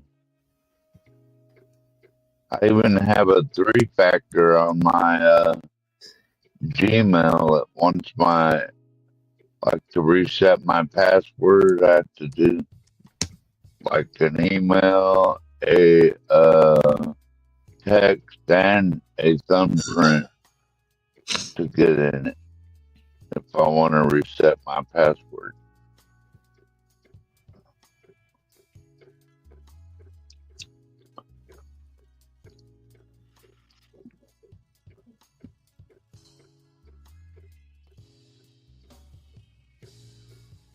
Yeah, if it frustrates you too much, don't worry about it, Stanley. At least you tried. I salute you for that. No, I think I've just about figured it out.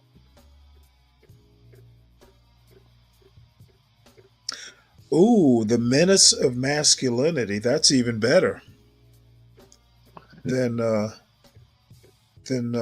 Kevin Samuels show. Mm.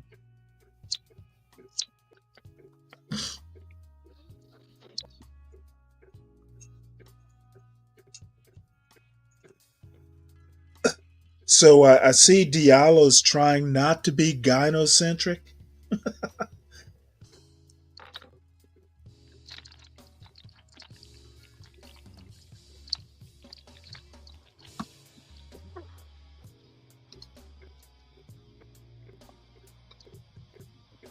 Well, I guess they'll send me the code eventually. Yeah, sometimes it takes a minute. I think it's good for 24 hours though with Facebook, so it's not like you got to do it in 15 seconds or minutes or anything Well, like that, right? I'm waiting on the text.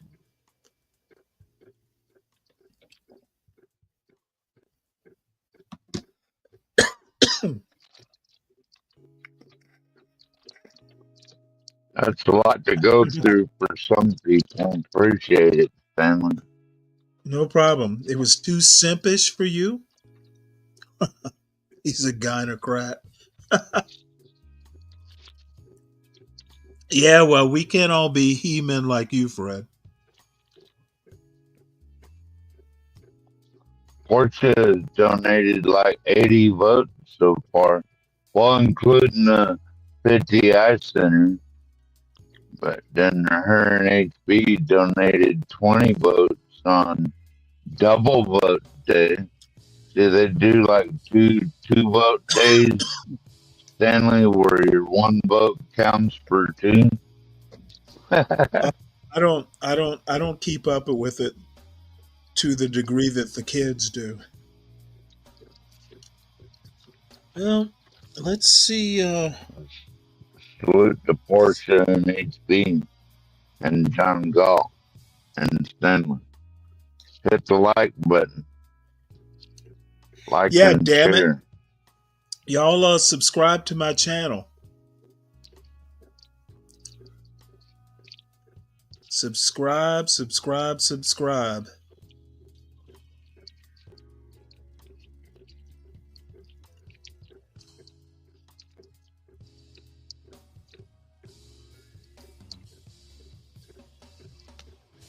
Is that anything like Gomer Pyle? Surprise, surprise, surprise. And what is this all about? Venezuela offers to accept criminals from U.S. for a Yeah. fee. So El Salvador wants to be paid for taking their criminals back. Oh wow. He's like, Yeah, I tell you okay, what. you can send us your degenerates too. Yeah, you know what? Gotta put it. I wouldn't We're want to we're be in gonna an get El Salvadorian prison, Stanley. this is gonna That be would suck. this is gonna be the a mirth filled 4 years apparently.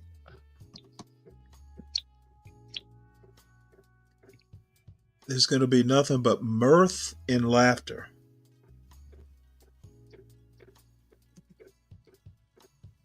Ooh. Well, it's going to be fun roller coasters, Stanley. All right. Well, let's take a look at these ibexes. I assume they're ibexes or some sort of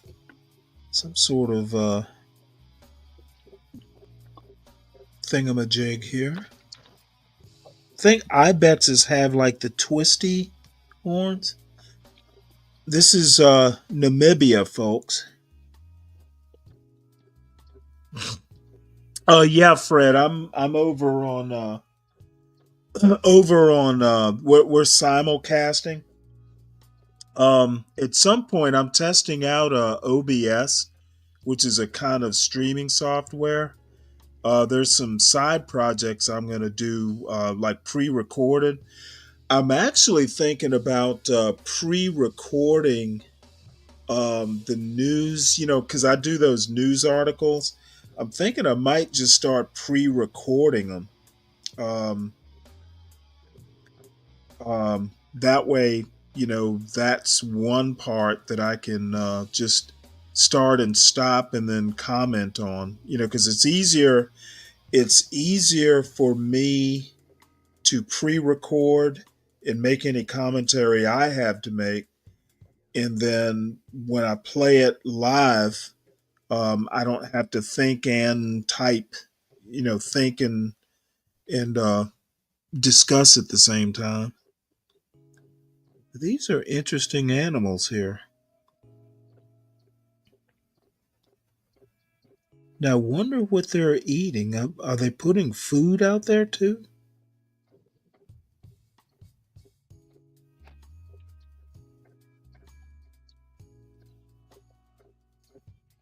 Pretty interesting. I like this Namibia thing. All right, so let's have a look at this New York Times article.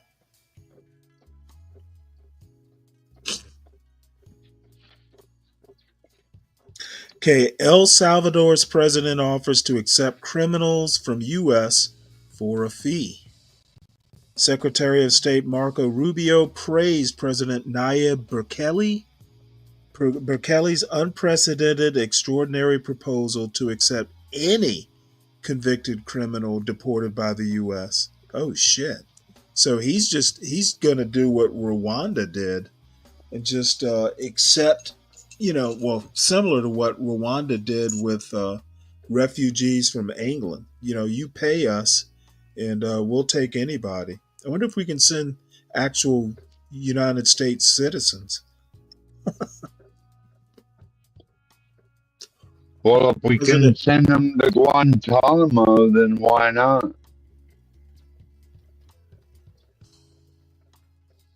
Well, it's probably cheaper. President Nayib Bukele of El Salvador offered on Monday to jail convicted criminals deported by the U.S., move that won praise from Secretary of State Marco Rubio, despite questions about whether it is legal or even possible. We have offered the United States of America the opportunity to outsource part of its prison system. Mr. Bukele wrote on X, saying his government was willing to take in convicted criminals, including U.S. citizens, for a fee. The fee would be relatively low for the U.S., but significant for us, making our entire prison system sustainable. Yeah, this is coming off these wheels are coming off the axles. El Salvador was the second stop on Mr. Rubio's first foreign trip as Secretary of State.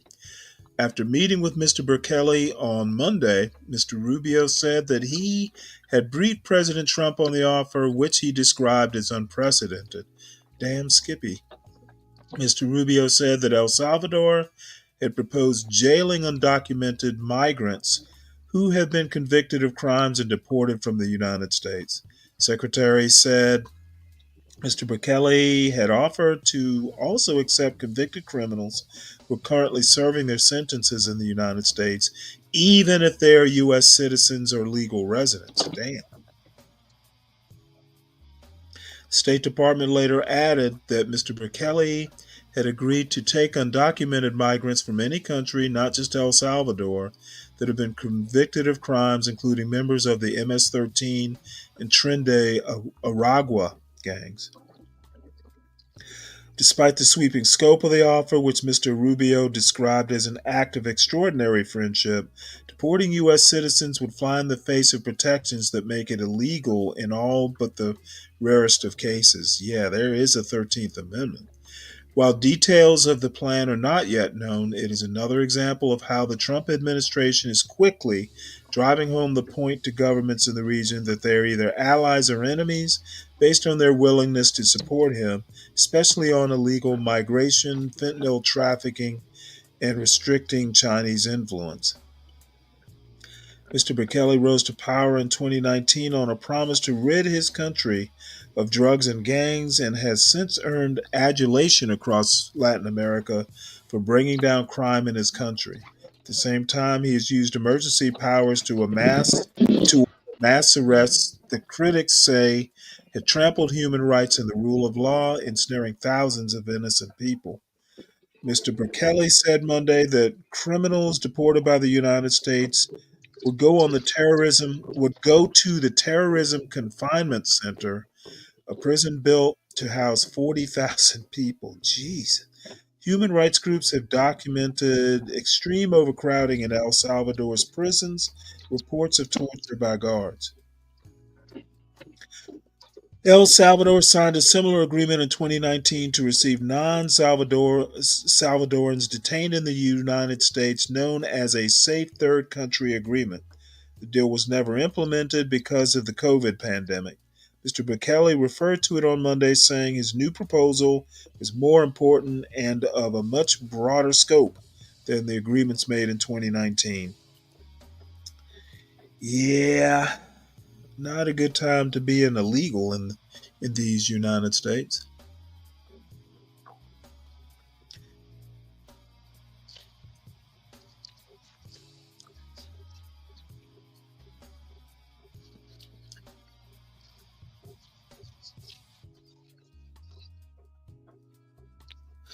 Yeah, that is a hell of a deal. I don't know though. I mean, if he wants to take care of American violent convicts cheaper, then why not let him?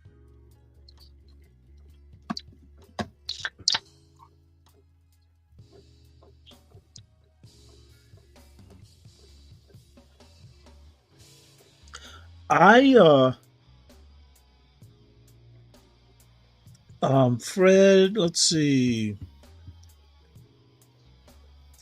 I don't know that much about the South American gangs. Is the Trinde, what is it? Trinde Agua. de Aragua? That's a Venezuelan gang. I think MS-13 is Mexican, so I don't know that much of a deal. I don't know that much about it. But I don't know. I think it's probably time to go ahead and wrap this up.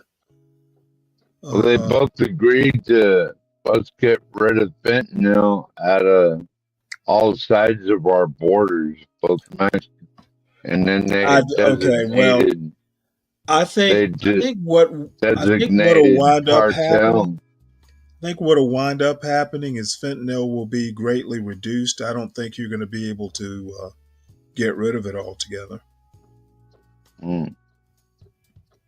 And yeah, probably right. Well, I mean, There'll we've got U.S. citizens bringing it across the border. Well, you'll have them making it here in their bathtubs, just like men. I don't know. I don't know. Can you make fentanyl? But I do know that U.S. citizens coming back with it, hidden well enough. And what happens? Apparently, this one case where like a gang member basically said, "Hey, if you don't if you don't become a drug mule, we're going to kill your family." There was shit like that going on. So, still is then. Yeah. So, I want to hear. I want to hear what the plans are for that.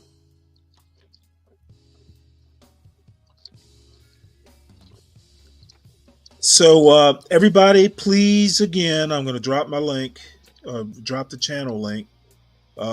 Make sure you subscribe to Stanley's channel. HB, I believe the start time for Gone Trucking is 6 in the morning. So that's the other backup channel, HB. Can he drop his link, Stanley? He's got a channel too. As far as I know, he doesn't. I have no idea what his channel is. As far as I know, he doesn't even use it these days. Just YouTube search HB2N. You can do all that. Pops right up. If he wants to do it, he'll do it. I don't know that.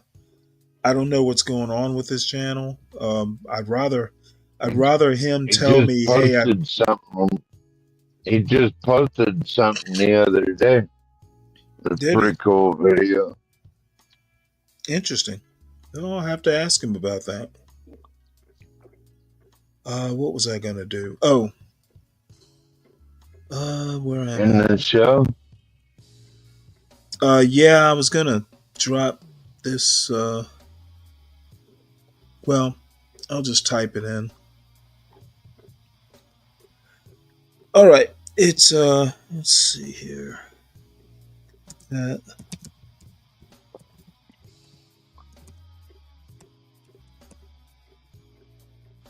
equals Stanley's channel.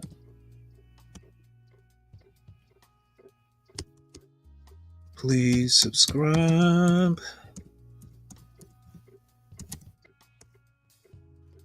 All right, folks, I am going to end this. I appreciate all your time and attention and criticisms and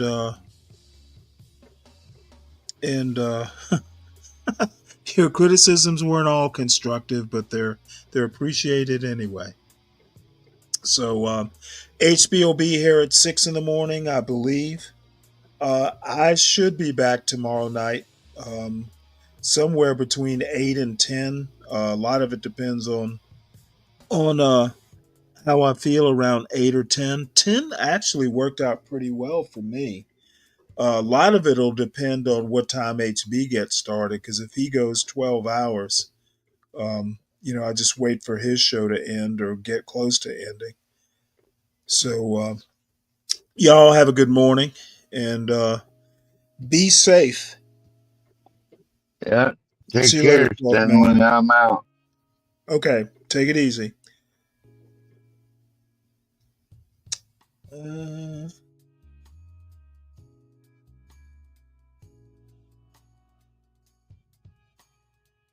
Feel like I should, feel like I should, feel like I should, feel like I should go. Go. Feel like I should go. Feel like I should, feel like I should, feel like I should, feel like I should go. Feel like I should go. Feel like I should, feel like I should, feel like I should, feel like I should.